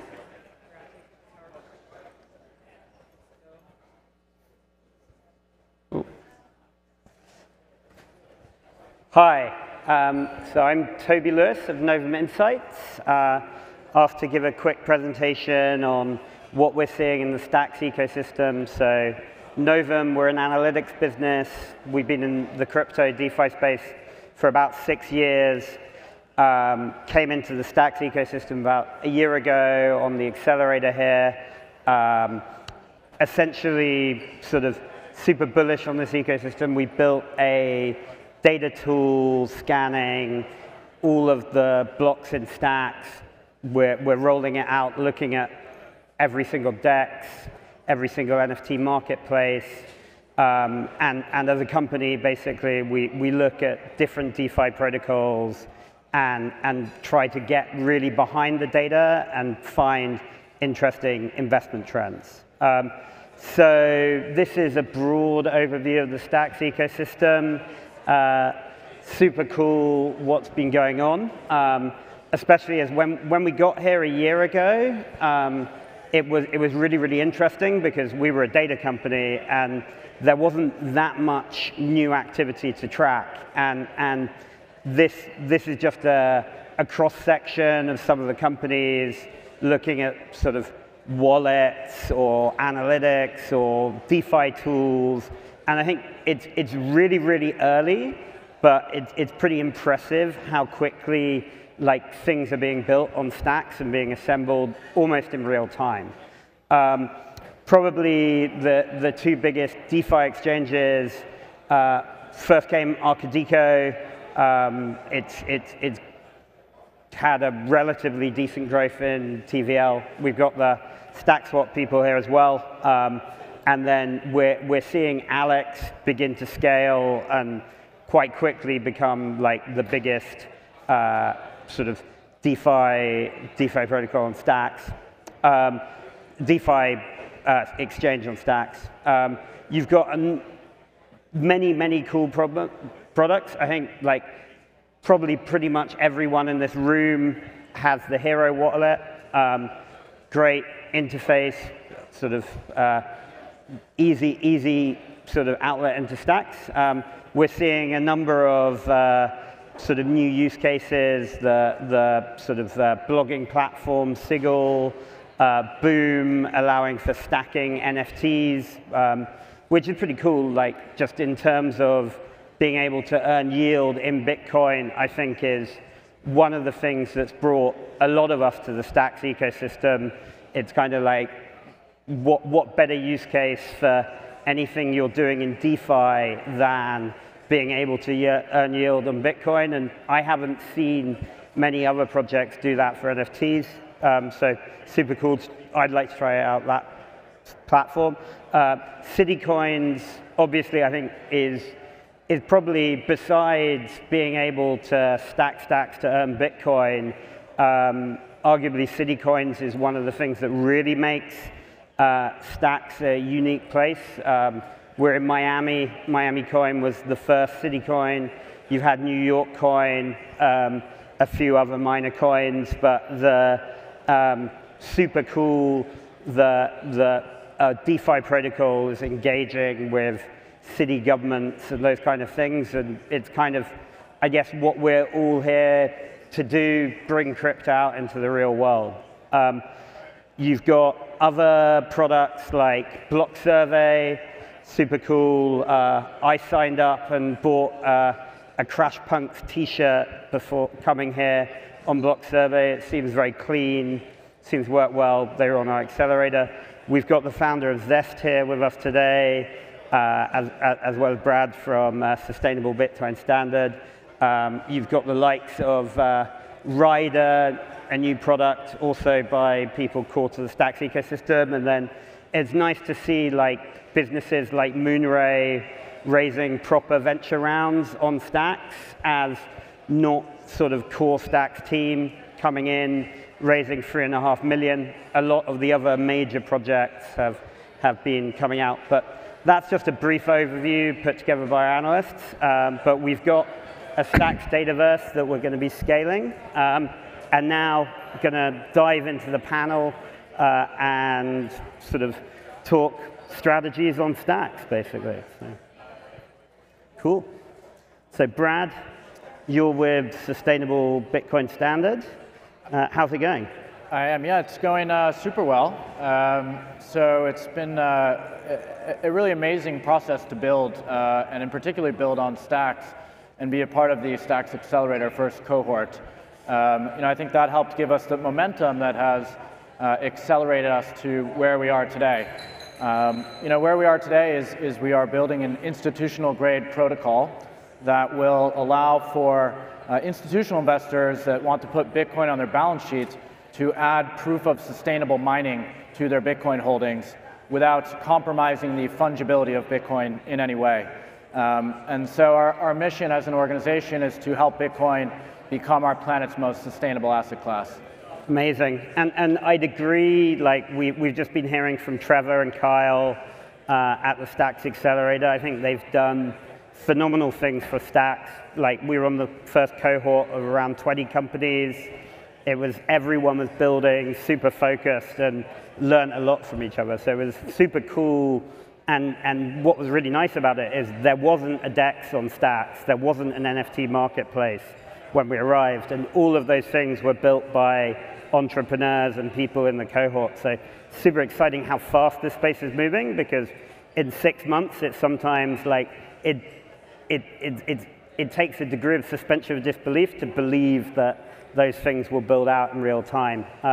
We've also got Tycho from Zest, which is likely to be another new super big player in the ecosystem, helping people earn yield on Bitcoin. So Tycho. Yeah, no, that's right. So yeah, hi everybody. My name is Tycho. I'm a general manager at Trust Machines, which is this new, very exciting company in the Stacks ecosystem that's basically going to incubate a lot of protocols with $150 million in fresh cash to do so. And one of the protocol that I'm leading the incubation of is Zest protocol, which will be an under-collateralized Bitcoin lending application. So for those of you who might be familiar with Maple Finance on Ethereum, think that with native Bitcoin, right? Because the challenge that we've seen so far that with DeFi has been that all loans needed to be over-collateralized. And that's not what institutions want. That's not what institutions do. They borrow under-collateralized, or in many cases, uncollateralized. Yeah, we see a big use case for institutions to onboard onto Stacks and because they're already so familiar with Bitcoin. So that's exactly what we're doing, and yeah, where we see a big future for Stacks in the institutional space. And on our panel, we also have Rodolfo from Foundation Capital. You were a very early investor in Stacks, so quite a good deal. Would love to sort of hear about why you're bullish in this ecosystem. Yeah, thanks for having me. So it's my second panel of the day. I think in this one I'll share a little bit more context on when we first met Muniv back in 2016. It was a super interesting conversation when they were talking about this alternative internet and talking about how the current internet had been too centralized. And once you put two and two together, which was that you could start moving value natively along with information, it could be very promising. Fast forward to a year later, we participated in the first token sale within Foundation as one of the first institutional investors into that round, and have been collaborating with the team ever since. And a couple of years ago, when the team started thinking about forming a foundation, I got honored to be invited to be part of it, and so been working with Brittany and the team to set up the governance structures for the foundation. And then now that all of that stuff is in place after a few sessions and a couple of years in, we're now moving into how do we keep pushing the ecosystem forward within the purview of the foundation. And so as part of that work, a lot of what I'm personally passionate about and interested in doing is how do we create conditions for more developers, more teams to come and build on top of Stacks and start taking advantage of the nascent ecosystem and tools that are emerging, both now with Trust Machines and then prior Hero, but then with the bridges from other networks and then like the wrap tokens and so on.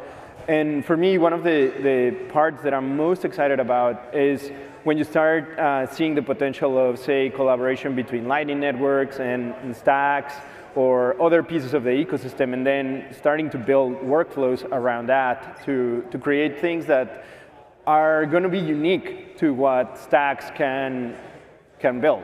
And so that's why I'm super excited and grateful to be here with you guys. Yeah, and it's amazing, to watch that evolution, and it must have been very exciting for you. Obviously, Brad, you're a pretty unique company in the crypto space and in Stacks. Kind of, let's dive in and unpack a bit more how Sustainable Bitcoin Standard works, and I guess as a strategy, like, in some ways, you're solving one of the big problems of our space. How do we ensure that Bitcoin is as positive for the planet as it can be positive for society, which like I think the latter is without doubt, but the former is suddenly a controversial topic. So how are you fixing that? Yeah, absolutely. I appreciate the question. I think first and foremost, as someone who's spent my entire career in sustainability, I don't think Bitcoin has necessarily a problem per se. I think the proof of work is actually inherently pretty beautiful. But what I think is really important is that Bitcoin mining is really focused on using renewable energy and doing so within the confines of the existing renewable energy system. Using RECs and the system like this that the Apples and Googles and Metas of the world are currently using. And so specifically to what we're building, we are building a protocol that financially rewards Bitcoin miners who are using verified renewable energy sources. And it financially rewards them by issuing them what we call a sustainable Bitcoin certificate for each Bitcoin that they've mined after they've gone through our verification. From that point on, they can sell that SBC, which is built on Stacks, to an institutional investor who can couple it with their Bitcoin holdings. So our token is effectively what we consider proof of sustainable mining. Now, one of the sort of key design attributes from day one has been, how do you design a system like this that protects fungibility of Bitcoin? And so that's what we've done. We've sort of created an extension of the existing system, the REC market, or renewable energy certificate market, and we're building it into the Bitcoin world. It's going very, very well, actually. We've got more and more miners who are recognizing the value that we bring to them. We think that we can add around 5% to the bottom line of a miner, contingent on the current price of Bitcoin and other variables. But more and more miners are joining the protocol, and we have a lot of institutional investors, particularly those with ESG mandates, that are really keen to get into the Bitcoin space, but have these concerns around Bitcoin's energy use. So, really we're trying to create that bridge between Bitcoin miners who are doing sort of the right thing and using clean energy sources, and these ESG investors who want to get in the space.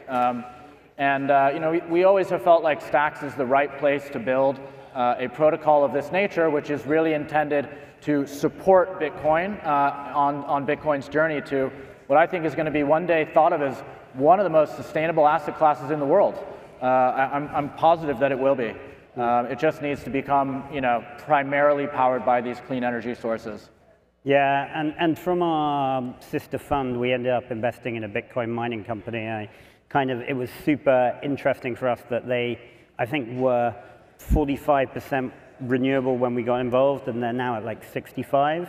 So it's kind of like, I think the way I often think of Bitcoin in the positive light is it's a financing mechanism for the renewable grid in a way, right?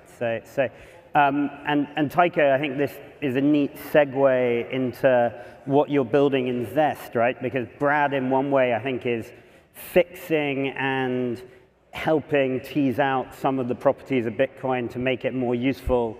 Zest, at the same time, I think, there's a lot of Bitcoin in the world that is just sitting there, right? And any financial asset you should have a yield on. So what's the... That's exactly what we're going after, right? Yeah. It's we're in the end trying to build the best decentralized Bitcoin yield product out there, right? And you do that on Stacks, right? Because we have Clarity, and Clarity has read access to Bitcoin state, right? So we can know where the Bitcoin is. We can know when it's been lent out, when it's been transferred. Bitcoin can just stay Bitcoin. It's just a Bitcoin transaction. But it just becomes a loan because we compute it as a loan, right, in a Clarity smart contract. And that's kind of the beauty of this as well, right? That I think Stacks will have a lot of powerful fit with the institutional world, right? Because institutions, they have Bitcoin, right? Like institutions, or most big institutions, they don't have Solana or Avalanche, right? And they'll be looking at some point to earn a yield on this Bitcoin, right? And money managers will at some point also have a fiduciary duty to go out there and earn a yield on all of this Bitcoin. Michael Saylor, and if he's listening to this, we're coming for your Bitcoin, right?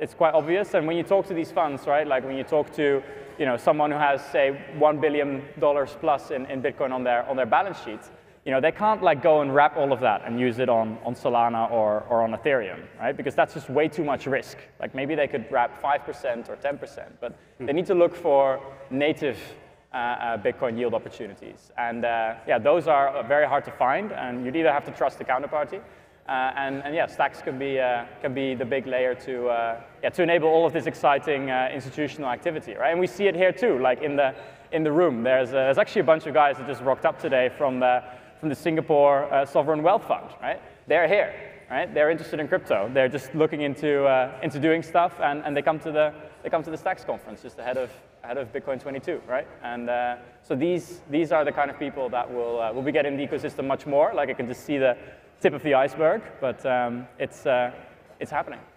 Tycho and I are just trying to bring in the institutional players en masse. We're tag teaming it, and eventually, when all these institutional players flood into Bitcoin, we'll give a little nod and say you're welcome. Yeah, no, it's and I was actually thinking this was for Rodolfo. It's like you as an investor have the luxury of looking at lots of different ecosystems and seeing lots of projects scale out. Stacks, obviously, as a protocol and as an idea for people stacking stacks to earn Bitcoin and doing lots of cool things linked to Bitcoin, it's really interesting, right? But when do we see the billion-dollar TVL, billion-dollar volume marketplaces for NFTs or whatever it is? What do the builders on Stacks and what does the Stacks ecosystem need to do to make us as big as we all know it can be? Yeah, I think right now I'm seeing a couple of trends. One is if you think of different networks as their own countries, right now there's a trend for different teams building what has been successful in another network and bringing it to their own network, right? So other layer ones are seeing NFT marketplaces. They're seeing financial primitives like derivatives, lending, and so on. And they're seeing whether that also gets traction in their respective ecosystem, right? You have certainly EVM compatible chains, and that's one trend, and then you have other non-EVM compatible chains. I would put Stacks kind of like somewhere there at the moment, where you have a number of teams that are just seeing what's happening in certain ecosystems and trying to bring it into Stacks and so on. And that's fine. I think that's cool, and it's a need that is existent in the market, because once you have the financial primitives into the ecosystem getting some liquidity, then people can it's all open source, so they can start using those tools and then developing on top of that different layers of the stack and different applications. What I'm personally most excited about are opportunities that are unique to Stacks, right? Like this notion of stacking stacks and earning yield in Bitcoin, I think is extremely powerful. And I'm personally excited about Arcadico in that sense, that this notion of you can just put your stacks, get a loan, and get it self-repaid over time, and you don't have to do anything about it. If you start combining that with other tools in that toolkit, that's where you're going to start seeing developers coming specifically for stacks and building on top of that, and then incubating projects that can go from there. That's the second piece. The third one is within the foundation, part of the work that we're doing is how do we increase the acceptance of stacks across the ecosystem? So like wallet support, exchange support, and so on, because like we definitely need to catch up in terms of on-ramp and off-ramp availability, just the geographical distribution of the ecosystem and so on. And so we're definitely working hard on that front as well, so that again, it's easier for anybody to get access to stacks and then just let their imagination run wild and just build new things. Yeah. Maybe to really jump in there, but I think that's really important what you said, right? Build stuff that you can only build on stacks, right? Like we don't want, like I don't think it would make a lot of sense for stacks to just be another layer one, right? Where you have all the things we already have in other places, right? You have this unique thing, which is read access to Bitcoin state, you can basically see the block headers, and with that you can do some really exciting stuff, which combines Stacks and Bitcoin. But when we talk to possible parties or like institutional lenders, institutional borrowers to work with, like we don't even need to mention Stacks, right? We just say this is native Bitcoin lending borrowing. We do it through smart contracts. They are Clarity smart contracts on Stacks secured by Bitcoin, but often people don't really care, right? And so yeah, if we go after those that kind of audience, right, and we build those kind of applications, I think we'll be very successful. Yeah, no, and 100% a trend I'm seeing a lot when I chat with Stacks companies is like they're a Bitcoin company powered by Stacks and with a element of where one thing that I'd love to get your feedback on, Tycho, from a technical perspective is obviously we've got like Lightning integration being worked on by like LN Swap, and we've got sort of attempts to reach out, wrap Bitcoins, whatever. Like how does that reach scale, the on-off ramp between the Bitcoin network and Stacks, right? Right. Yeah. I mean, there's a lot of exciting, I suppose, developments happening there that will probably likely be announced very soon. So I won't spill the beans. But yeah, I think in the end, like the problem that sort of these networks, right, like say a Liquid or an RSK or anyone who's been trying to build something, with Bitcoin is that you can very easily peg in, right? You can transfer Bitcoin to someone can issue a token against that Bitcoin. But how do you then peg out, right? How do you get your Bitcoin back?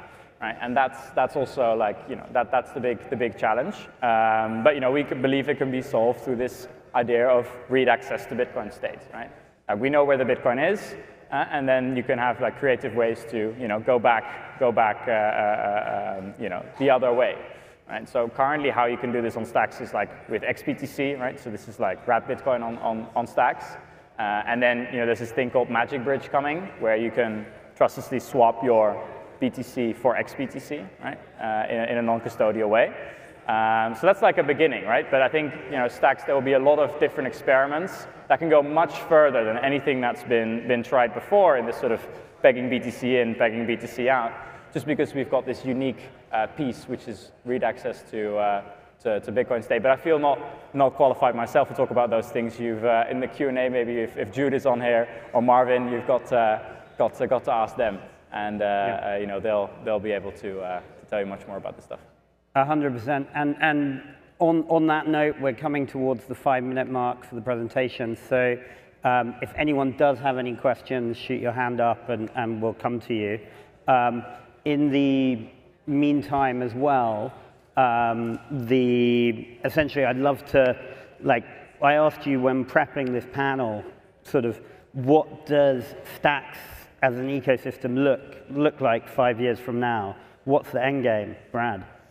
Yeah, it's a good question. So, obviously our product and what we're building, at least at this stage, is just institutional grade product. I mean, we're building a bridge for institutional investors, that have ESG mandates to be able to add Bitcoin to their balance sheet.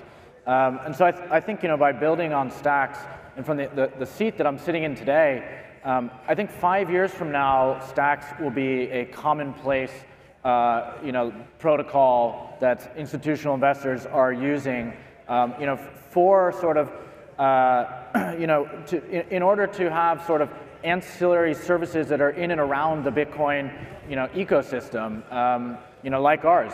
So I think that we're going to see a lot of institutional players using it, and be very comfortable with it in the coming years.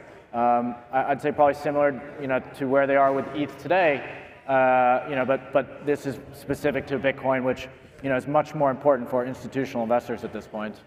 100%. We have a question at the back here. Yes, thank you so much. I'm curious of what your opinion on stablecoins coming to the Stacks network. A lot of us want to do certain projects of bridging gaps, and a lot of the volatility is really holding us back from that. So I'd love to get your opinion in the future of stablecoins.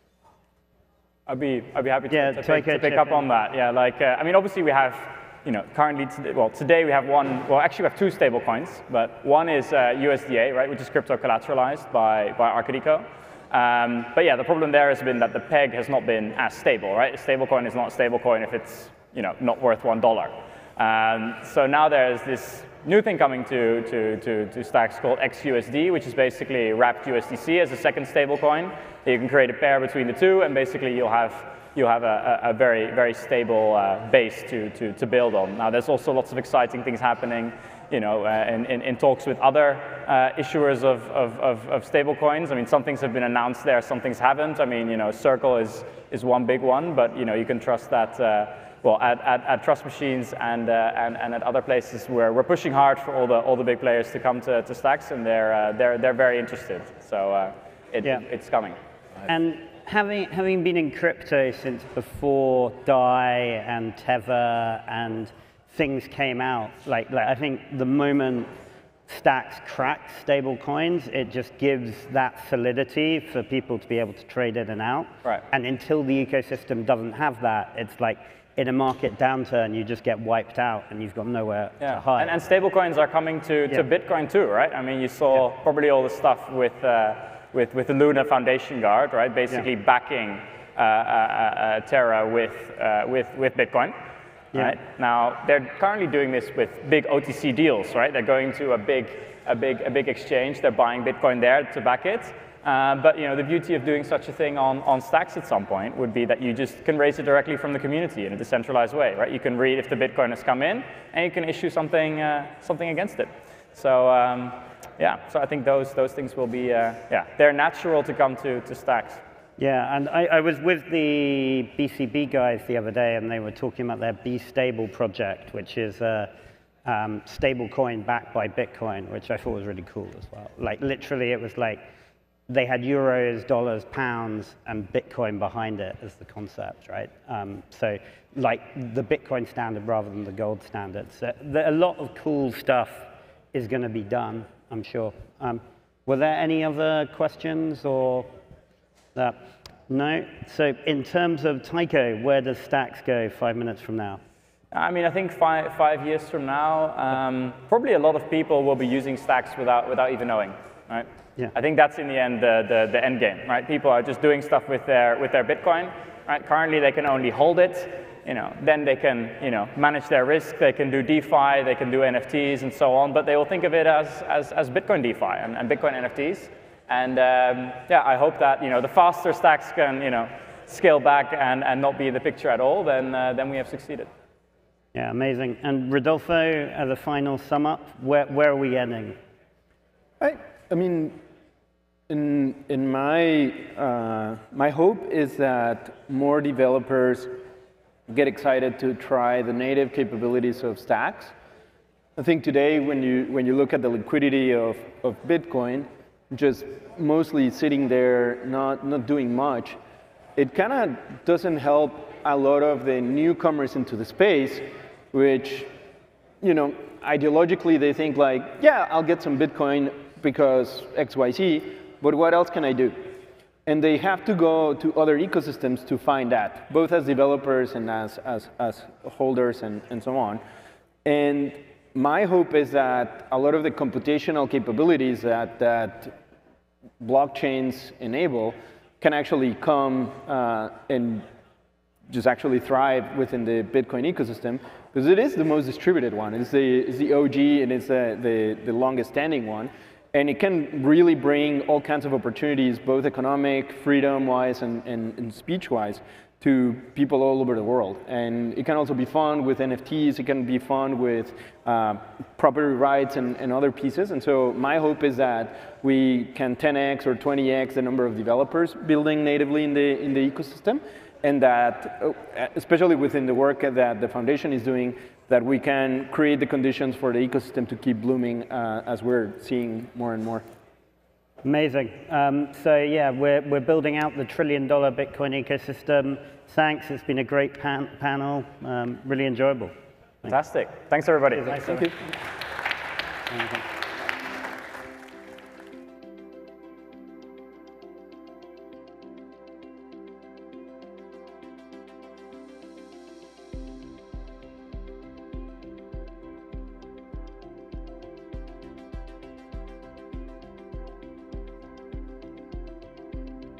All right.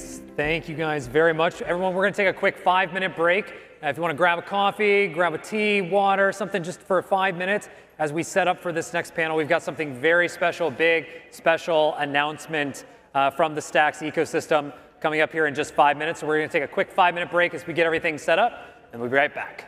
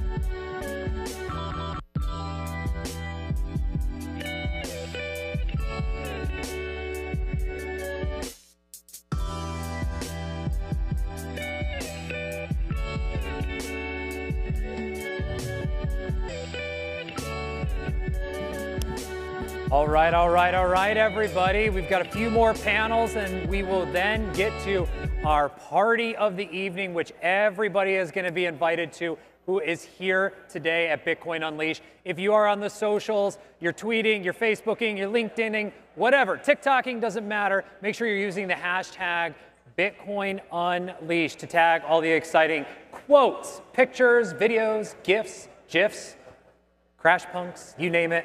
Make sure you are hashtagging it out there. We're going to welcome up our next panelist to talk about the art of being unfashionably early. Jim, welcome to the stage. Thank you. Hi. So my name's Jim Crane. Most people in the space know me as Jim.btc, one of the founders of the Stacks marketplace, one of the first Stacks marketplaces called thisisnumber1.com.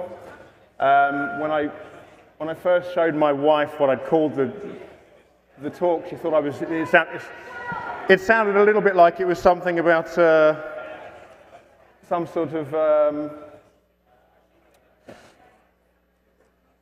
metaphor for sexual dysfunctionality, but actually it's not. It's just about our story, which was that when we entered the space, there was nobody here. There was no one in Stacks.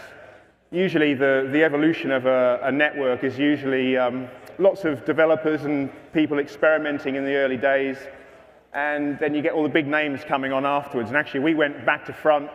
When I first heard about Stacks and what was going on, I decided that it was going to be something exciting if we could get some big names involved. So my first thought was to approach Fatboy Slim from Brighton. Because I'm from Brighton, that was one of the last big exports that came out of Brighton. And my friend Dashel Beavers, who I've been working with for a few years, suggested that we speak to him, Chemical X, the artist, who he'd been making a documentary on for a couple of years. And so we went and spoke to Chemical X, and then actually what was born out of that was actually a number. We ended up creating this kind of supergroup of global names, Fatboy Slim, Orbital, Cara Delevingne, Dave Stewart from Eurythmics, and of course Chemical X. And we got them all on board and minted these NFTs at a time when just nobody really knew what Stacks was or what was going on. So when we did our first auction, there was just a handful of people in the Stacks community. So it's quite amazing that actually when we ran the auction, we actually sold the Cara Delevingne, was sold in April of last year for 18,000 Stacks, which is pretty incredible when you think about what was going on then and what's happened since. After we'd sort of done the Genesis collection, we then decided to do a thing called the Fatboy Slim giveaway. We made 1,000 Fatboy Slim NFTs, which were free. We went on Twitter and everywhere, and we said, right, we've got the first Fatboy Slim NFTs. They're on Stacks. Who wants one? And I think we managed to give them to about 300 people. That was literally just, there just wasn't the people in the network at that point. So that really gives a sign of where the state of the Stacks network and how small it was back then, back in April 2021. After that, we actually did our own collection called the Hash Ones, which was the first algorithmically generated collection on Stacks. And then that's kind of where we are now. So actually what I'd probably like to do now is actually get Chemical X to come up here. But first of all, all the artists that we actually did our NFTs, they sent us some messages of support for Stacks and for Bitcoin. So let's play the messages, please. Hello, I'm Cara Delevingne, and I'm really sorry I can't be there at the Stacks auction this weekend. But I really hope that mine, it's a very personal piece to me, can raise as much money as possible for my foundation, which does a lot of work in women's education, mental health, and also the Ukraine crisis. I really can't wait to see where Bitcoin can take us. So guys, raise as much money as you can, and if you see Chemical X, tell him he's a track for me. All right, thank you. Greetings, people of the Bitcoin conference. It's Fatboy Slim here. I'm sorry I'm going to miss the Stacks auction, but please bid high, raise tons of money for our lovely piece, which will all go to Martlett's Hospice here in my hometown of Brighton. And Chemical X, what a twat. Hi, I'm Dave Stewart from Eurythmics. I'm sorry I can't attend the Stacks event, but I hope that this auction can raise as much as possible for the No Kid Hungry charity. I'm proud to have created one of the very first art NFTs on Bitcoin, and I'm excited to see where blockchain technology will lead us. Have a great night, and if you see that Chemical X, tell him he's a twat from me. Hello there, Phil Harper from Orbital.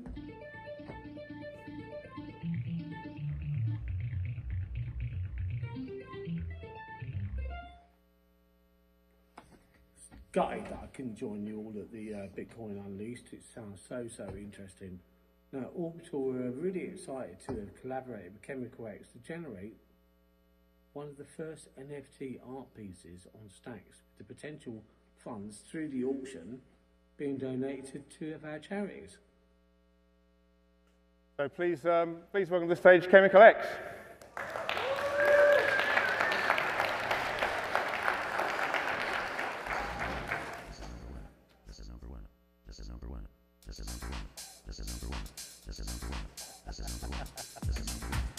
Oh dear. All right there. You might recognise me. Okay, yeah, you can bring that down now. Hi there. Hello, everybody. Whoa, woo! Chemical X! That's it, come on! The original Stacks OG, NFTs. Hello, Miami. That's what you should say. Welcome, Miami. All right, everybody, you having a good time? The bar is nearly going to be open, so come on, you're nearly there. Right.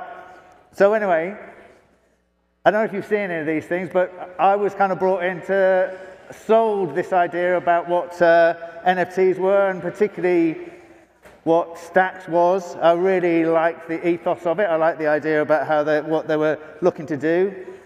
And we started the idea of what art NFTs would be long before they all became pictures of monkeys.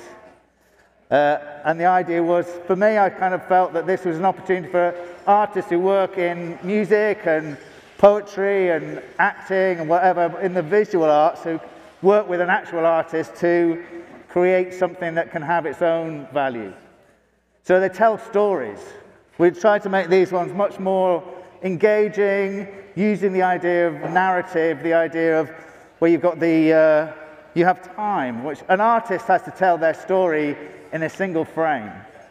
Whereas as soon as you involve time, you can tell the story over a longer period.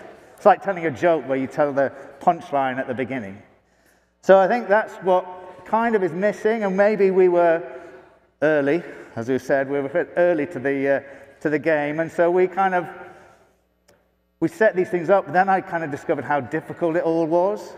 I think there were just people talking earlier on tonight about how it's still difficult. The onboarding of people outside of this community, that's the real growth, that's the real opportunity, and that all has to be super easy. And as you say, where people don't talk about Stacks, they talk about Bitcoin. So I think that this was the idea for this, was to have something in the longer period of time. I think the value of these over the years will be very different to the ones that are kind of more like Pokemon collector cards, you know, like the stuff that's in there. They're fine and they have that value, but these will tell a story. I mean, the artists that we're working with, they made music specifically for this. And it's weird, the value system. So you've got people who have sold millions of records, who write a particular piece, a unique, that somebody can own the rights to that thing. And yet, you're more going to be interested in a kind of gorilla face. I mean, it's a funny world, but I don't think that's I think ultimately we're talking about something that has perceived value anyway. Artists, you don't buy art by how much canvas and paint is involved.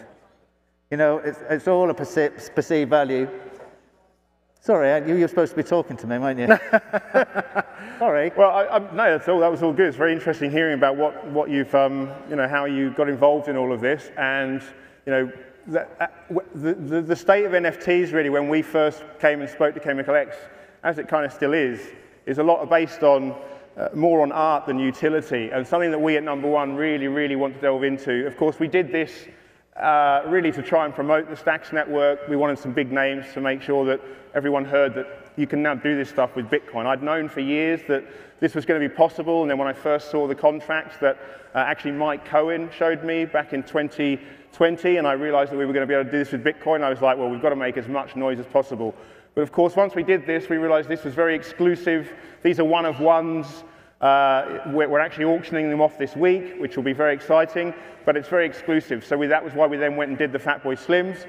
But actually now we really want to look into the real utility, which just sounds less exciting, I guess, but the idea of empowering musicians to monetize their own music by licensing access to it. Don't mint the music as the NFT, just hold the music yourself, but then mint the licenses to use it. You know, you take one platinum selling artist, and that's 1 million NFT licenses that people are going to mint just to access that person's album, which they can actually then host themselves. They don't have to be going through people like Spotify or other third-party platforms. So that's something that, number one, is very interested really in looking into, is finding out how to really empower musicians, content creators, all these kinds of people to actually host their own material and license it all themselves. You know, so that's really what we're... That's the thing. It's a really interesting idea about... I mean, there is no such thing as NFT art. Essentially, it's all just about ownership. And so that's that kind of idea that... So obviously, there was a lot of the artists that were in the space already. So the 3D artists and who weren't able to find ways of monetizing what it is they made, because like music, when music first came out, in streaming, they went, oh, that's the death of music, because you can just copy a file and you can just send it to somebody. Therefore, it's never going to work anymore. And obviously, the model changes. Similar with the idea of ownership of art is one where I like the idea that an artist is now able to go, even though you could keep copying them until the end of time, an artist is able to pick a file. So when you work on a computer, you're working on a file. It's only when it leaves your computer that it gets copied and copied and copied. So you take that first one that you opened up, that you worked on, that you changed, that is your original. And if you identify that as the content creator, you are giving somebody the original file. You know, it's just the way that it replicates. But now that an artist can identify that, and it doesn't just get lost in the sea of all the other ones, there's a real value to it. It really is the hand of the artist. And it's difficult, obviously, in the world of anything that ends up digital, to see the hand of the artist. But that's, I guess, it. And then the other part of that is the utility, the ability to then engage with the people that engage with you and your work. You can find other ways of engaging with them, and it's almost like a fan club badge that lets you into other things, that shows that you were a supporter from the beginning. And I think all of that is really important, that doesn't just get lost. Those ticket to go into that early gig of that band becomes something that is actually a badge of honor that has a real value in the real world. I really like that whole concept. Great. Well, so one other thing we'd like to show you then is just something that we're working on at the moment, in line with what I was talking about with licensing for musicians. If we could just bring up the next, there was a small clip about Band Theme, who we've been working with, and what we're coming out with a new profile on Band Theme called Crypto Band. And the idea is that it's going to allow bands to create their own page where they've actually got the ability to mint tickets, mint merchandise, and of course allow their fans access to their music. So that's actually one of the things that we're working on next. So then the last thing that we're going to talk about today, anyone in here heard of an artist called Beeple? Yeah? So obviously Beeple made big news a few years ago when he sold an NFT for $69 million. I have a friend of mine who is also a video DJ. I knew that they knew each other. So a couple of years ago I suggested that he get in touch and just say, you know, your friend Mike's doing okay in the NFT world, and perhaps you know, you should talk to him. Being a video artist yourself, you know, your material is very good for NFTs as well. And then he actually came back to me about 6 months later with some ideas, and one of them was this idea of an NFT that's a hybrid form. So it's part digital, it's part physical. And he showed it to me, and I was just blown away. And then I think Beeple was suggesting that they actually put it onto Foundation and use Ethereum. And I got down on my knees and I said, please, please, please, can we put this on Stacks? Because this is exactly what we need to make a difference, and also really to capture the attention of people and show, you know, it's the value that's held on the chain that really gives it that value. That $69 million worth of for Beeples every day has to be mined on Ethereum, and what we really need is more value on Stacks. So that's why I was very excited at the opportunity to utilize Beeple's name, but also to create something really interesting. So tomorrow night we'll actually be displaying at the party, we're going to display the physical part of this NFT. Whoever actually buys the NFT, whoever wins the auction, will actually get both the digital and the physical part, which is again a very interesting concept in the world of NFTs. So right now, this is going to be the world premiere then for Bob Jarok's work, which is called Verified by Beeple. So yeah, and all the original pieces that we did, the original 5, which are pretty much the first 5 art NFTs ever minted on Bitcoin, they're going to go up into auction. They're going to start that this week as well. So I think there's an opportunity of really owning some original part of it. I mean, we've suffered with the rest of them from being in there a little bit unfashionably early. Yeah. But you know, there's the tortoise and the hare. Let's put it that way. So thank you very much. And we're going to leave now, but thank you, and just, please watch Verified by Beeple and come and visit us at thisisnumber1.com. Right. Thank you. Bobby J. Dude, I saw you at Uptronica in London at the BFI IMAX in 2005 with Plaid. Been a huge fan of your stuff for a long time. Been hugely inspirational to me over the years. As for the stuff, it is definitely not a fuck off shit. Even if it was, I've done visuals for plenty of shitty music, etc. But unfortunately I'm already booked up doing visuals for the next few months with festival season coming up soon. I'd love to hook up on something with you in the future though. Can I check in with you as soon as I get some free time? Thanks so much for taking the time to look over my work and reach out. Talk soon. Thanks.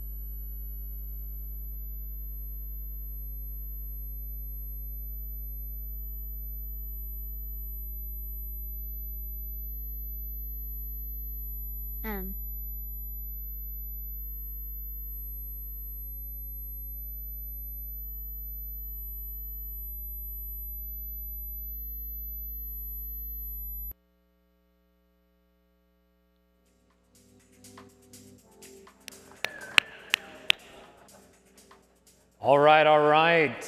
Thank you very much, Chemical X and Jim. Next up, we want to welcome our second to last panel before the bar opens. Ladies and gentlemen, if we can, a big round of applause for an introduction to Web 1, Web 2, and Web 3, and what it all means with Alex from Hero.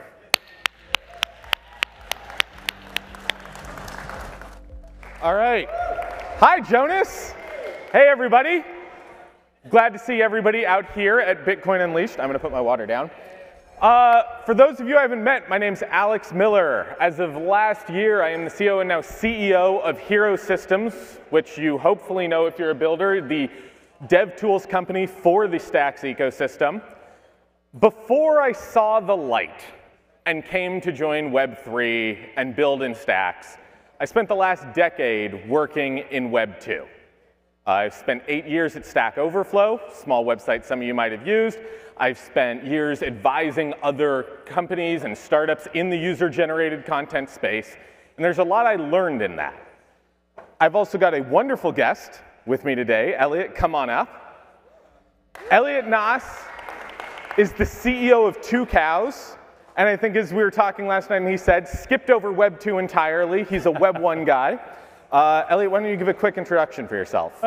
I mean, I have been lucky enough to be around since the dawn of the internet, toiling away, I like to say, behind the counter at the internet. So we have one of the second largest domain registrar in the world, a fiber to the home business, a telecom software business.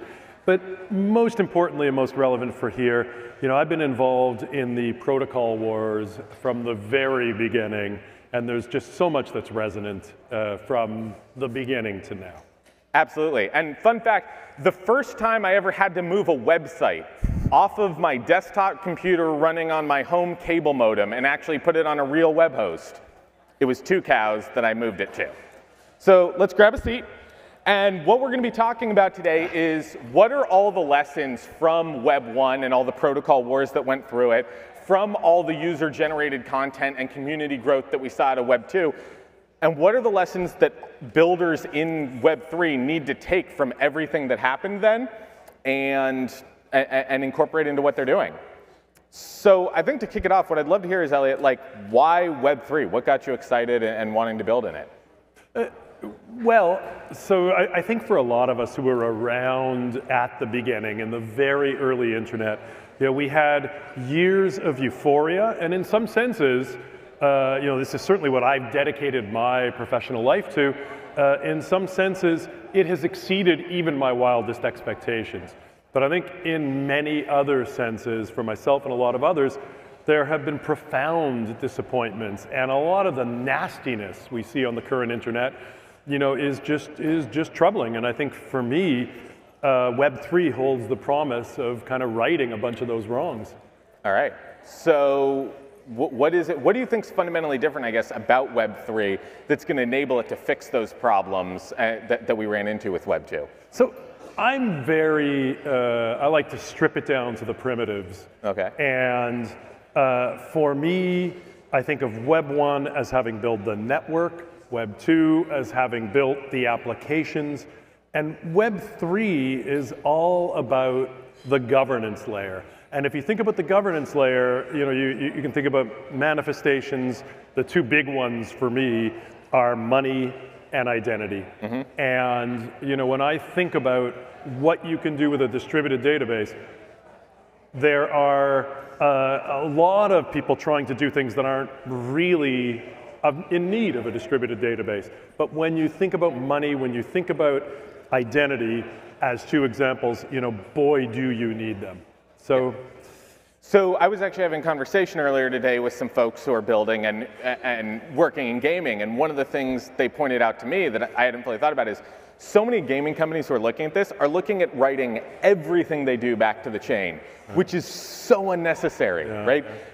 The blockchain's useful for the transaction layer, for the things you need accountable and that, but 98% of what you're doing in gaming can just get written to a normal database, can be done, and then you can do the important stuff to the blockchain. You don't need to be writing everything back to it. Yeah, I think that's exactly right. And so I think where you get to there is I'm really seeing this chasm between the Web 3 world and kind of the rest of the internet at this point. Mm-hmm. And it's because people haven't yet figured out sort of how to live on both sides. And so that's something I think a lot about. Absolutely. So I think those are general principles that apply to building in Web 3, right? This is what's powerful about blockchains and this next generation internet. Why Bitcoin and Stacks then? Because you're not at an Ethereum conference right now, right? You're sitting here at Bitcoin Unleashed. What is it that attracted you to Stacks and Bitcoin? I think that for me, and again, this comes from having been through the early protocol wars, I think that the future is inevitably multi-chain, sure, and inevitably fitness for purpose. And I think that the questions that I would ask people around projects they were building, what they were doing, et cetera, so often it was this self-referential stuff. I've been looking for opportunities to kind of bridge from what's going on in Web 3 to the rest of the canonical internet. And it just seems so obvious to me that when you're doing transactions, you want to settle them natively on the currency. Yep. I should say underneath that, I'm a student of economics and history.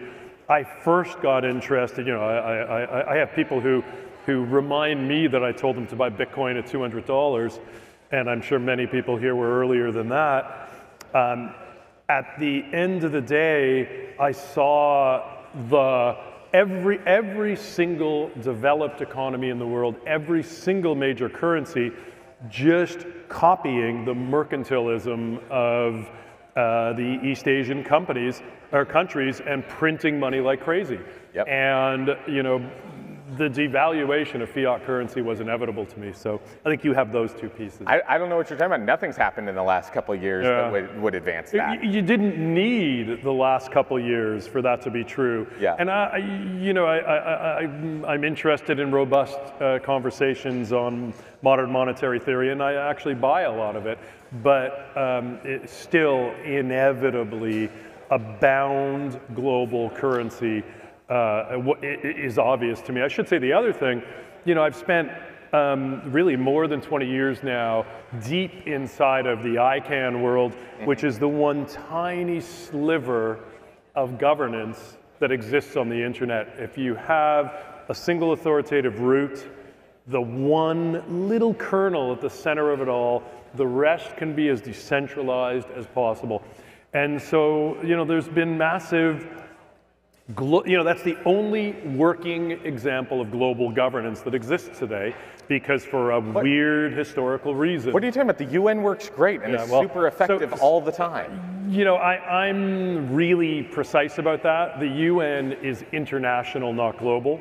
Okay. UN, like many other of those institutions, are between nations. Global transcends the nation state, and I like to think about post-nation state. You know what, Elliot? It was a joke. I was making fun of the UN. You don't have to make an excellent point in which you are completely correct about the difference between international and global. People miss it all the time. No, you're right. You're right, though. You're entirely correct. Yeah. And I mean, again, this is one of the interesting things about the internet. It is the first truly global as opposed to international structure. And I was lucky enough, or we were lucky enough in the internet, for there have to be this historical accident where governments of the world actually gave this tiny little group of people power over this thing.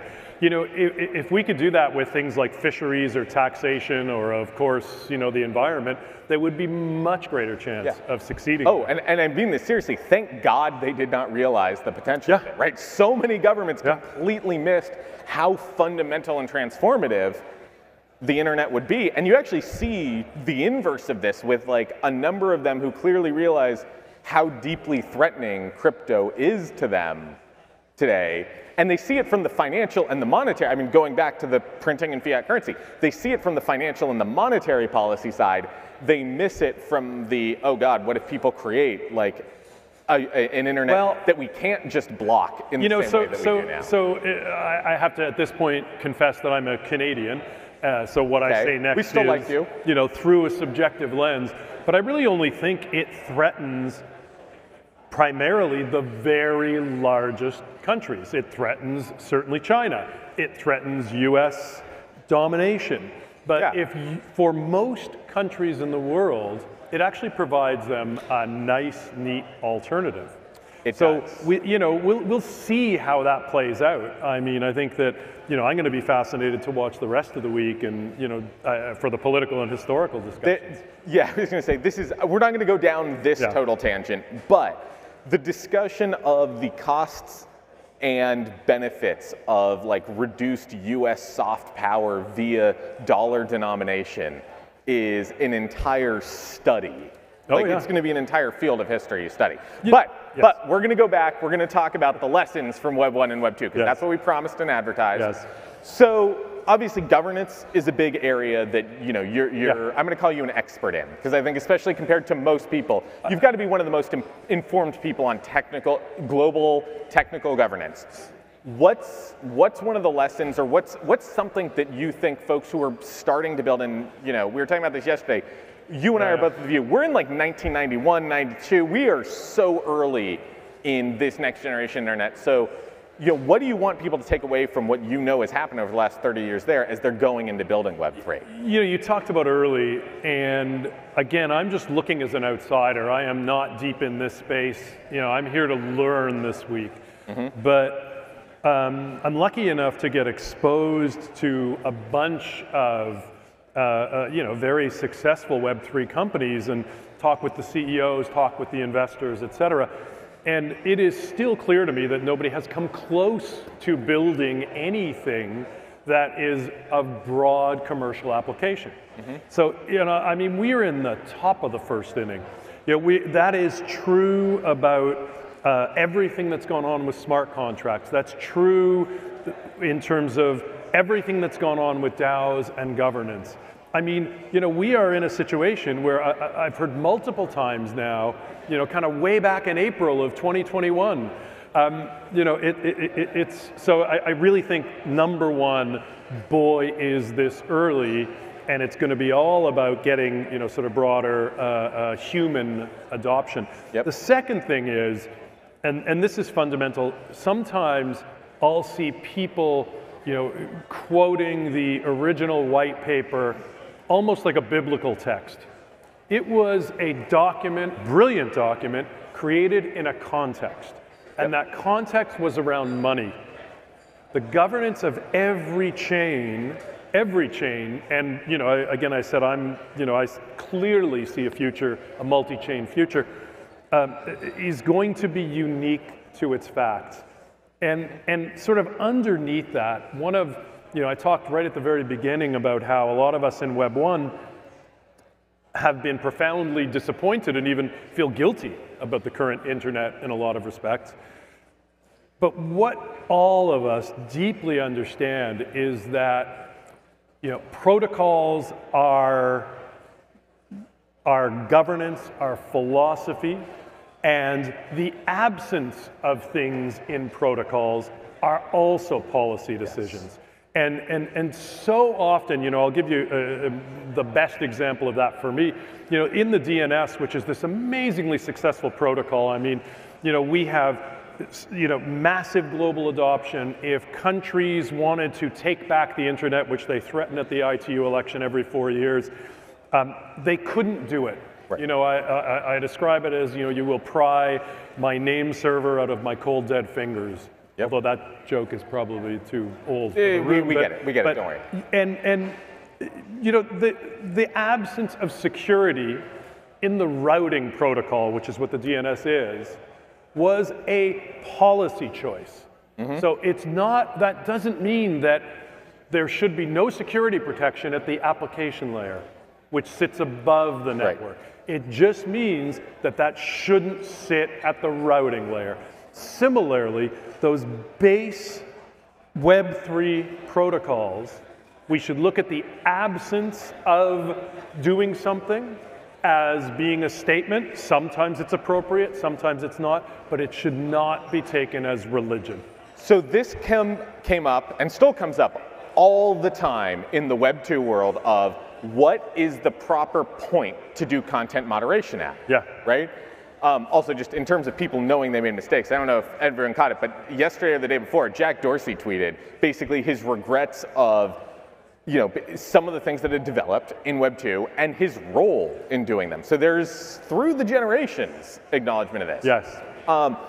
But this is one of the interesting things to me is I'm both a hardcore free speech absolutist and neutrality absolutist at the protocol level, and an ardent moderationist, if that's a word, I don't know, I'm making it up if it's not, at the application level. Well, nobody wants unmoderated applications. I just think there's a hypocrisy about that people don't realize. I think, how many people here use Gmail, right? And, well, 99% of your email is censored. And that's just called spam filtering. One of the things that we do as a domain registrar, people talk about, there should never be removal of domain names at the registrar level. Well, we take down obvious phishing domain names all the time. You have something where a bank has a, kind of a one letter or an umlaut or a, and it's used in a phish, we'll take that down. And that is a positive. Now, there has to be standards. There has to be, I look at something like spam filtering. There's terrible governance around it. And that's because people can't rise up above and call it what it is. So I just think that there's a hypocrisy around, sort of people calling themselves, particularly in Web3 protocols, freedom of speech absolutists, and sort of the way that they live in the world. Yep. You also see this actually come up every time there's laws or regulations at a national level proposed around it. It's like it's not possible to write a law that actually addresses this, right? Because it's like if you do this thing that adversely impacts a company's business, it's like spamming is a business.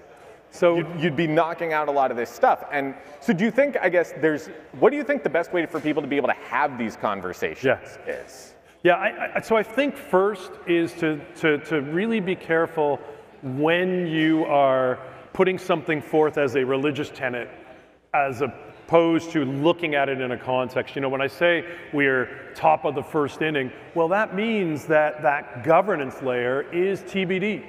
The right way to approach, anybody who looks at Web3 and says, well, this is the way it's always been, so this is the way it need be, is immediately frozen themselves in amber, and they're kind of disqualified from the future almost because they just won't play along as it changes. And I saw this so much in Web 1 where there were absolutists. But the other thing, again, is to really hew to context. Yeah. I think people don't think enough about what is the purpose of a chain? What is the specific purpose of a chain? I could do 20 minutes, an hour on that. Yeah. Well, so this comes up all the time, and you see people say this, which is you can't get enamored with the technology. And I saw this happen all the time with people. They get so enamored with the technology that they lose sight of the problem they're actually trying to solve. And to your point about context, it's all about the context. It's all about getting the end result, because the general rule is consumers could not care less about the technology that you're using to solve their problem. All they care about is, did you solve their problem? So you bring up what evokes for me great Web 1, Web 3 examples. I mean, people will not, to disabuse anybody of any notions, and maybe this makes people sad, maybe it doesn't. People will not do hard storage at scale. Will not. People will not run their own nodes at scale. These are the Web 1 equivalents of everybody's going to run their own mail server. Isn't that fantastic? Yeah. Everybody's going to run their own web server. Isn't that fantastic? Which were legitimately things people said, mostly geeks like me, in 94, 5, 6. Those things just will not happen. So you do end up, for better or worse, with the need for trusted intermediaries. Yeah. And so then it becomes, who should they be? Now for me, again, I think that's going to, the last sort of a likely person there is, the nation state and kind of existing governance. But I do want to make sure I note, you talked before about where do you regulate these things. What we are seeing, and this is, I'm going to synthesize kind of a Yuval Harari point, what we are seeing is people trying to solve global problems in national frames. And it's impossible. Yeah, never going to happen. You cannot solve a global problem using national frames. Oh, don't even get me started on people trying to make determinations about culturally appropriate content moderation. Yeah. When you're in one country. Different cultures, different countries have completely different. And so earlier someone was talking about product development, early stage product development for companies, right? And focusing on a really narrow problem. I want to say it was Trevor, it might have been someone else. And he was saying you got to focus on a really narrow problem. And to your example of like everyone, people are like, everyone's going to run their own file server, right? I'm a nerd. I love messing with stuff. My wife is probably not thrilled about the amount of like robots I let control things on our house because they're gonna rise up and kill us. And I'm like, I know, but I don't want to have to get out of bed to turn off the lights, so I'm willing to take the trade-off. But among other things, I have a Synology at home for doing certain file storage. But first off, notice, I run a Synology. I run a nice abstracted layer that runs it easily. And I only store massive content on there, like media. All of my files and documents, stuff I might need rapid access to, I use a trusted third party for it because it then syncs to my phone. It's in a lot of different places, right? The same theoretical idea of where do I store my files based on the more subtle context of when do I need them, how do I need them, what am I trying to solve, completely differentiates the trade-offs I'm willing to take between security and privacy, usability, accessibility. See, I'm simpler than that. I know if I put my crypto on hard storage, I would lose a lot of money eventually. There's no amount of keeping it in two places and I've got some good people I can put you in touch with. We'll get you very securely set up. You cannot obviate my irresponsibility. You know, if you want, impossible. I can hold on to your backup keys for you, and I promise to treat them. And that's exactly where we get to. Great. Wait, are you telling me custody providers might be a thing? Yeah. Because people don't want to actually always hold all their own keys? You know, I think that it goes deeper than that, because I think that here, and this is where I'm particularly interested in everything on DAOs through the end of the week. You know, I think we are moving to a world of microservices, and when I say that, microservices in the way we live. I think that'll be true around food, around transportation, around housing, around energy, and when I say that, this really neat blend of governments, non-governmental institutions, individuals, and in all of that, there are no governance frames. I mean, you know, I hate to say this, but you know, existing consensus mechanisms look kind of like toys to me. And when I say that, I get it, I understand it, but you know, there's a real tension between kind of hewing to traditional web, I'm going to call them traditional, you can call anything Web3 traditional Web3 approaches, and what needs to be done going forward. So, you know, I just think it's all to be written. You know, the future is to be written. Definitely.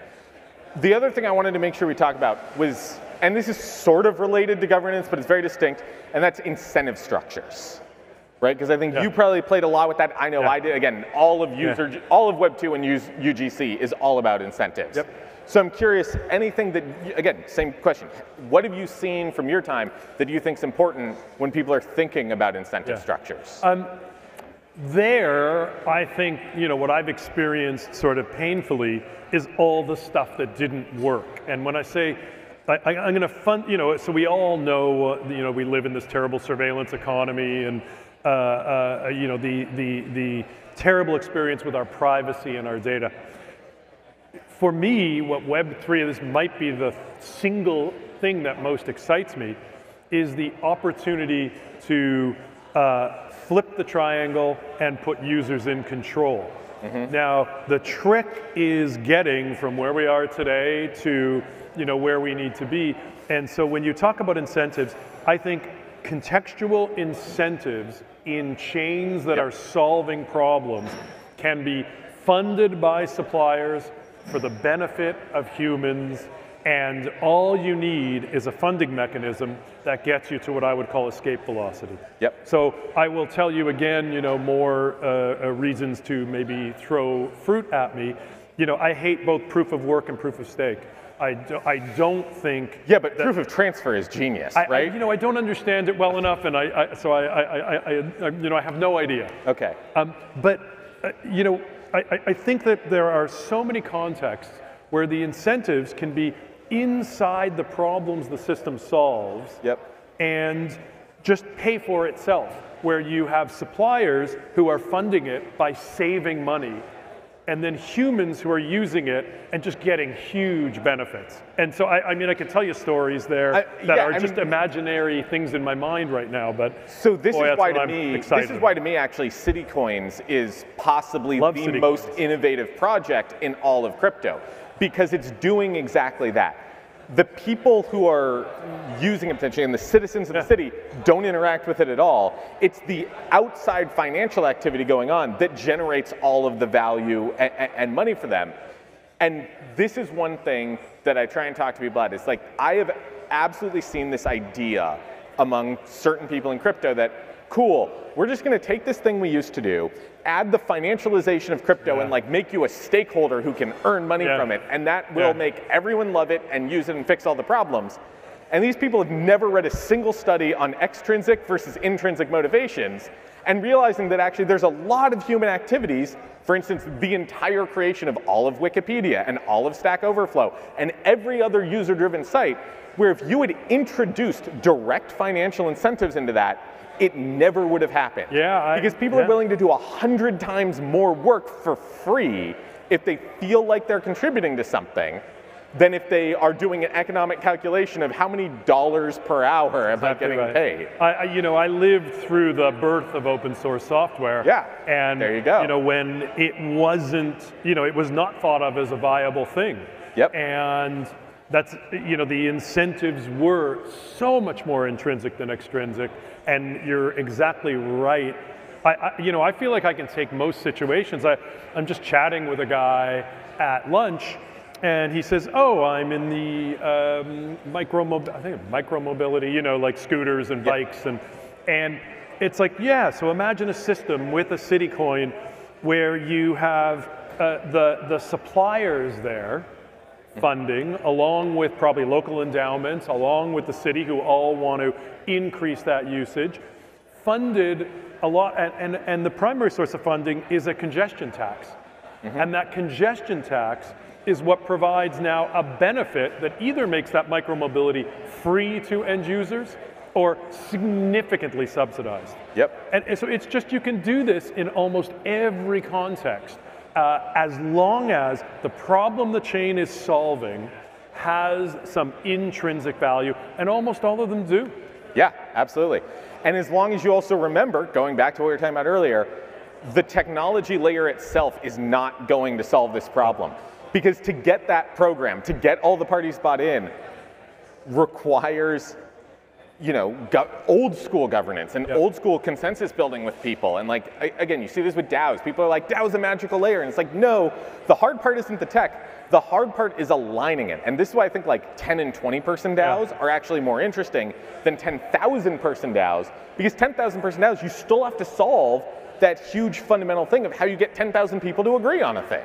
Yeah, so, I think of governance structures where you don't necessarily have to get them to agree. What's amazing to me is people have not sufficiently connected a concept like liquid democracy to DAOs yet.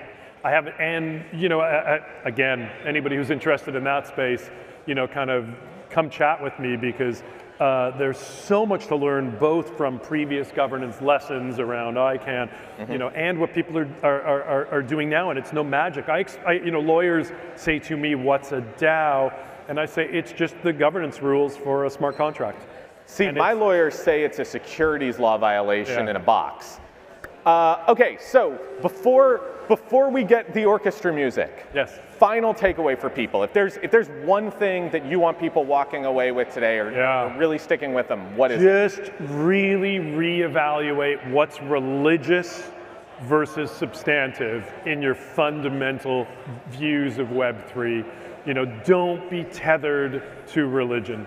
And I think, as long as you're all so early that everybody's going to do great, just putting their heads down and building, as long as you don't get stuck on, kind of first principles. And remember that you got to do this for human beings. Because they are, kind of sadly not yet here. That's something I heard with Web 2 a lot that I think we didn't always internalize, but remember the human. Elliot, thank you very much, sir. Thank you for having me. To talk with you today. It was great.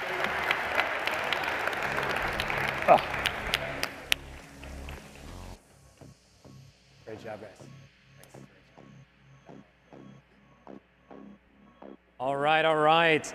We're going to keep this train moving. We've got a big monster panel coming up to talk about everything NFTs, non-fungible tokens, the creative talent stacking strategies. That's a lot, but we've got a lot of great speakers, some of the best in the industry and the best in our ecosystem, to talk all about what's happening around NFTs and the stacking strategies around them as well. If I could welcome up the entire panel, we've got 7 up here. We've got a couple moderators that are going to be joining us as well. 1, 2, 3, 4, 5, 6, 7. And then we've got one last panel, and the bar is going to open right after that, ladies and gentlemen. Welcome up our panel of NFTs.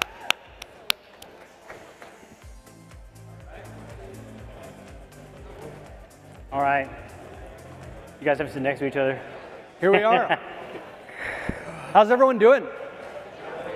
What's up, Miami? I know it's the end of the day. We've been watching all these really impressive, really like brainy talks, and we're all just like wore out, ready for happy hour. We're just gonna have a real easy conversation here, and we're gonna talk about creative talent stacking. Is everyone real clear on what that means? No. No, we weren't either, so that's okay. Basically, Still not clear. Who in the room is trying to bring a product to market in Stacks? Fantastic. You're the guys we're talking to. You're the people we're talking to, okay? We want to talk about using your unique gifts, putting them all together into an idea, a product, and then how do you make it sellable? How do you put it in the market? These are the guys that have the thing that's going to get that product to market. Does that make sense? You all with me? All right. All right, so my name is Phosphorus. This is Raoyan. We're the hosts of the Airdrop Show. And basically, we have these lovely gentlemen here. And we're going to ask, could you please introduce yourself and explain where you're from and what product or what problem your product solves? Sure. Oh, you guys can hear me? Okay. So my name is Gary Reiger. I'm with Haylayer. I am their CTO, although I'm really more of a product guy, and I have engineers that are way smarter than myself. But yeah, we solve the problem of delivering NFTs for brands. So it's really NFT brand distribution. And I'll be talking about that in a bit. That's basically awesome. Thank you. What's up, guys? My name's Kyle. I'm the head of digital assets at Troika Media Group. We're one of the only publicly traded companies that's integrated with Stacks. So we work with a lot of enterprise brands and help bridge the gap between Web 2 and Web 3. And I focus a lot on asset-backed NFTs, whether it's whiskey or wine or gold, or luxury items, and building a peg between an NFT and a physical item. So we work a lot with enterprise brands, and I started the exchange Redeem.com in 2018, and we got acquired by Troika Media Group last year. So big on asset-backed NFTs. All right. Hi, everyone. I'm co-founder of Cycle. We are building the centralized blogging platform, and where NFTs come into the place that we used it as a funding mechanism for our company. And how we help NFT creators is we host newsletters about their projects. So, and yeah, passing the ball to Daniel. I'm Daniel, and most of you will know me as Plutus. I'm the co-founder of Byzantium. So Byzantium is an NFT marketplace and infrastructure platform. So we allow people to buy and sell NFTs, but we also help support projects by helping them launch their NFT collections and also helping support them with technology as they build out their project. Cool. I'm Jamil, founder of STX NFT. We're also NFT platform marketplace to buy, sell, trade NFTs. We offer a no-code mint platform as well, so you can just drag and drop your images, metadata, deploy an NFT smart contract that you actually own and control, and focusing a lot on NFT infrastructure as well. Awesome. That's amazing. All right. At the Airdrop show, I don't know how many of you guys have seen our show. It doesn't matter. We're not the important people here. Nope. We always ask the same question when we start a show, which is, can you explain what an NFT is in the simplest possible way with the least amount of words, like you were talking to your mom or like your cousin's kid that's in 4th grade or something like that? Like, how would you explain what an NFT is to somebody who has just no concept at all? Jamil, you want to start? Yeah, let's go back. Let's go backwards. All right. Well, I think to preface this, a lot of people try to make it, try to pigeonhole what an NFT is into one specific category. Yeah. And the truth is actually really simple. An NFT is simply something that you own, right? It's something like a digital asset that you own. And from there, you know, if you add more words or try to make it too complex, you start to pigeonhole yourself into like, this is specifically what an NFT is. Right. But the truth is, the things that you can build on top of decentralized asset ownership are so wide. Like Kyle's working on, you know, asset-backed things. You know, Plutus launched and then launched like an generative art collection. You know, Seigel launched a access pass to their writing, decentralized writing platform. So I don't think anything that gets more specific than that really can explain the breadth of what NFTs can represent. All right, that makes it hard for everyone else to answer the question. Yeah, that was really good. That's fine. That was awesome. So this panel is gonna. Is anybody else want anything else to say? Oh, I was just gonna say, I think that's a good point.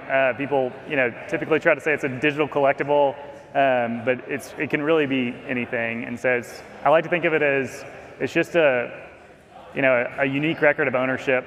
You own that, and it could reference anything. It could reference a digital asset or a physical asset, but you own that little digital record. Yeah, that was good. In my opinion, it's a digital collectible, and it could be really anything that you can imagine being like a physical collectible thing, like you can collect toys in physical world and toys in the digital world. So, and toys for children and toys for adults are different, but in the end, it's like toys. Spicy. Toys for adults, let's go. Yeah, NFTs are a digital asset that represent any real-world item. It could be art, music, real estate, or gold or luxury items. Awesome. And I usually say, I'm like, you know, what's the most valuable thing you have in the house? So it could be a diamond ring, it could be a birth certificate, and I'm like, imagine that, but for the internet. And you could track it. Woo! I would never lose my social security card ever again. That's good. So this panel is going to be an AMA, so if you have questions, we want to hear them. Yeah. We can obviously ask as many questions as we want, because we're full of questions, but we want to open up the floor. If anybody has any questions, feel free, raise your hand. We've got mics, and we'll give them to you. All right. Well, bam. We got one already. Awesome. Let's go. Hey guys, Akataj here. Quick question for actually everyone. Thoughts on the gaming community and being integrated on Stacks? What are the barriers that we are facing? Gaming. Who wants it? Who's got it? I think the obvious barrier that you might find right away with Stacks is just the speed. Stacks prioritizes security over speed, and that's kind of, it's tied to the Bitcoin chain, and that's why. And so that's the obvious barrier, but that's being worked on through app chains and hyper chains, and I think that will be solved. But there is a lot of opportunity for that on Stacks once we have that problem solved. Yeah, I think with gaming, there are several ways that people implement, like, blockchain gaming is such a broad term. Like, what does it actually mean? Is it that the assets are on the blockchain? Is it that it's play to earn, that you earn income from that asset? I think there's some that are more challenging to do on Stacks, especially if you require fast transaction times. But I honestly feel like the biggest challenge is just bringing people in to build this stuff. Like, anybody can do it, right? Like, anybody in this room can start their own blockchain game built on Stacks, right? Regardless of whether you're a technical person, an artist, a game designer, I think it's just bringing more people and actually building something. Like the Stacks Degens people, they've done a great job of just, starting from scratch and shipping something, getting something out there that works, that's backed by digital ownership, that's play to earn. And I think I want to see more of that too. 100%. Yeah. All right, so you guys have access to see a lot of the projects that are coming through the space. What are like the most valuable talents and skills that you're seeing people bring into the space as founders, as project creators? What are those things that you're looking for from those teams that are like setting them apart? So I think there's a big opportunity to bring domain expertise in areas that are not crypto into crypto. So real estate is an example. We're working with a client right now that's trying to create NFTs for commercial real estate and residential real estate. So you can actually invest in the real estate market using Stacks NFTs. And none of that would be possible, no offense, with just us sitting up here. You need real estate experts. You need people that understand mineral rights laws and how to write into public ordinances. And so I think bringing in that domain expertise and making them feel welcomed in the Stacks community is really important. There's another client we're working with that has a well, just water well, and they're like, how can we monetize this? And one of the ideas we came up with was actually having an NFT that represented a day pass to pull water from the well, right? And so we're seeing people with all these amazing assets and expertise, and bringing them into the Stacks community. We can come up with the crypto ideas, but we need people that have ideas in their industry and are willing to bridge that gap. Yeah, creativity. I think to add to that, we also need to focus on attracting developers from, so to say, Web 2 companies, and just like be really good about advertising about all the endless opportunities that Stacks really gives us. Because that's how Leo attracted me to join the whole community, and he said, yeah, the community is awesome, you should join and see what you can build together, and here we are. Yeah, Stacks is awesome. Yeah. And for me, ever since I heard Patrick Stanley say proof of HODL, I think it was like a couple of years ago or whatever, I always imagined like you have an NFT on your phone and you open a door and you walk into like a secret like bar or something in Miami. Ooh. So like for me it's that, it's the unlockable, it's the utility, and I know it's coming. I'm just excited to see it, you know. That's awesome. 100%. I think as far as like skills that are most valuable, I think one of the most underrated is community building. Yeah. You know, you might look at the NFT and crypto space and think, I can't get into it because I'm not technical, but community building is one of the, by far and away, one of the most important aspects. Even if you have a great product in Web3, in crypto, you're not going to get very far unless you have a good community builder on your team, or you are a good community builder. Yeah, I see people, especially who aren't familiar with crypto, they look at it and say, why is this JPEG selling for like $1 million? Like, and I think it comes from a misunderstanding of what an NFT project is, or like, people think that it's, you know, running a DAO or running an NFT project is like, it's different from running a company, or it's different from, but to run a company you need a great team that comes from diverse backgrounds, that handles, you know, different aspects. You need community, you need technical, you need leadership. And running an NFT project is very much the same. You need a diverse and strong set of skills that sort of come together. So I don't think we can say, you know, hey, we just need more of this like one specific type of people. I think in an ecosystem where we're building it to really change the world, we need, you know, a spectrum of people to be able to do that, right? Yeah.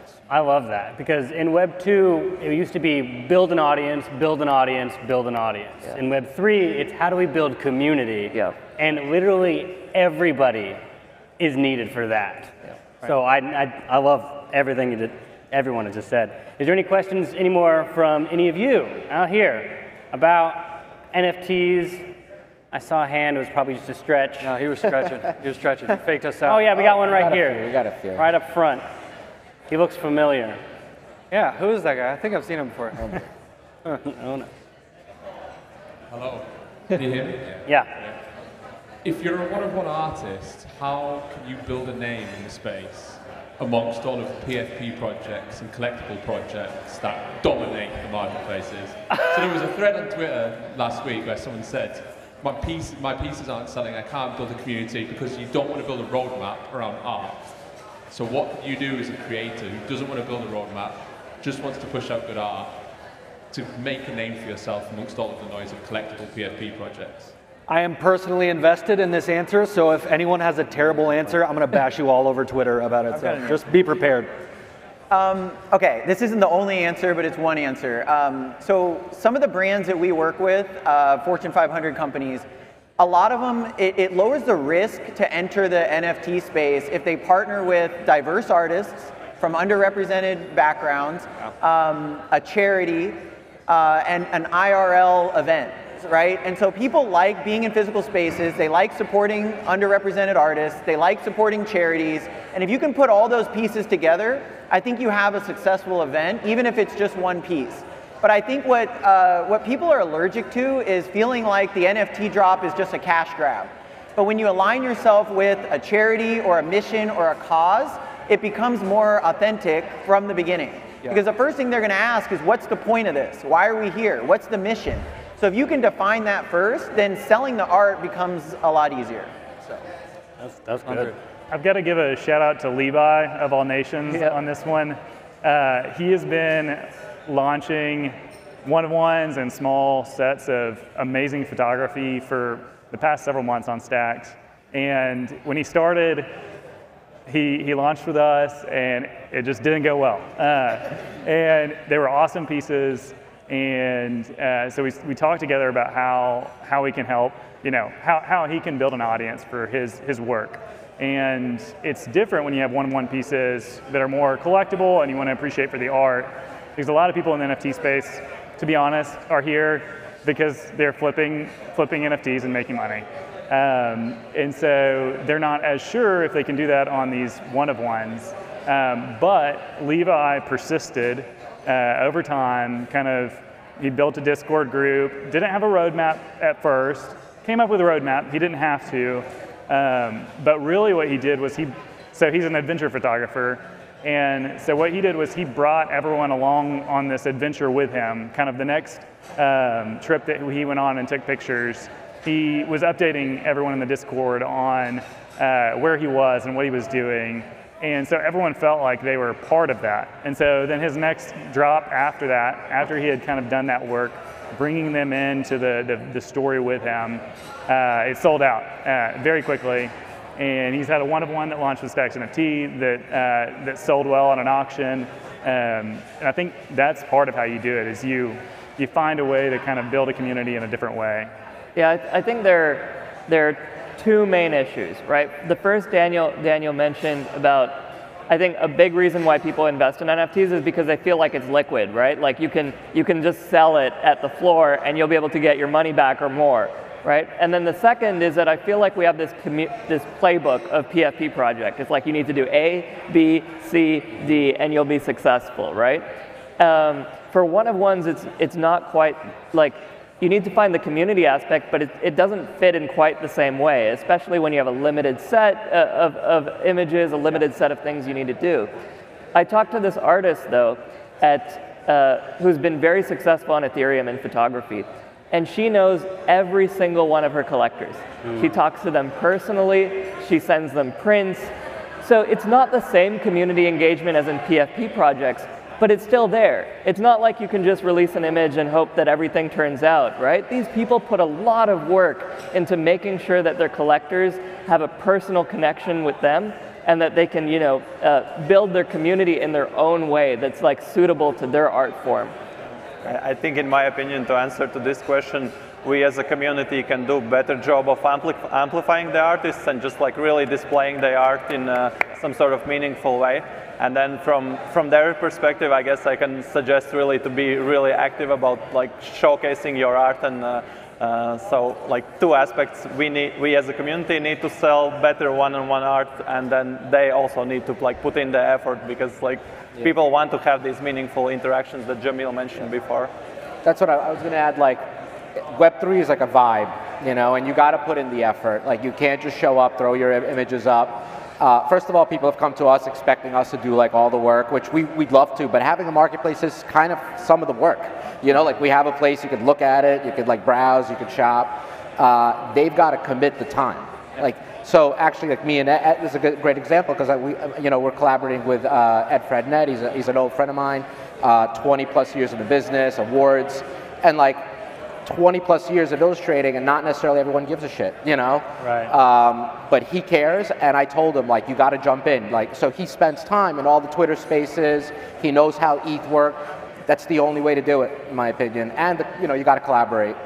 Right. You got to collaborate. We got to have artists talking to marketplaces and saying like, hey, we need this. Like, we need to be able to put our stuff out there. So it's really cool. The marketplaces don't know what problem to solve unless the artists tell them this is the problem we're having. Exactly. And then the re-education comes in of like, actually, instead of just putting something out there, like what Daniel said, maybe go back and try to build a small community. Because it's vulnerable to put yourself out there as an artist. And you're seeing all this big money being made on NFTs all over the internet. and you're like, maybe that can be me too, and you see it flop, that can be really disheartening. And so it is a way of building community, being vulnerable, and putting yourself out there again. And I think we're gonna see some big things. Yeah. Is there any other questions? I saw another hand pop up. Got back there. Whoever wants to get the mic, you're good. Hello. As someone who's built on other chains, I'm curious what are the interesting projects that I should know about on Stacks, and what made those projects quote unquote successful? If I wanted to go into Stacks, like what should I be thinking about? Great question. You just took one of my questions. Yeah. All right. What are the popular projects on Stacks? I think there's really the popular ones by trading volume, right? The ones that are like the PFP projects that are really, and of course Mark from Megaplan, who asked one of the previous questions, about by far the most popular. There's also, you know, Bitcoin monkeys. There was one recent one that came out that Daniel helped out with the MadStar whales. That's doing quite well right now. There's Satoshiables, which bridged on Ethereum. I don't want to leave anyone out, so but yeah, Explorer Guild. He's like, I'm right here. We've been here. But I think what there's a ton of great projects that are just explore the marketplace. There are a ton of small projects as well that are just have great communities that have like. I think that's the thing I love about Stacks is it's not just about the trading volume. It's about your community and the people that are in it, and the excitement that's generated around that. Like Nonish is one of them that I've found just been really impressed with the quality of their art and the quality of their community, for example. Yeah, you should go look at the different projects on these marketplaces and then just go to the Discords. Yeah. The Discords are great. As someone who's collected on other chains as well, it feels different in these communities than it does, you know, on ETH, where some of those Discords just get crazy and you can't even keep up with who's there.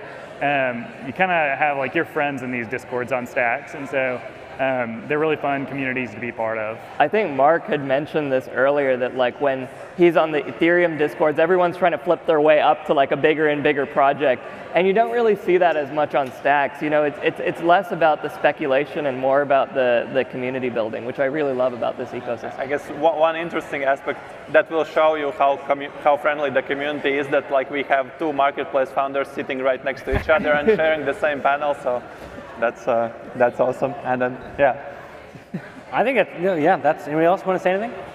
I'll just say we're early, so get in now. There's a lot of cool projects coming. And if you're interested, this is a complete pitch for our show Airdrop. We interview a lot of the projects on Stacks. So if you want to know more about them, you can go on Twitter at Airdrop Show and learn all about it. We got one more in the back. One in the back, and we'll get you. Hello. Hi. What's up, fellas? What's up? Thank you all for being here. This is super cool. You guys are all on stage at the same time and sharing your insights with us.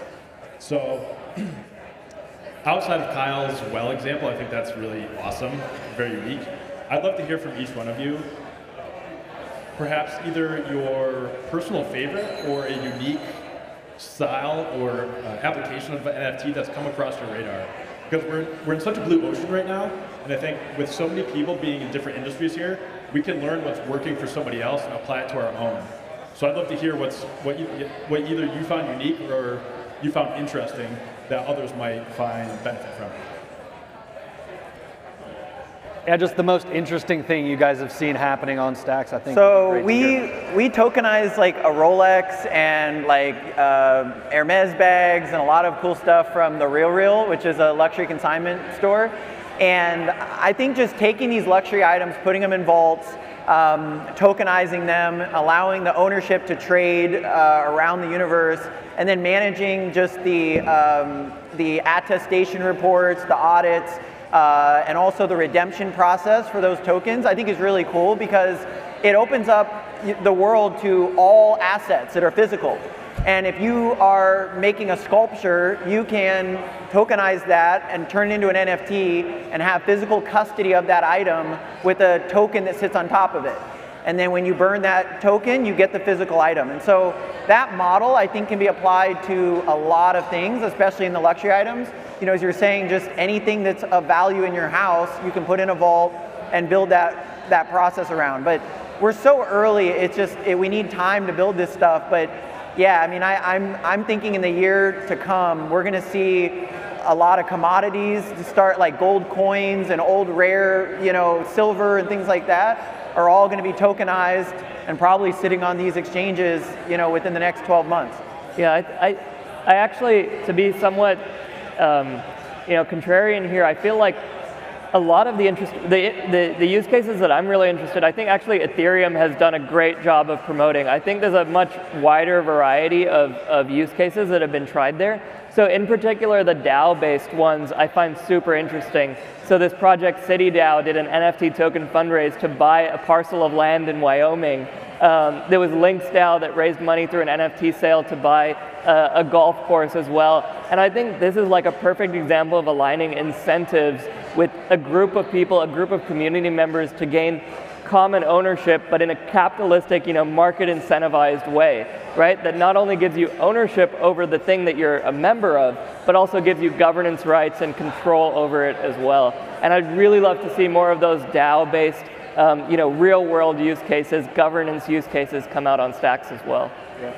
I think one of the most interesting ones I've seen, the use case is like community passes or access passes. Mark has one with Apes Together, and that's a very interesting one that kind of stems from the Stacks ecosystem, but it's on ETH. Kevin Rose launched one called Proof that is basically just, he's very popular in the tech world, but he had a podcast, big following, and he released a NFT that was basically just going to give you access to a Discord group. And you knew it was going to be a lot of interesting people, but that was about it. But since then, he's really over-delivered on a ton of value, provided access to really unique art from famous artists that members could mint for very low prices. But the most interesting thing about that to me is not necessarily just that one. It's a whole new monetization model for people who have big audiences, or maybe not even that big of audiences. Podcasts are kind of notoriously hard to monetize, and usually it's just a one-way conversation where you're hearing from the podcaster. So I've been listening to Kevin Rose for years now, but I never had a conversation with him or anybody else who listened to him. But if I had one of these things, I could go basically and talk with all these people in this Discord group, and they've all been listening to the same person for 3 years, so they're likely to have similar interests. So I think it's a whole new model for kind of influencers, creators, people who have big audiences to bring their super fans into a community.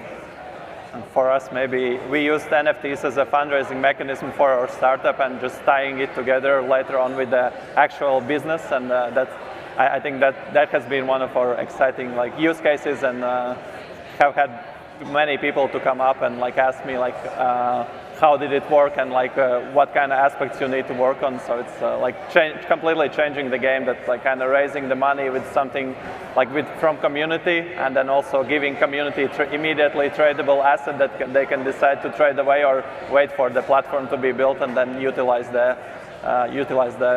premium features for free.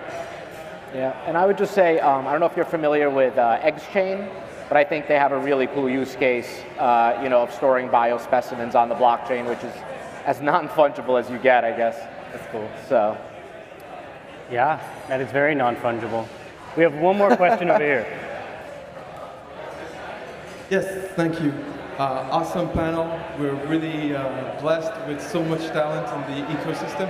So I had a question. I think you kind of mentioned it, maybe about incentivizing behavior from the community, like the NFT as a reward for actually performing certain defined actions. So I remember actually when I was 6 years old and I was learning to read, I was actually learning to read in French and English at the same time. And in my English school, every time I was reading a little passage, I was taking a little sticker every time. So we could imagine this maybe for scholars and in collaborative learning, people who actually give feedback to others, people who mentor others, can be rewarded with an NFT and unlock maybe a mini grant or something like this. Or another example like Xverse, rewards you for coming here. You just go and you scan the QR code and you get a free NFT. So I'm wondering, what are other use cases that does this, like the community is actually engaged in being incentivized to do something? I'll share a quick one. Yeah. I think like sports is really good for this. You know, we talked about like the Olympics, for example, right? But like that marathon clock, that world, like we would like an atomic clock. Like we would want a clock that can then say, this is the time, you've got the award, you know, you got your gold medal, put it on the blockchain. So I think like for me, sports is definitely a win for that. Yeah. Anybody else? I think one of the interesting thing about rewarding the community is it doesn't even need to be like airdropping an NFT or sending someone something. I think the great thing about this incentive structure is that by owning an NFT, you have like ownership in the success of the project. So if the project or the artist gets more successful, you benefit by default. Right? It's not like you need to get a handout or anything like that. You grow with the community. Yeah. And I think this is very different from the Web 2 world where early users, early supporters, you bought an artist CD early on, you don't really see the benefit from it, right? But now it's like, it's perfectly aligned. Yeah. Gosh, all right, Web3 just gets me so excited. But our time is up. I just want to say thank you everybody for coming and let's party. On Twitter. Thank you all Party, exactly. for being on the panel. Great. All right. Nice job, guys.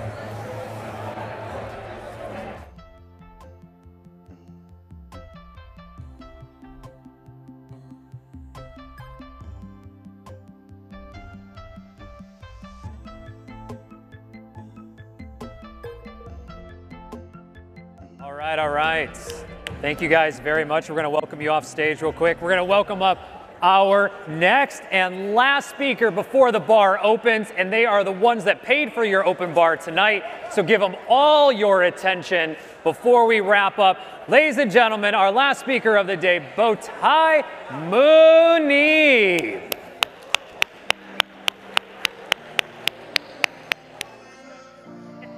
They already opened the bar. Hello. All right, cool. Good afternoon, everyone. I am Bowtie Manib, and I am here to talk to you today about the stacking that paid for the open bar. I understand that this is like the last presentation of the day, so I'm going to keep it very short and sweet. What is a Manib? So I got my undergraduate degree in biochemistry, and then I spent like a year in a research job, decided that wasn't for me. I went on to get a master's degree in quantitative finance, and I spent the last 8 years of my life working as an investment manager, fixed income portfolio management to be specific. It's very boring. I managed over $10 billion of assets directly. I directly oversaw them, and that, we invested in everything from like US Treasuries to direct private debt and equity. I also helped devise and execute the investment strategy for like a handful of multi-billion-dollar deals. It all sounds very cool, but like when the Fed's printing trillions of dollars a year and your portfolio yield is less than 4%, it's not nearly as glamorous as it sounds.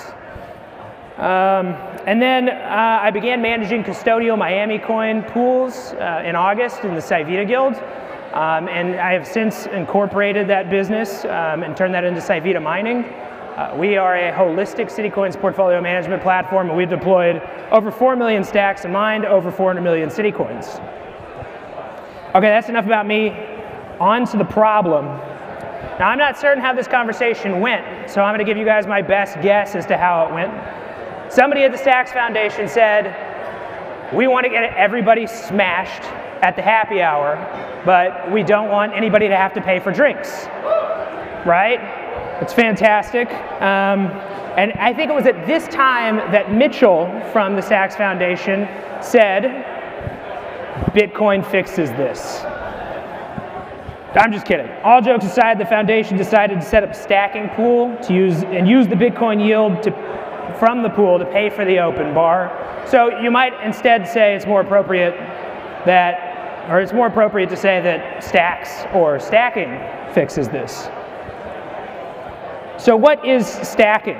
my simple explanation is usually to say that stacking is locking up your stack's liquidity in exchange for a Bitcoin yield, but it's actually much more complex than that. Stacking is actually the consensus algorithm of the Stacks blockchain. And so as a stacker, whenever you stack, you're communicating three things to the network. The first thing is the amount of stacks that you want to lock up and the number of cycles that you want to lock it up for. The second thing is you are indicating support for a particular chain tip that's very important for the Stacks consensus algorithm. And the third is, it's here somewhere. You specify the Bitcoin address that's used to populate the reward set of the stacking consensus algorithm. So in proof of transfer, you're transferring Bitcoin from Stacks miners to stackers.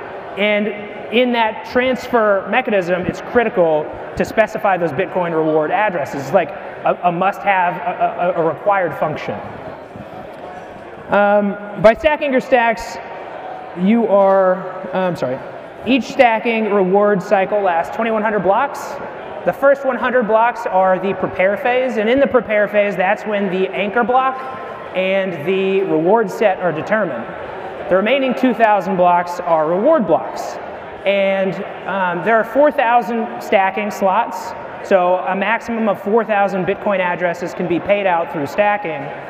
Every single one of those 2,000 reward blocks, Stacks miners send Bitcoin from their wallet effectively to 2 of those reward slots. All right. So stacking was designed to ensure that every reward address gets paid at least once and that stackers get paid on a periodic basis. So those two design decisions require kind of like this third thing, that the minimum amount of stacks that you have to stack is dynamic, right? So to secure a slot, one of those 4,000 slots, that number, the amount of stacks that you have to stack to do that, it could change, right? It could be 100,000 stacks, it could be 120,000 stacks. I think most recently when I looked, it was like 120,000 stacks. So that has a couple of consequences. If you stack, say, 100,000 stacks for 6 cycles, then you can get paid a Bitcoin yield on all 100,000 of those stacks for all 6 cycles, so long as that minimum threshold is 100,000 stacks or less. But if that threshold, for whatever, because a number of people decided that they wanted to stack, all of a sudden the amount of stacks that are locked up goes up, then that threshold can increase, and if you have your stacks locked up, then the potential exists that you actually don't get paid Bitcoin yield, but your stacks are still locked up. So for that reason, it actually makes a lot of sense to stack via a pool rather than stacking solo.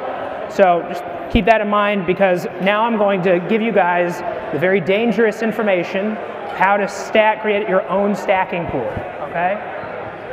So there's 2 elements of a stacking pool. You need delegators. So for the delegators, it's pretty simple. All you need to do is specify the amount of stacks that you want to delegate, the number of cycles that you want to delegate for. Thankfully, the wonderful folks at Hero have created a wonderful user interface that you can utilize in the Hero desktop wallet.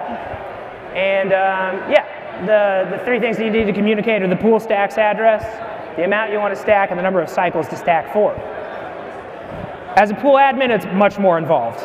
Being a pool admin is kind of a nightmare, in my opinion. I would not want to do it. Let's take that back, because I do it actually. But so first, the pool admin has to track the stacks that have been delegated to the pool. That's information that you can get off chain. You can pull it directly from the Stacks blockchain.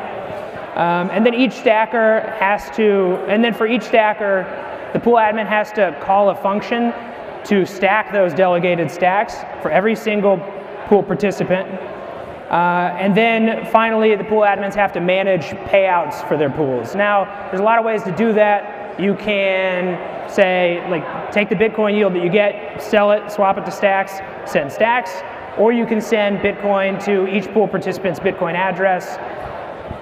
It doesn't really make a difference. I mean, I guess it makes a difference if your pool participants want Bitcoin versus stacks, but Yeah, it's kind of like a pool design decision. Thankfully, the fine folks at Hero have written some great documentation on integrating stacking delegation that contains some very simple scripts that you can use for stacking delegated stacks and then committing them for the next reward cycle.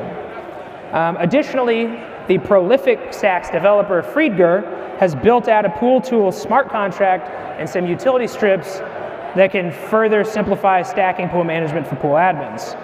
Okay, so what are the basic steps for the pool admins? First, the pool admin has to create a Stacks wallet for pooling. Probably the easiest way to do that is via the Stacks command line interface. It's like way easier to do in Linux. I have a Windows machine, so I installed like the Windows subsystem for Linux and Visual Studio Code, and I did most of this over the weekend. So it can be done. It's not that hard. A couple of hours of your time and reading through some documentation. I've attached, there's links down here at the bottom if you're curious. So what's the second thing that you have to do? Pool participants delegate stacking to the pool address. So you have to go out and find people that want to delegate stacks. You need enough stacks to hit that minimum threshold, whatever it is. Right now I think it's about 120,000 stacks. The third thing you have to do is call this delegate stacks function for each pool participant. So that effectively stacks that pool participant stacks through the pool. And then finally, once you have all of your pool participant stacks, then you can call the stack aggregation commit function for the pool before the next cycle. All this can be done via some simple JavaScript, Visual Studio Code, or whatever IDE you prefer. And voila, you've successfully created your own stacking pool. Now that we have walked through this, and you have the knowledge required to launch your own stacking pool, the question is, should you? And I'm going to tell you that the answer is that you probably shouldn't.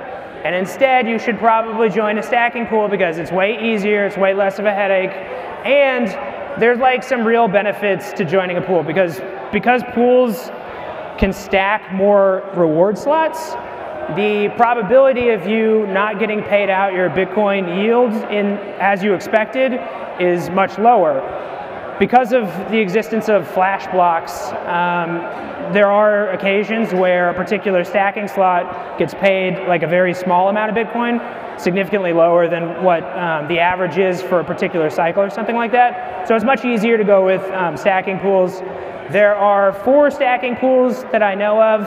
My personal favorite is Friedger Pool. I wish Friedger were here. Big shout out to him because he helped me a lot with this presentation. There are also boomboxes. Boomboxes are pretty cool because you also get a really cool NFT along with your stacking yield.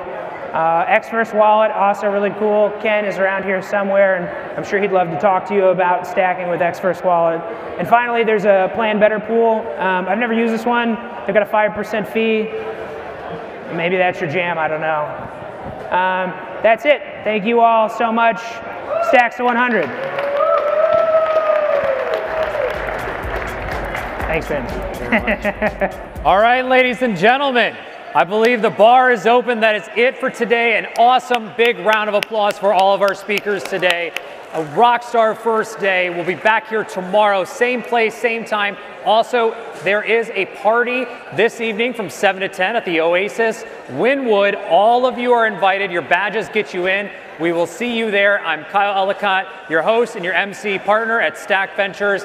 We'll see you tomorrow. Everyone have a great night, and thank you for tuning in at home. Take care.